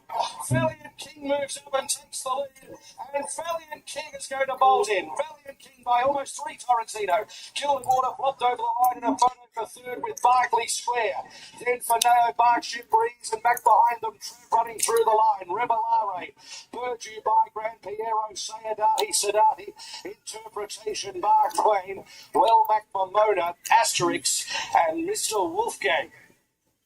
14-10, probably 15 third ahead of 1. Valiant King goes straight past the King's horse and plays big, Gator. No, all that is true. Look, he did obviously show a lot in his younger day, didn't he? And he only had to go back 2 runs, and he's not far off Birdman, so... Gee, he was a forgive run first up. It was really tough to come in, but he looked terrific there. Torrenzino loomed to win, just had no answer for the winner, and Gilded Water. It was a fair task. I'm not sure he didn't overcook it. And First and second, 50 and 70, Jack. I think for third. Reckon it's 14, 10, 15 and 1. First Australian win comes second up. Blinker's first time for Valiant King. Group 1 feature of Flemington's 10 race card. The Tab Turnbull Stakes is up next for 750,000. There's Sistina to go back to back for Gator. 6th event from Kembla Grade, just over the 1,000. Madrina, the favourite, is $3.20 into $2.50, and with that push its best back. Ride the River for Björn Baker, Mitch Bell is $7 into $4.80, and Sunday Tycoon is $9.50 into $7.50. They're the 2 best back to beat. The Gold Coast is 3 away to follow. Manpower, the favourite there. 10 event Hall at Kembla. So it was a pretty good run under the circumstances. Draws nice and close here in Gate 3. And looks very hard to beat. Almost set now. Gog is about to complete the line. Oh, he's blocked in a while coming out from behind the trees. So that might be about it. So Madrina best backed. Blocked in a while to complete the line. Can't touch this facing well. And the line's complete now. Red line. That was Gold Coast, by the way. Keen to get on with it. And they're racing now. And beginning fast was Mr. Kennedy out in the centre of the line. Sorry, Kembla.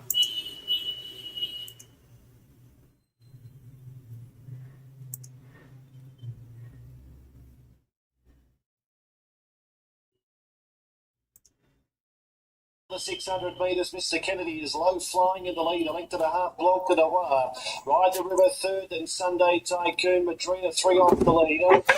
Magog going wide around Couples Retreat, can't touch this, and a bar in Paris down past the 400.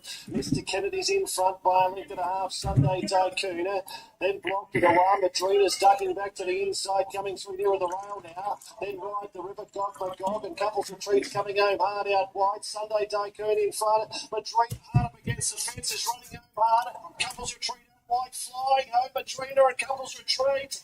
Couples Retreat beat Madrina. Third place will go to Sunday Tycoon, just in front of Got Magog. Then came Can't Touch This, a bar in Paris, Ride the River, blocked, and alarm. Mr. Kennedy got tied going down the straights, finished at the end. Photos around there to race number 6.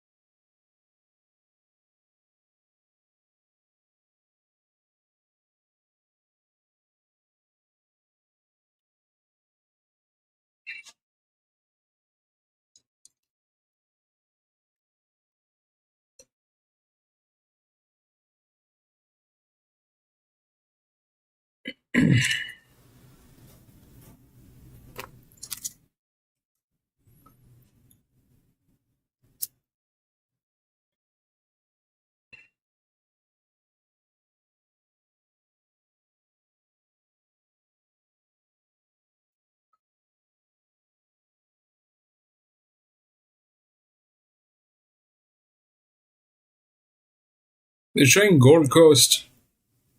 Then they will have Morph. Then Randwick.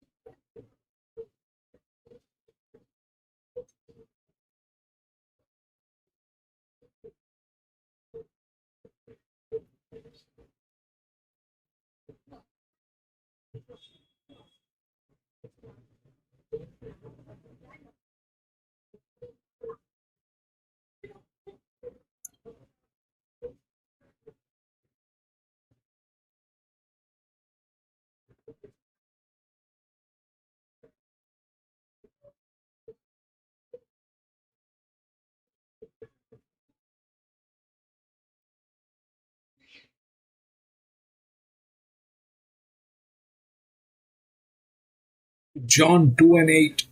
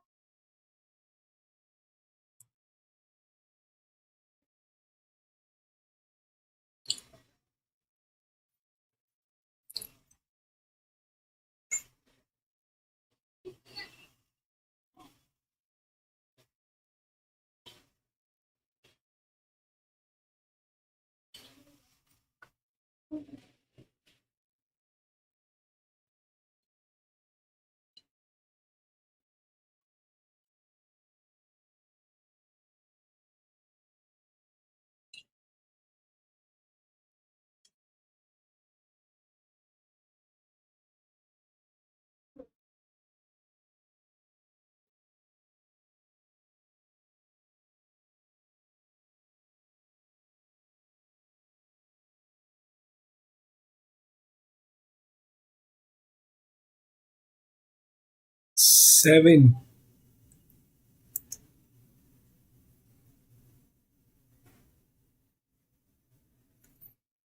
7 is like this. 7 is the EW, has the advantage, but it is also a drop in class. The difficulty is huge, and it is not that it is one of the top horses.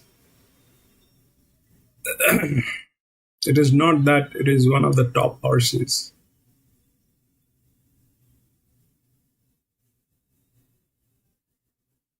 That 9 is a chance, but they are like that.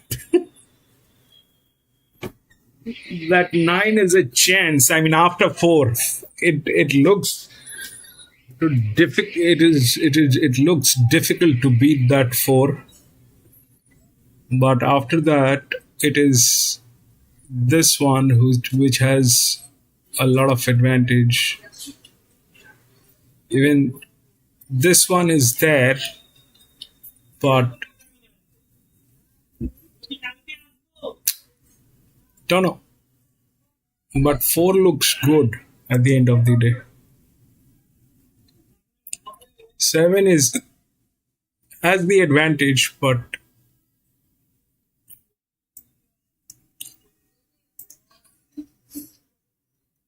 galloping action. I think the only thing that can beat her is sitting 4 wide, no cover, or something like that. A really bad spot. Otherwise, I think she gets the job done, and she's been heavily backed today.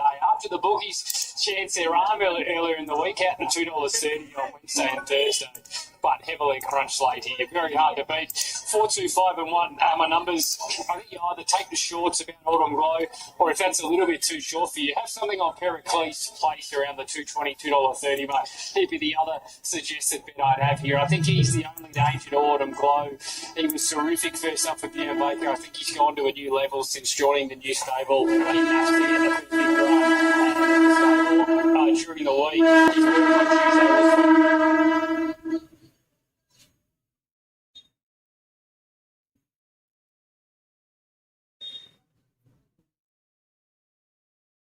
For Monday. Let's have a look at what's happened. 180 into 170. Best backed everywhere. This goes back to 175. Pericles, 750 out to 8. Back into $7.50 on the second line. 13 horses have won the Tramway Epsom double. It's always been a talented horse. It's always threatened to win a Group 1. Yeah, he's always been talented. He's just always been that Group 2 level, hasn't he? But sometimes the change in environment can really spark a horse, and it just seems to have done the trick for this one. He's been a lovely win there the other day, and just hearing from the stable, I think there's a sense of confidence about this horse, and he'll go very close. Now, he's going to need Autumn Glow to find trouble, I would imagine, in the run, but if that happens and she's full wide, no cover, all of a sudden he's the horse you want to be on. Is on the third line, $10 to $11 with the book. Lee, how can you be sure? It is coming from gate number 14, all right? It is coming from gate number 14. Things can go wrong. Things can go wrong. But yes, it looks like it is the one. Things can go wrong if the jockey decides to rave this horse. This is not the horse to be raved. It should settle within the top 4, 5. More than acceptable, and he's got a bit of class about him. Close after a real roughie, fully lit number 11 for Winona Costa, $31.41, back into $31. 10 definitely is a watch. 9 is a watch. 7 of these. She shares the record with her dad, TJ Smith. Yeah, there won't be a fitter horse in the race, Marto. He's been up a long time, this horse. The end at 1,600 is a concern, but surely they're going to be handlebars down here. Catch if you can with 50 on his back. That's the way to ride him. He's not going to outspread them. Let him roll and try catch if you can, like Perfumist did earlier today. Autumn Glow, don't see too many odds on favourites in a Tab Epsom. 6 horses have won this after claiming the Theo marks, including the Mighty Wings. Yeah, exactly. You don't see too many, so that is the... To be sure, on 4, the 4 had to be within, 1 to 10 gates. Do they go forward? Do they it's go 14. You want some cover at some stage in the race. Can it deliver? It should. But 14 is difficult. If it was anywhere between... Swift Falcon, Lord Penman, no lucky last time out. Pericles moving in. He's the second pick in betting. The Queenslander Yellow Brick. And now N-Cap has been given a good warm-up there by Rhys Jones. Here, he went to the gates there with the pony. He's ready to go, the New Zealander. Depth of character. And the star of the show, Autumn Glow, is the last to move in. She's 6 out of 6. This race 11 years ago was won by the Great Winks and it was really the springboard to her magnificent career. There's the light, and we're ready to go. The Tab Epsom of 2025. Racing now, and Autumn Glow again nicely from the wide draw. There's plenty of pace there. El Costello is very handy. Pair going forward together with Pericles. Not too far from the action then was Verona Rose, just easing back as Fully Lit is pushing through now looking for the lead. So it's Fully Lit just in front, coming across Autumn Glow and Peer getting keen between them in third. El Casillo fourth on the rails, then came Pericles, Death of Character, Verona Rose. J. Wolf settles back in the field from Yellow Brooks with Falcon down on the fence from N-Cap, and Lord Penman is the last one. Fully Lit leads as expected, and Karen McAvoy's got across and favourite Autumn Glow. She's up running a beautiful second early, followed by El Costello. Half the outside to Pier. Depth of characters pulling hard, moving up 3 wide now. Followed by Verona Rose. Pericles in the middle of the pack. Yellow Brick the outside. Swift Falcon poking through on the rails. Then came Chain Wolf from Endcap, and Lord Penman's last about 8 off the front runner, which is the 600 metres back of Ice, nudging away at the mare Autumn Glow. Pierce pulling out, followed by El Costello. So fully, let's give him something to chase. Autumn Glow 2 lengths away, given a real wind up. Then El Costello, Pierre, and Pericles working into the clear. Folly led at the 300, a narrow leader. Autumn Glow responding to pressure, and the mare hits the lead with Pericles into the clear. Autumn Glow gets a length and a half clear, and Autumn Glow remains unbeaten. She's the real deal. Autumn Glow going on to win God. her 7th race from as many starts, beating Folly Lit and Pericles. Swift Falcon rattling home again. Further back to Pierre, Verona Rose, Lord Penman late from El Costello, then Yellow Brick. Further back to Endcap. Goodwin, yes. The keen in the run, Chain Wolf towards the rear. As part of proceedings, they've left 1,000 behind them. XL Train stacked them up in front here. Pike and Leeds influencing, posted wide though is Little Silver. Over on the inside, close at hand at the 800 now, they work out onto the side. In behind them is Yarrowly of the Turquoise Silks going up next of all in a tightly packed up field. In fact, you could throw a T-tail over them coming along past the 600.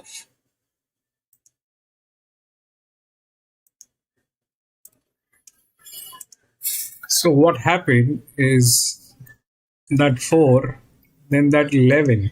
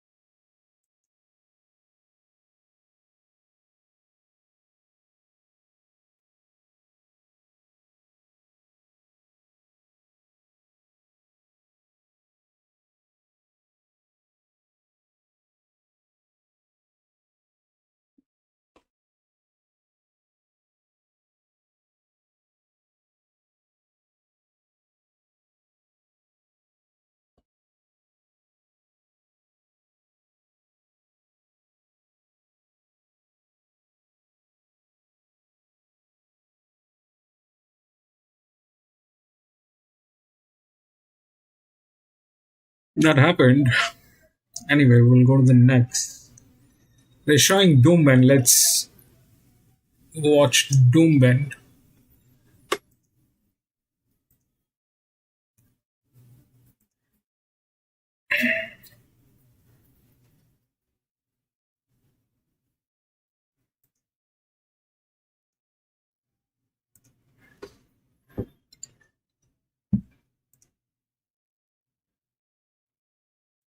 Good speed in this though, Mutto. They will fly. Yeah, there's been very good support on the tap fix for Guacon, number 17, presuming a gelding off 2 trial wins.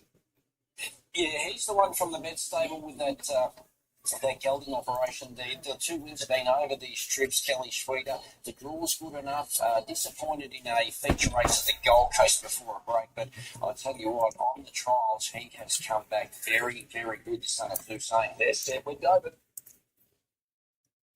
9, 17, 7 and 10.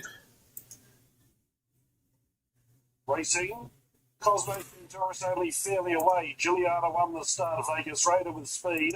Surprise Honey going forward. So is Walk On. And so is the Lucky Alien. 4 or 5 are jousting for the front as they drive to the first bend. Cosmo Centaurus sneaking up behind them. Then She's Exotic, followed by Chalice Well. It's back second last. Star Ambition, it got squeezed out. It's back to last. Down the side towards the 600. These leaders are going lickety-split. The Lucky Alien of Block On. Vegas Raider protecting the rail. Surprise Honey poised in fourth. Cosmo Centaurus fifth offence. He'll need some room to move. Then Juliana, She's Exotic, Chalice Well, going 5 and 6 wide. And Star Ambition, the favourite, so marvellous last. Into the home straight, Vegas Raider led. There's a run for Cosmo Centaurus now. Surprise Honey, that was looming large. Star Ambition not doing enough then. Chalice Well. Surprise Honey reached the lead. Cosmo Centaurus rallying, struggling on the outside. Go Cosmo! Cosmo Centaurus raced away from Surprise Honey. And Cosmo Centaurus is too good. Beat home either Star Ambition or Surprise Honey. Then Vegas Raider, followed by Chilwell, Juliana, Walk On, She's Exotic, trailing them home, the Lucky Alien. Cosmo Centaurus home for Daniel Moore to pay $4 and $1.40. Interest in second and third. 2 is on the outside and will get it ahead of the 8, ahead of the 10. So 6, 2, 8 and 10 will be the results. Cosmo Centaurus wins first up to remain undefeated first up. Judging. Yeah, beautiful horse. Just fresh, lovely steer by Daniel Moore. Geez and ride. We said that earlier today. Ex-Victorian. He's going to have a field day in Queensland, but nice horse, nice win, and good run. The second horse fought on well. Guacon had to do too much work, Marno.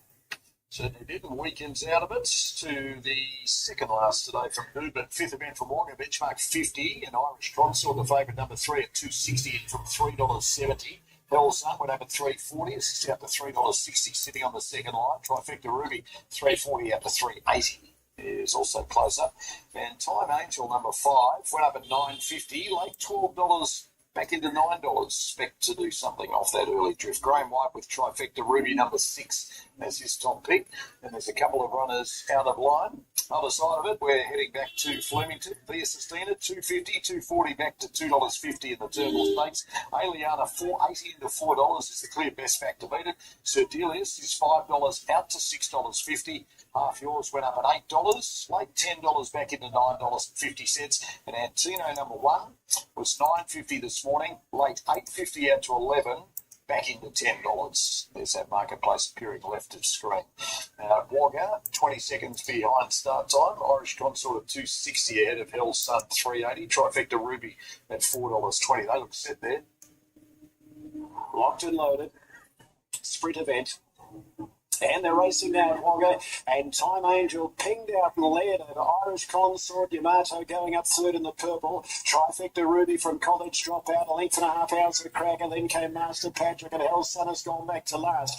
Early leader here is Time Angel. Went through on the inside and led by a length Irish Consort, followed by Yamato. 3 out on the track. A few lengths away, Trifecta Ruby, who's up on the outside of College Dropout. House of Cracker, Hell's Sun, and Master Patrick back in last. Up to the turn they race now. Time Angel, Irish Consort second, Yamato 3 out, then College Dropout being followed by Trifecta Ruby, and further back in the field, House of Cracker comes to the outside from Hell's Sun, and Master Patrick out the back, Time Angel in the straight, but Irish Consort moving up, and so too there, Trifecta Ruby now goes up third, followed by College Dropout on the inside, House of Cracker further out, it's Time Angel fighting, Irish Consort, College Dropout, clear than a Trifecta Ruby, Time Angel's giving plenty, Hell's Sun's trying to weave its way through, down to the wire, and it's Time Angel. Hell's Sun flew to get second ahead of Irish Consort, and then Trifecta Ruby, College Dropout as a Cracker, Yamato, and Master Patrick has finished out the back.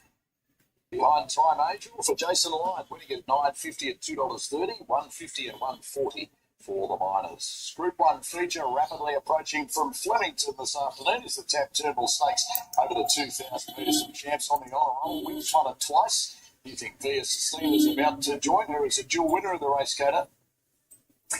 Well, I don't think you need me for this one. I mean, she's just one of the world's greatest racehorses, the best racehorses at the moment, isn't she?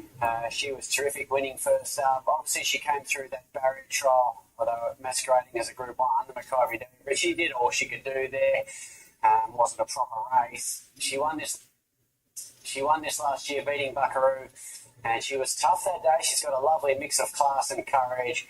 She's strong game one. I'm not worried about that. With James and McDonald in the saddle, I'm scared stiff of Aliana, a star 4-year-old mare. The last time she was the 2,000 metres, she was an outstanding run in Sydney, storming home behind Broadsiding, and then won the Derby like the good filly and gun mare she is. So she's a big danger. She's won all with Vesicina, so she's certainly, as I say, a danger. So Delius, interested to see how he measures up here, if they can go forward. He does respond to riding. He wants all of 2,000 metres. Seven is which one? Viva Sistina. I think they'll set him a lot earlier this time, and I think he's a winning hope. But going with Viva Sistina, the tap time horse, give us $2.50 this morning with tab late $2.40 back out to $2.60. If you're in bed, earlier this afternoon, you could have shopped at $5 for a maximum bet of $20. Aliana is the clear mover to beat the stablemate for Damien Lane. Go to $4.80 into $3.80. Just goes back to $3.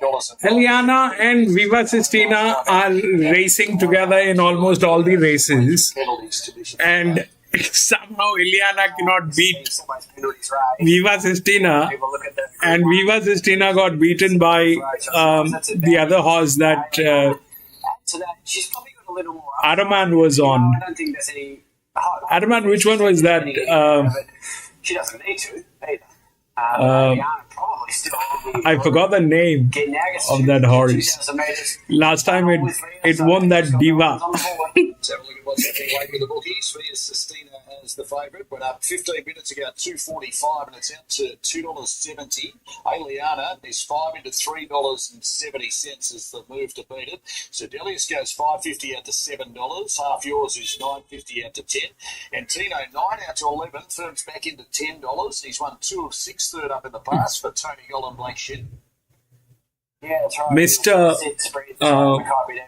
Something. Too soon in a fast run, Mimsy. So he hasn't had much go right this track. Of course, he was every bit as good as Fangirl in a Champions Mile last spring. So I think they'll ride him a little differently here. He's a horse that can sustain a 6, 7, even 800 metre run. Not many can do that.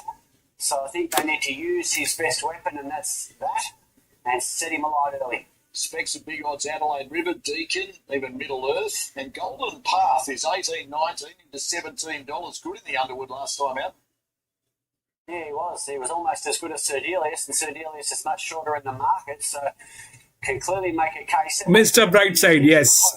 First one in Mr. Brightside won the Diva race, and he got the pageant for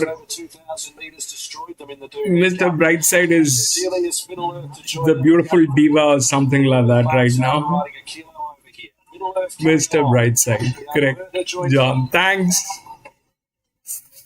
And that will leave the Underwood winner, Sir Delius. Sir Delius to take the outside with Craig Williams. A fascinating renewal of the Turnbull Stakes, and we're about to learn a lot. Feel set. Ready at the 2,000 metres. Golden Path agitated. Aliana wanting to nudge about. They're set, ready, and away at the 2,000 metres. Middle Earth missed the kick by 4 lengths. Land Legend goes back to second last. No speed, Zardozi. Aliana jumped well from River of Stars, and there's Adelaide River pushing up on the outside. Deacon is right up there too in the early stages. Young Verter improves to 4th. Then came Golden Path via Sistina on the inside. Half yours midfield. Sir Delius around at 3 deep. Next on the rails is Zardozi, followed by Antino. Then came Moira, Middle Earth, and Land Legend is last in the Turnbull. 14 meters to go, a steady tempo. Adelaide River is the leader. From Young Verter second, a length and a half to Deacon. Sir Delius progressing around them wider. They were followed by Aliana, 5th on the rails from River of Stars as they continue their journey past the 1,200. Antino a little wide, a length and a half here, Sistina.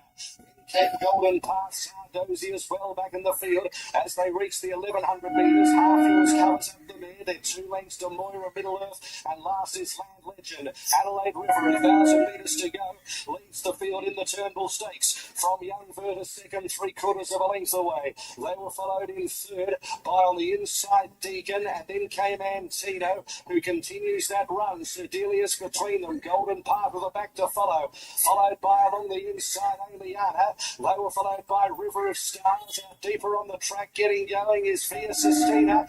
Is now 3 and 4 deep. Via Sistina. They were followed by Sardozi, Half Yours, and well back Middle Earth. So it's Adelaide River came around the corner of the 450, and Tino moves up on the outside under a hole. Deacon under pressure. Sir Delia's trying to come on. Then Young Verta, Via Sistina, and Aliana up the middle of the course.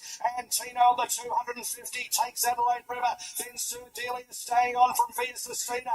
And Tino below the 200. Sir Delia's wearing it down. Sir Delia's takes the lead from Antino Via Sistina. Sir Delia's, take note, the real deal. Sir Delia's 2 legs. Sir Delia's.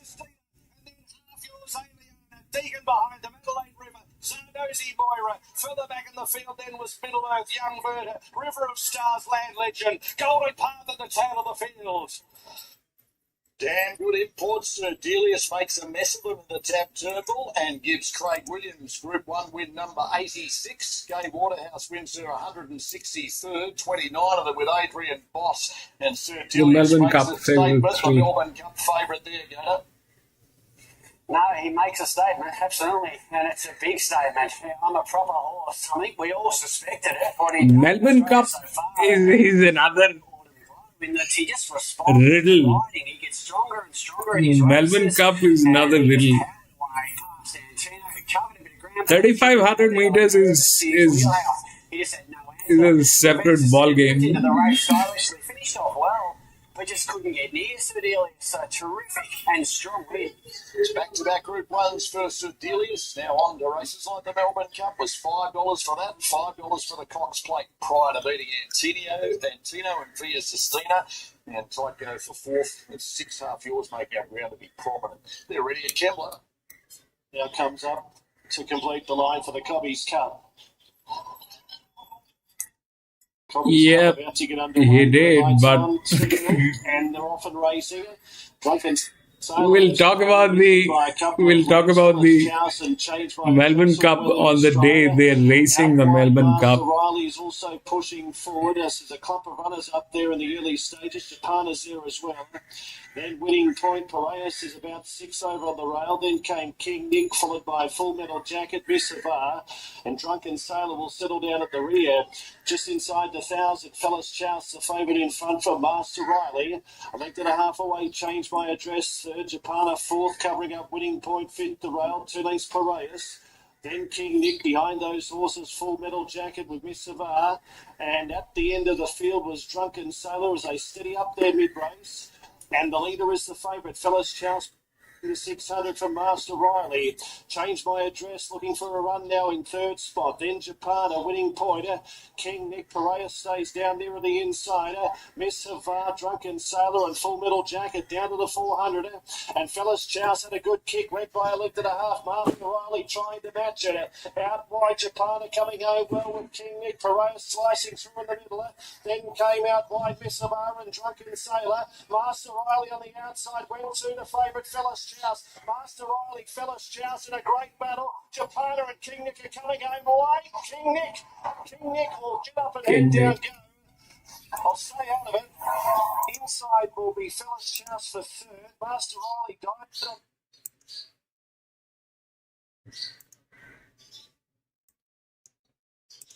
All right, so this is the 9th one here. There are plenty of horses. If we look at the odds, it's 9, 17, 7, and 10. The last time I checked, I'll check again.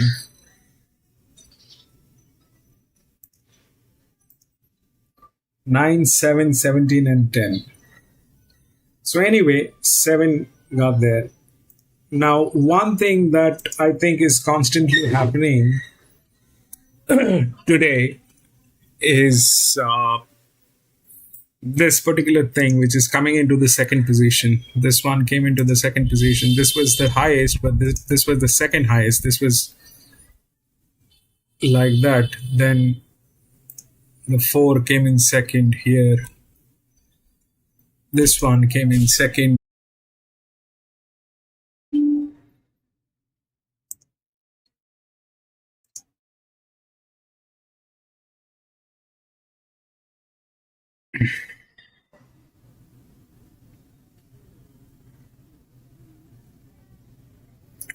So 9 is the linear, and this is the second linear, which is up here, 13. Okay. So even if we take that 13 is going to get into a place, all right, even if we take that 13 is going to 2400 meters, the problem is that this distance is a little tricky. This 2400 meter is a little tricky distance. Linears win up to 2000 meters. Up to 2000 meters, we have the data that says the linears are good to go. But 2400 meters becomes a little difficult. But here, the difficulty level is huge on each and every horse. So that 00 is an 8-year-old gelding over a 2400 meter. I don't know what that is capable of doing. This one is a 7-year-old gelding, which is here. Okay, so they're like that. They're falling down to nobody's business. But the point is this, that if, let's say, this thing wins, right? It's a 294. There should not be a problem for this linear, provided it wins. I mean, this one is from gate number 9, all right? The 13 is the second linear, which is up here through the rails. It is here, and honestly speaking, it is in a much better spot. It is in a much better spot. This, the problem with this is jock, definitely. The problem with this is jock. Here, the problem is not there with the jock. The jock is present. The pressure is good. This looks good. And if we look at this, then we get all these 3 horses on top. Okay. Then this one is there.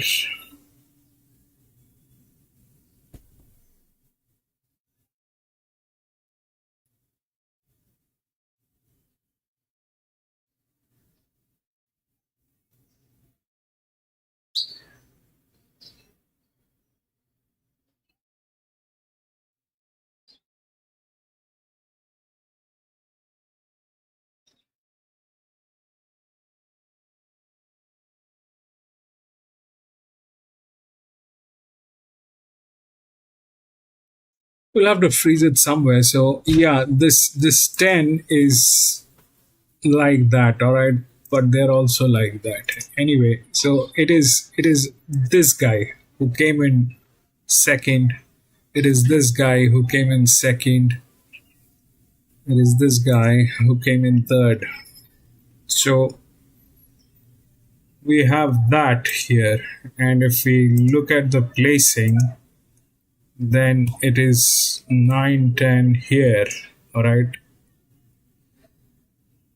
and then the 13 is here. It's a this thing is the second linear, which is got both sides of the rails. This thing has one side. It's got the physics. Should not be a problem. The jock is here. The jock is not there.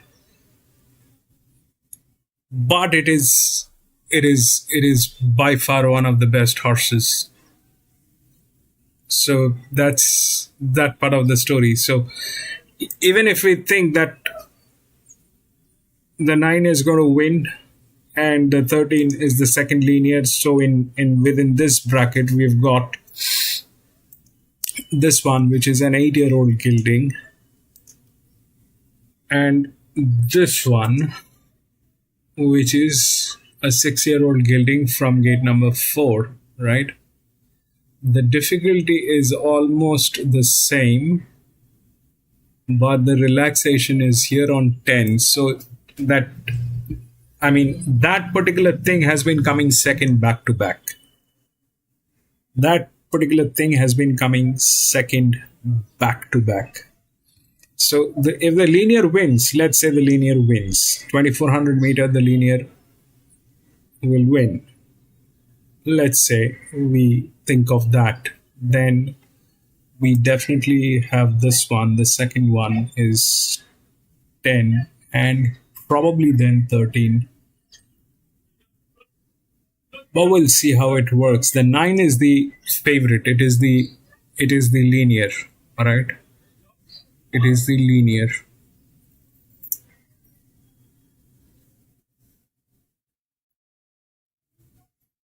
And this guy has been coming second back to back.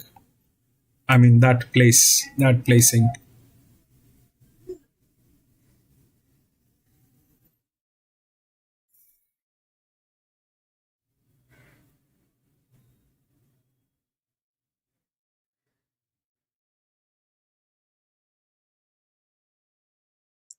So we'll see how it works. Yeah.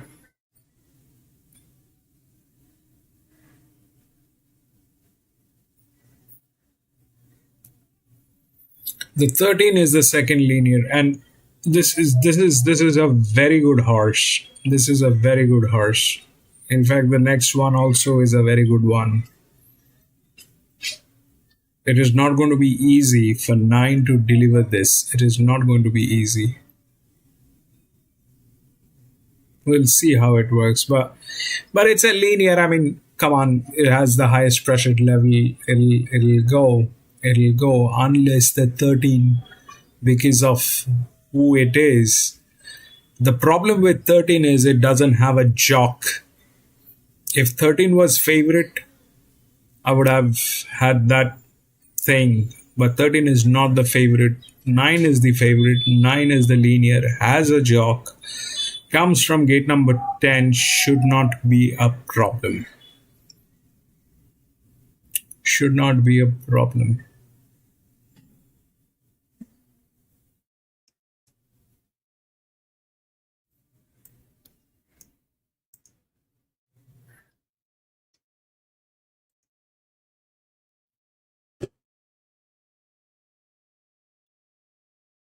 John 1 and 2.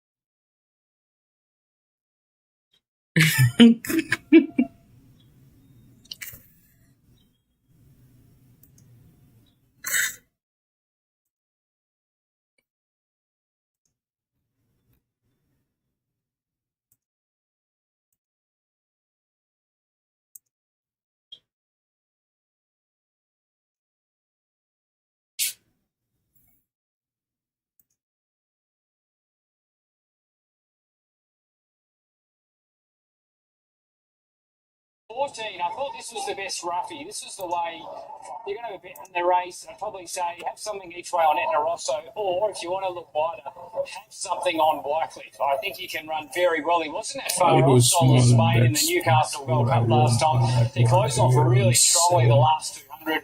He's got some Randwick form, and I mean, things are getting difficult, and things are getting difficult, and see,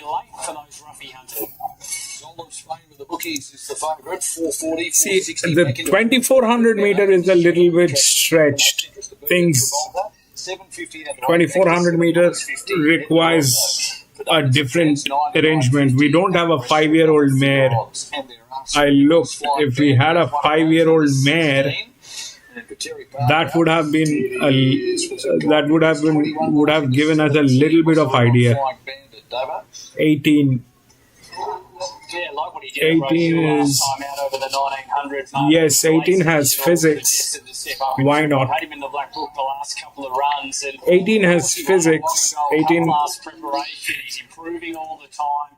He will get back, but the speed looks genuine in the Metro. 18 has the physics, so can it go maybe 83, 84? This is 88. We'll see how it works. It's at 2400 meters, so you know, I mean, up till 2000 meters, linears don't have a problem, but when it is 2400 meter, I mean, we all have seen, it's not just me saying, we all have seen that, you know, 2400 meters, it is not always the linears. It is not always the linears. He's got a sense of timing about him, Marto. He comes through the right. We've all seen that.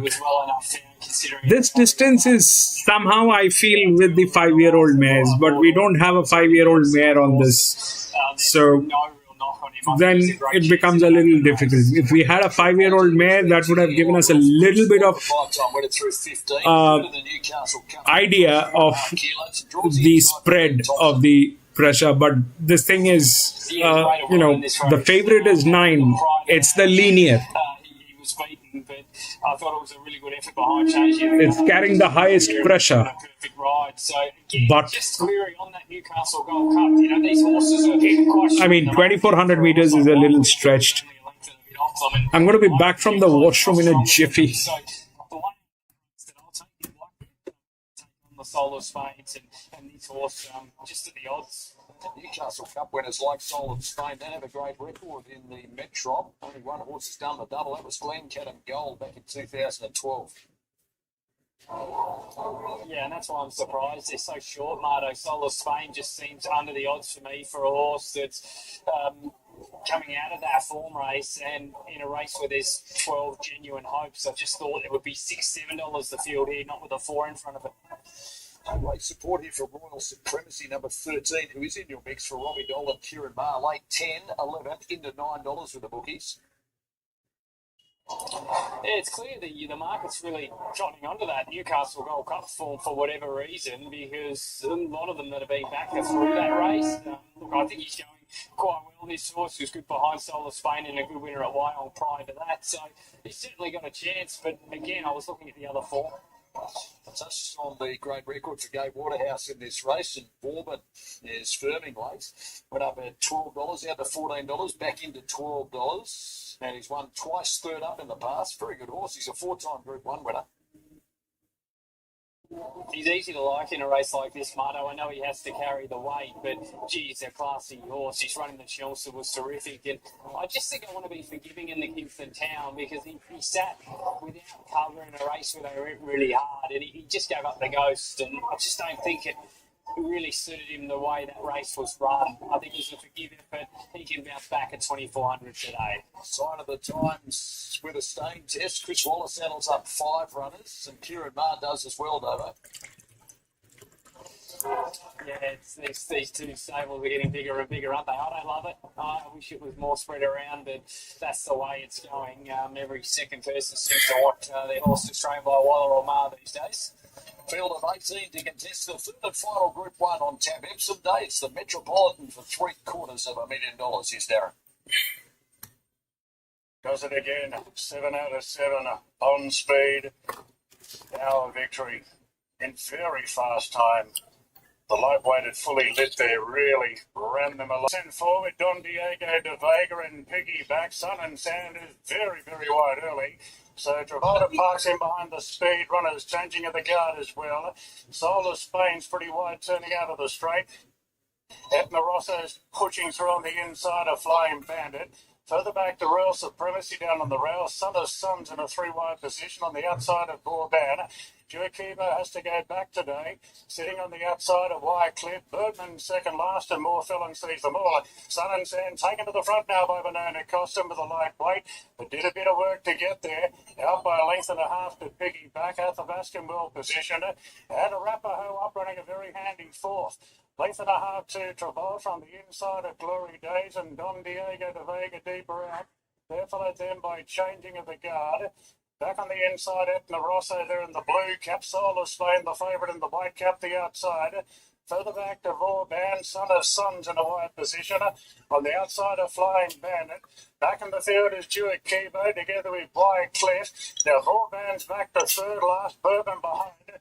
And More Fillin sees them all. They're inside the halfway mark in the Metropolitan.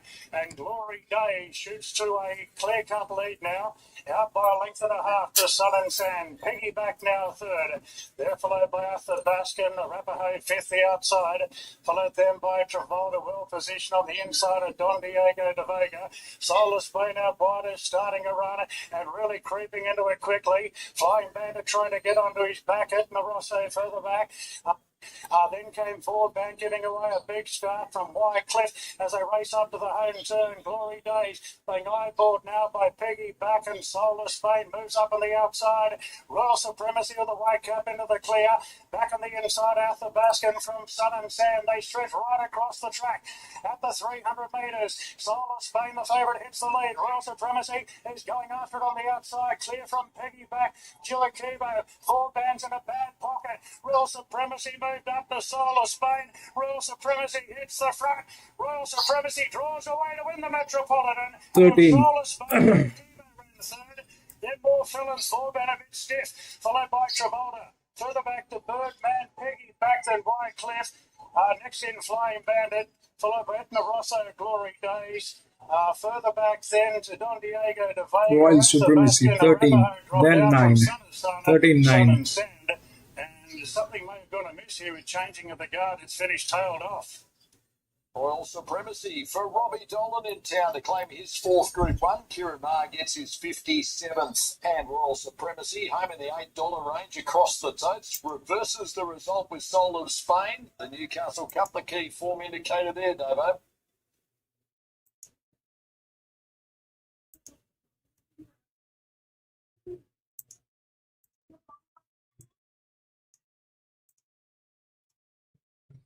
So 13, then 9.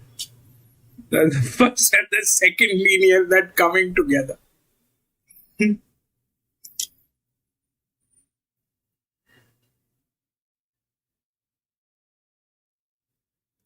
13-9, then what? 16. 13-9, then what? Take a look. Hold on. We'll get the numbers.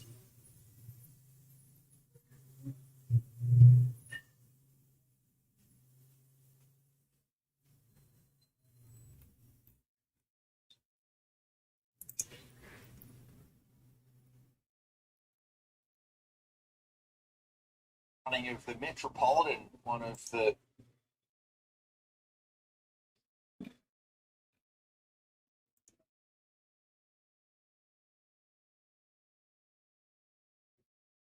use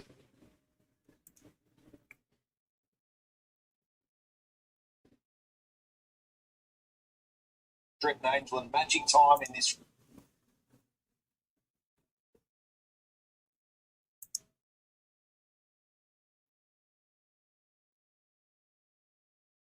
War Machine here off winning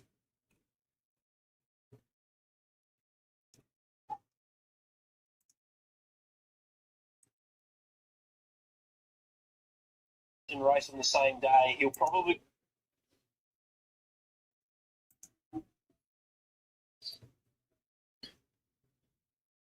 They've left enough in the tank for a trip up to. And they take so long to update. stop this Taylor.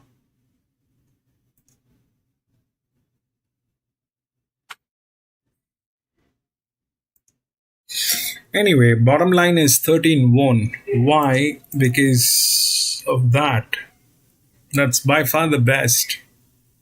And it had both sides of the rails. It just went through. This one had this side. It had the physics. But it lacked here. It is a 139.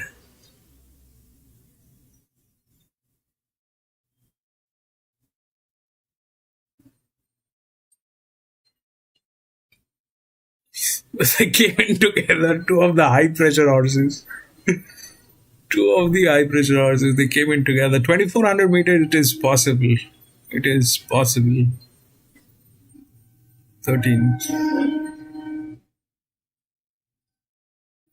We'll go to the next. I don't know the numbers, but we'll get it in some time, probably.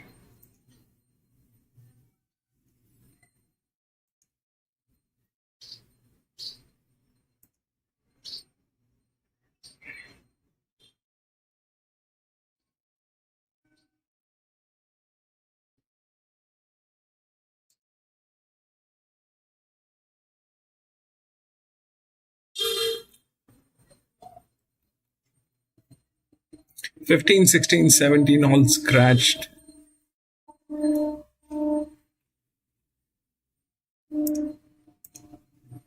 9, 5, 10, 8.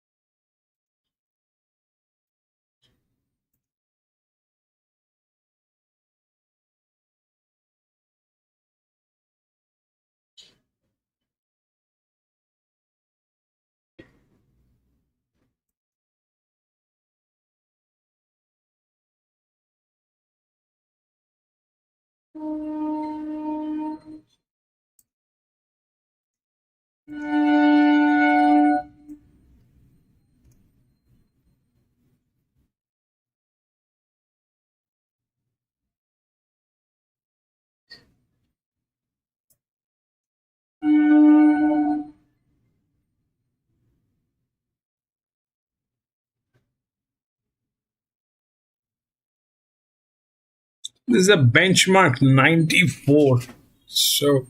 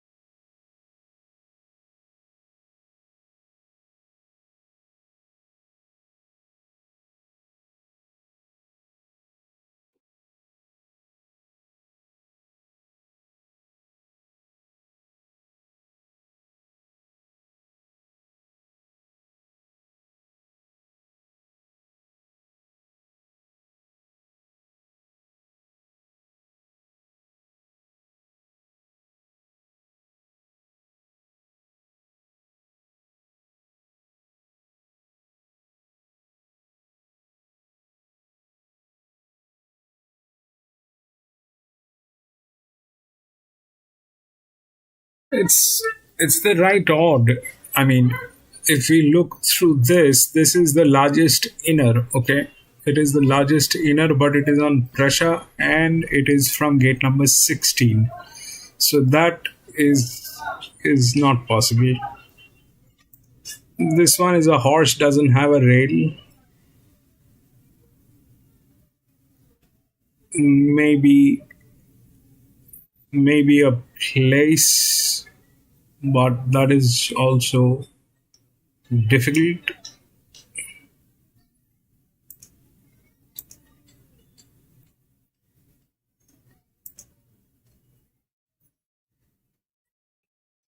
Living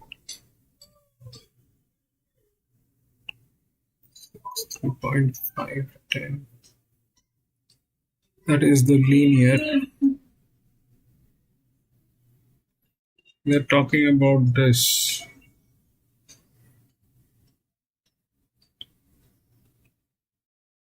So in a 1200 meter, there's not going to be any pace. Is that what they're trying to say? There's no pace in this race.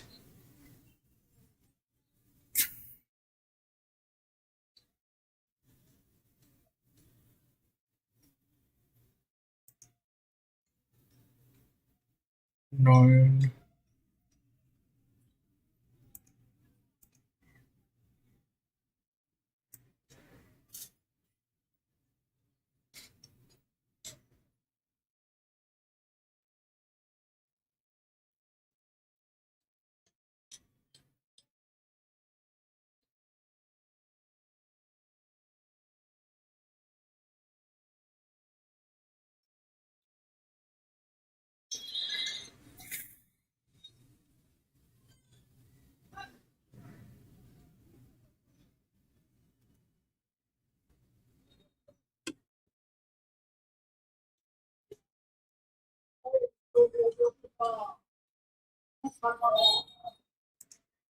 Is a check.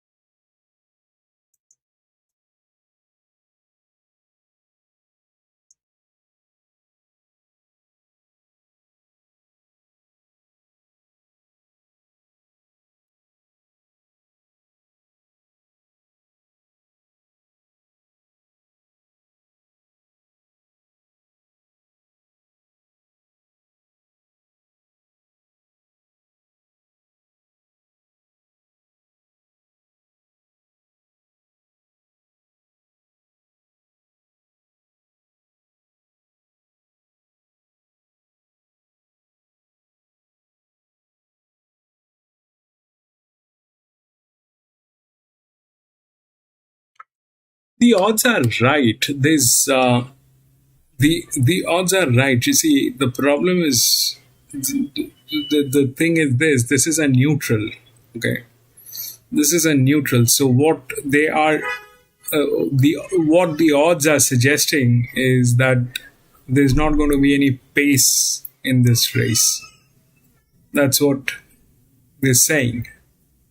That's what the odds are suggesting. That uh, the 10 has the physics, right? Where it comes from gate number 13.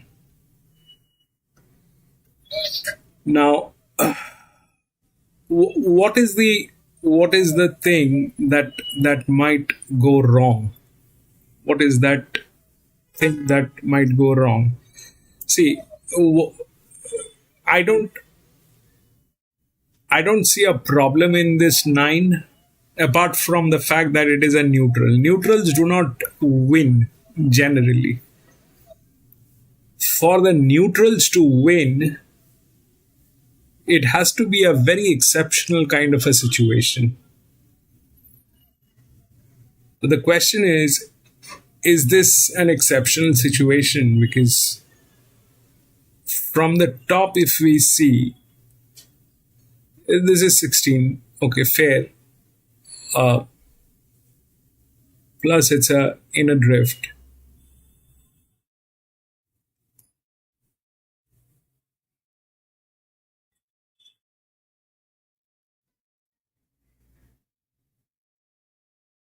Around pressure, so that's not that. 7 doesn't have the rails to win.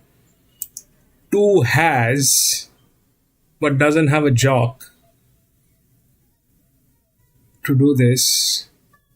Even for 9, it doesn't have a jock. 2 is a good hand. But the module is better on 9. These are the ones with the jocks, but they're very wide, 15 and 17. 5 is the EW anyway, and 10 is the linear.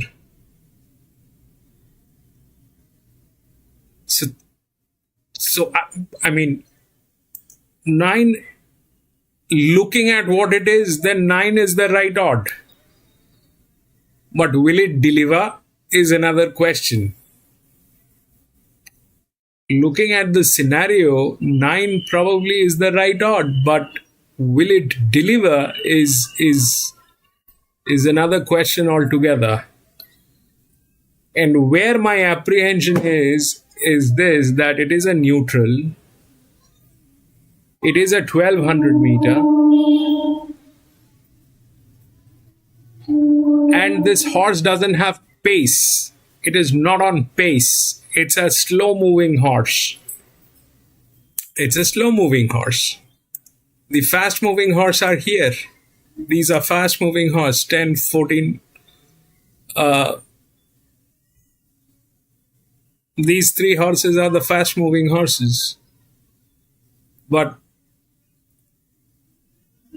these 2 are falling down. This one is from gate number 13. And then they have this. This one doesn't have the rails. So the fast moving horses are all out. And the 9 is in, which doesn't have a pace.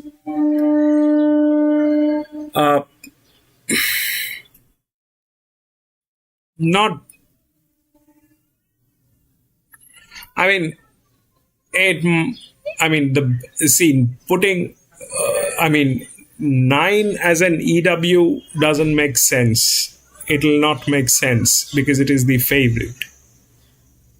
If I had to do this, I wouldn't do that. I would look for a place, and a high value place. 5 is there already, which is probably, this is in between somewhere.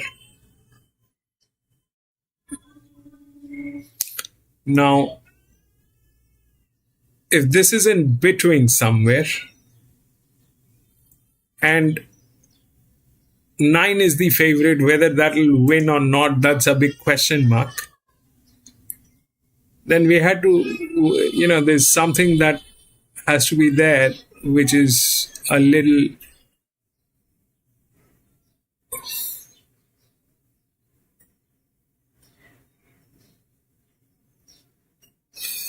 That not work.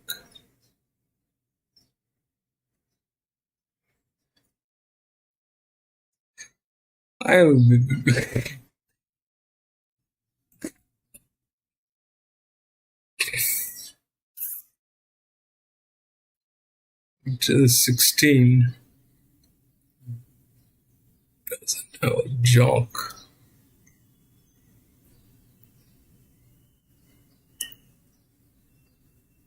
And 9, 5. So this 7, which is from gate number 5, it doesn't have the rails. It cannot win. It cannot win. But it can get into a place. It has a dedicated jock on this. Has the pressure. The gate number is 5. The gate number is 5. And there's a leverage on this horse with a dedicated jock, and this is good. The 2 is definitely good. The 2 is definitely good. But that is if I want to go with a win. It cannot win, probably. It cannot win. The 2 cannot win because the jock is not there. Missing. But if I have to go with a place that might get in or might be there, a possibility, then that would be 7. And that would be 7. This is too far. This is way too far. The 7 cannot win. Even the 2 cannot win. But both of them can get into places. Both of them can get into places.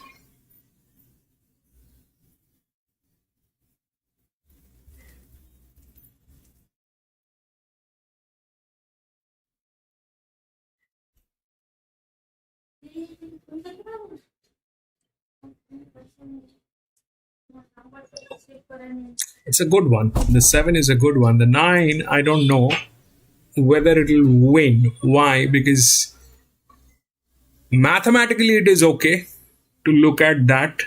It's all good. These two are very wide. And this is anyway the EW. This is okay. Fair enough. They have spoken about this because this is anyway the linear. The 8, God knows what it is. But up here, there is a possibility. The 16 anyway is a 45% chance they never deliver. This is okay. It has a better body weight. It is horse anyway. This is a lighter horse.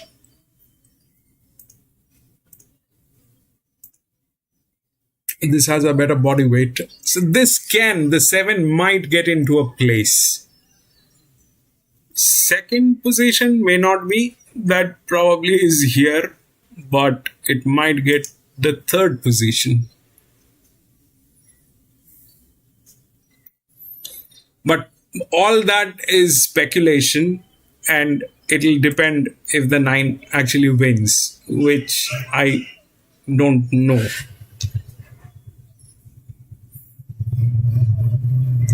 It's a little tricky for this horse. It's a little tricky. I mean,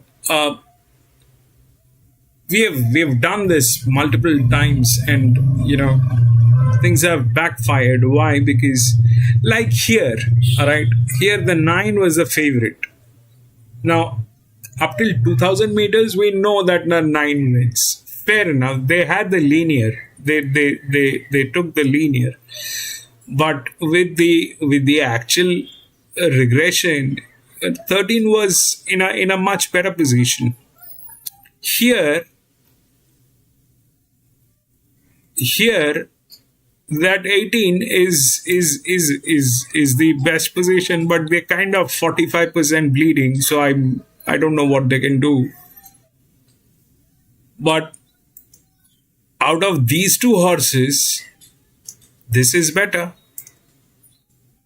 it cannot win. It doesn't have the rails. 2 is for the win. They will try to win. And that is where things might go wrong, because it's a 5-year-old gilding coming from gate number 7, wherein they know that I think they already know they cannot win. And if they stick to their plan, they probably can get a place. This one has more chances of getting into the second position because of the advantage, but it'll bounce back. And if it bounce backs, then it'll go where? Either the 10, which is gate number 13, or it'll go here or here somewhere. One of the pressure plays will get in. So 10 is the linear. That 7 is a check, right? That's a lighter check. This is a bigger check. Actually, let me remove that. That's that too. Let me remove that. It has the rails, all right. If it tries to win, it'll fail. If it tries to get a place, it'll probably be there. If it tries to win, it'll fail, because it is not exactly in a shape to win. It doesn't have the jock. It has to be played very, very strategically. But this 7 is with a dedicated jock. It's a horse. This thing is not going to bite this guy. So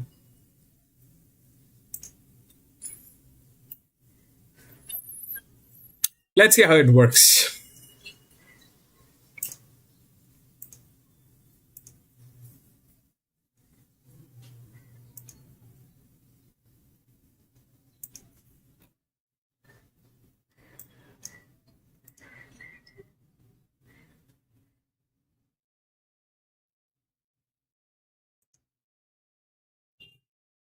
'18 got third. 3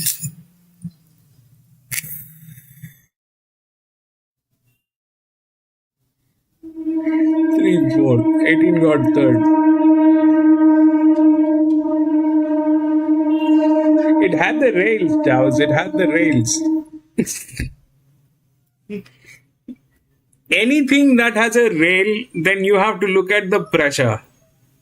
If you find the pressure is something that we always speak about, if it feels that it might do something, then the jockey obviously.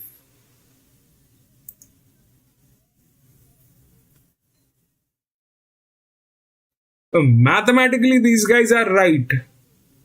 I mean, what they have done in this particular race, they are anticipating that this is not going to be a fast-moving race.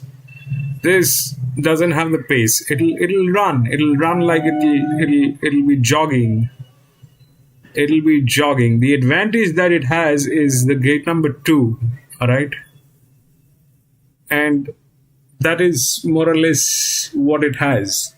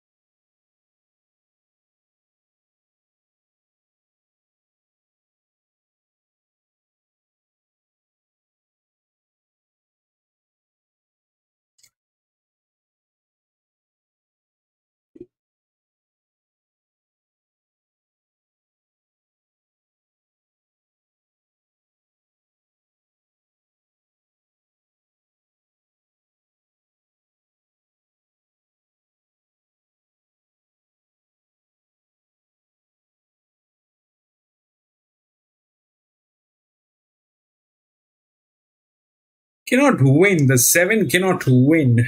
That horse cannot win. I mean, if it had a, oh boy.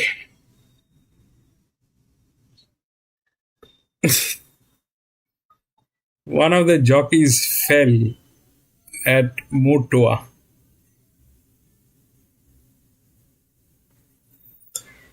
Cannot win that horse. The 9 is the right odd, but the problem is it's a neutral. It's not a clean shot. It's not a clean shot. John got 1-8, queen. 1-8. One is good, John. The 1 is good. It actually is up in grade. The challenge is very less for 1. It also has Group 1 races and league races and all that. But it is not going through a great phase. That's all. I'm not discouraging or encouraging you, but I'm just saying. It is probably the last. It's got a good hand, but they're not doing great. Up till here, it is still okay. These are the best. But look at them. They don't have the rails.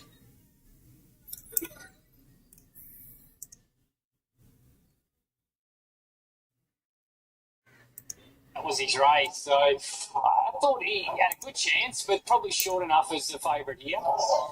Then we've got Kirk Whalen firming to beat it. $6 into $4.80, quite popular. Capable horse on any surface, but all 4 of the wins have been on heavy. Right now, 5 is the favourite. Yeah, look, you see, Come on. for Joe Pride at the moment, you're right about all 4 wins being on heavy, but he is capable on all surfaces. He should have won last start. He was a moral beat and just got held up badly. And that was on a soft 5. And 5 is the EW.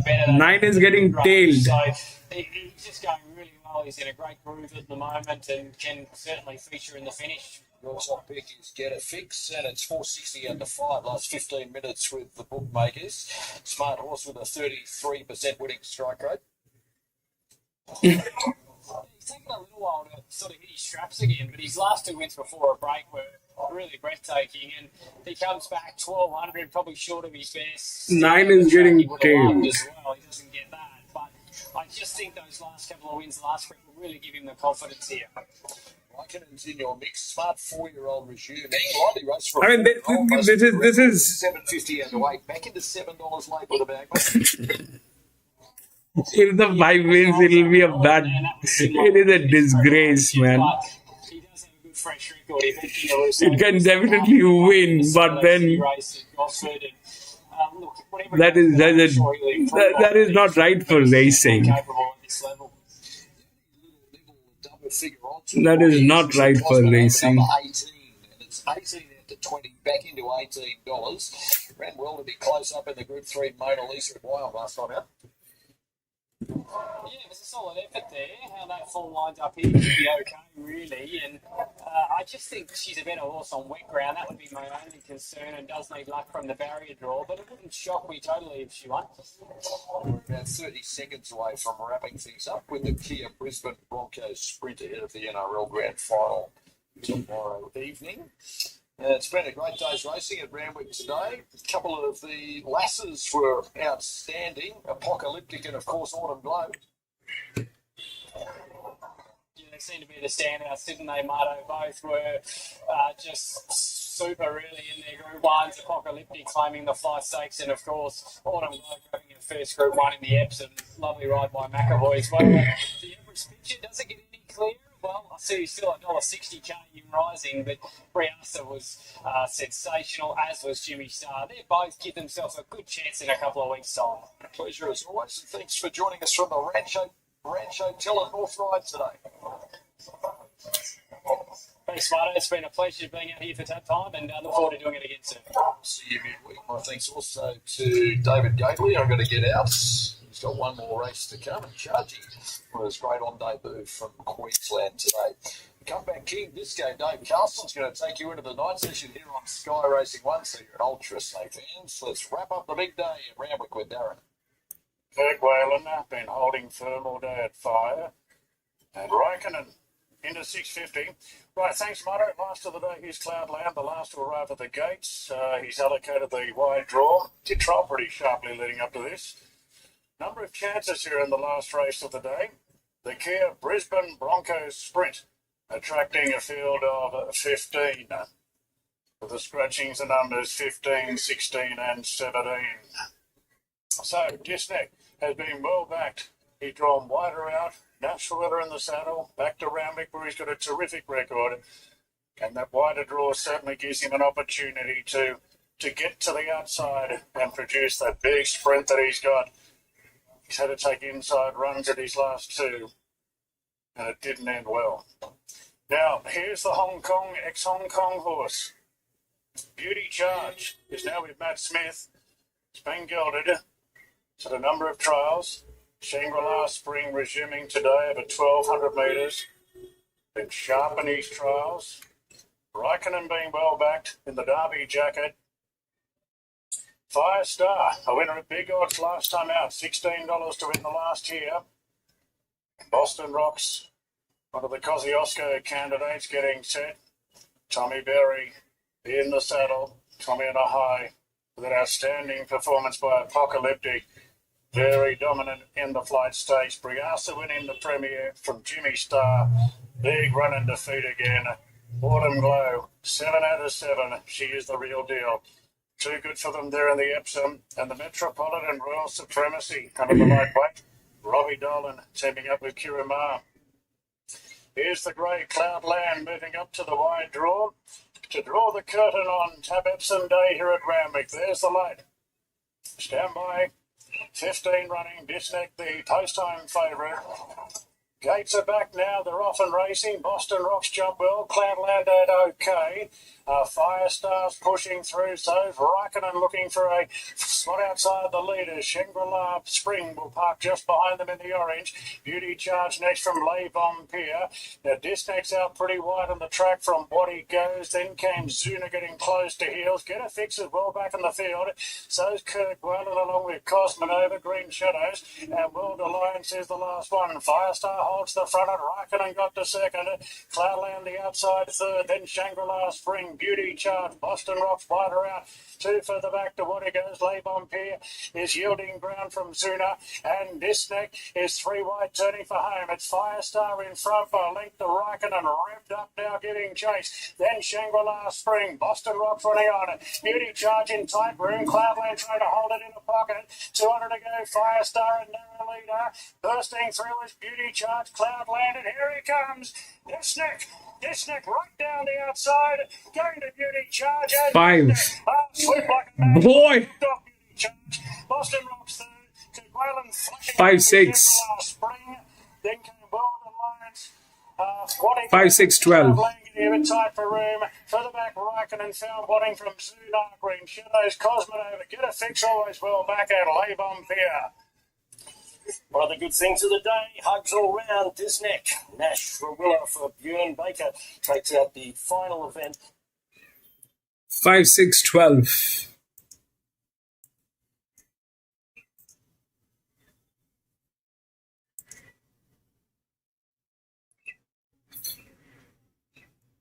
Just went through.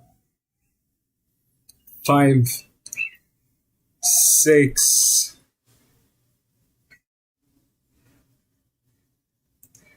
12.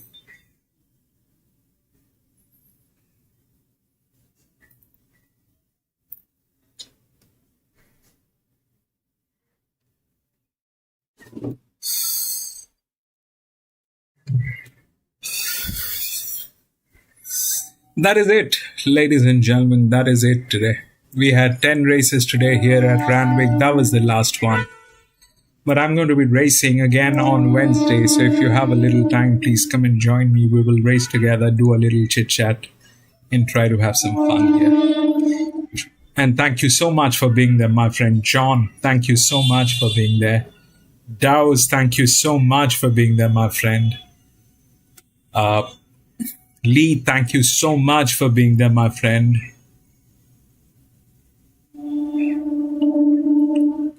Araman, thank you so much for being there. Thank you so much for the donations. It really means a lot. And I'm glad that you thought about it. I'm glad that you made the donations. It helps to survive with this channel. Thank you so much for doing that. You stay blessed and take care of your family. Thank you.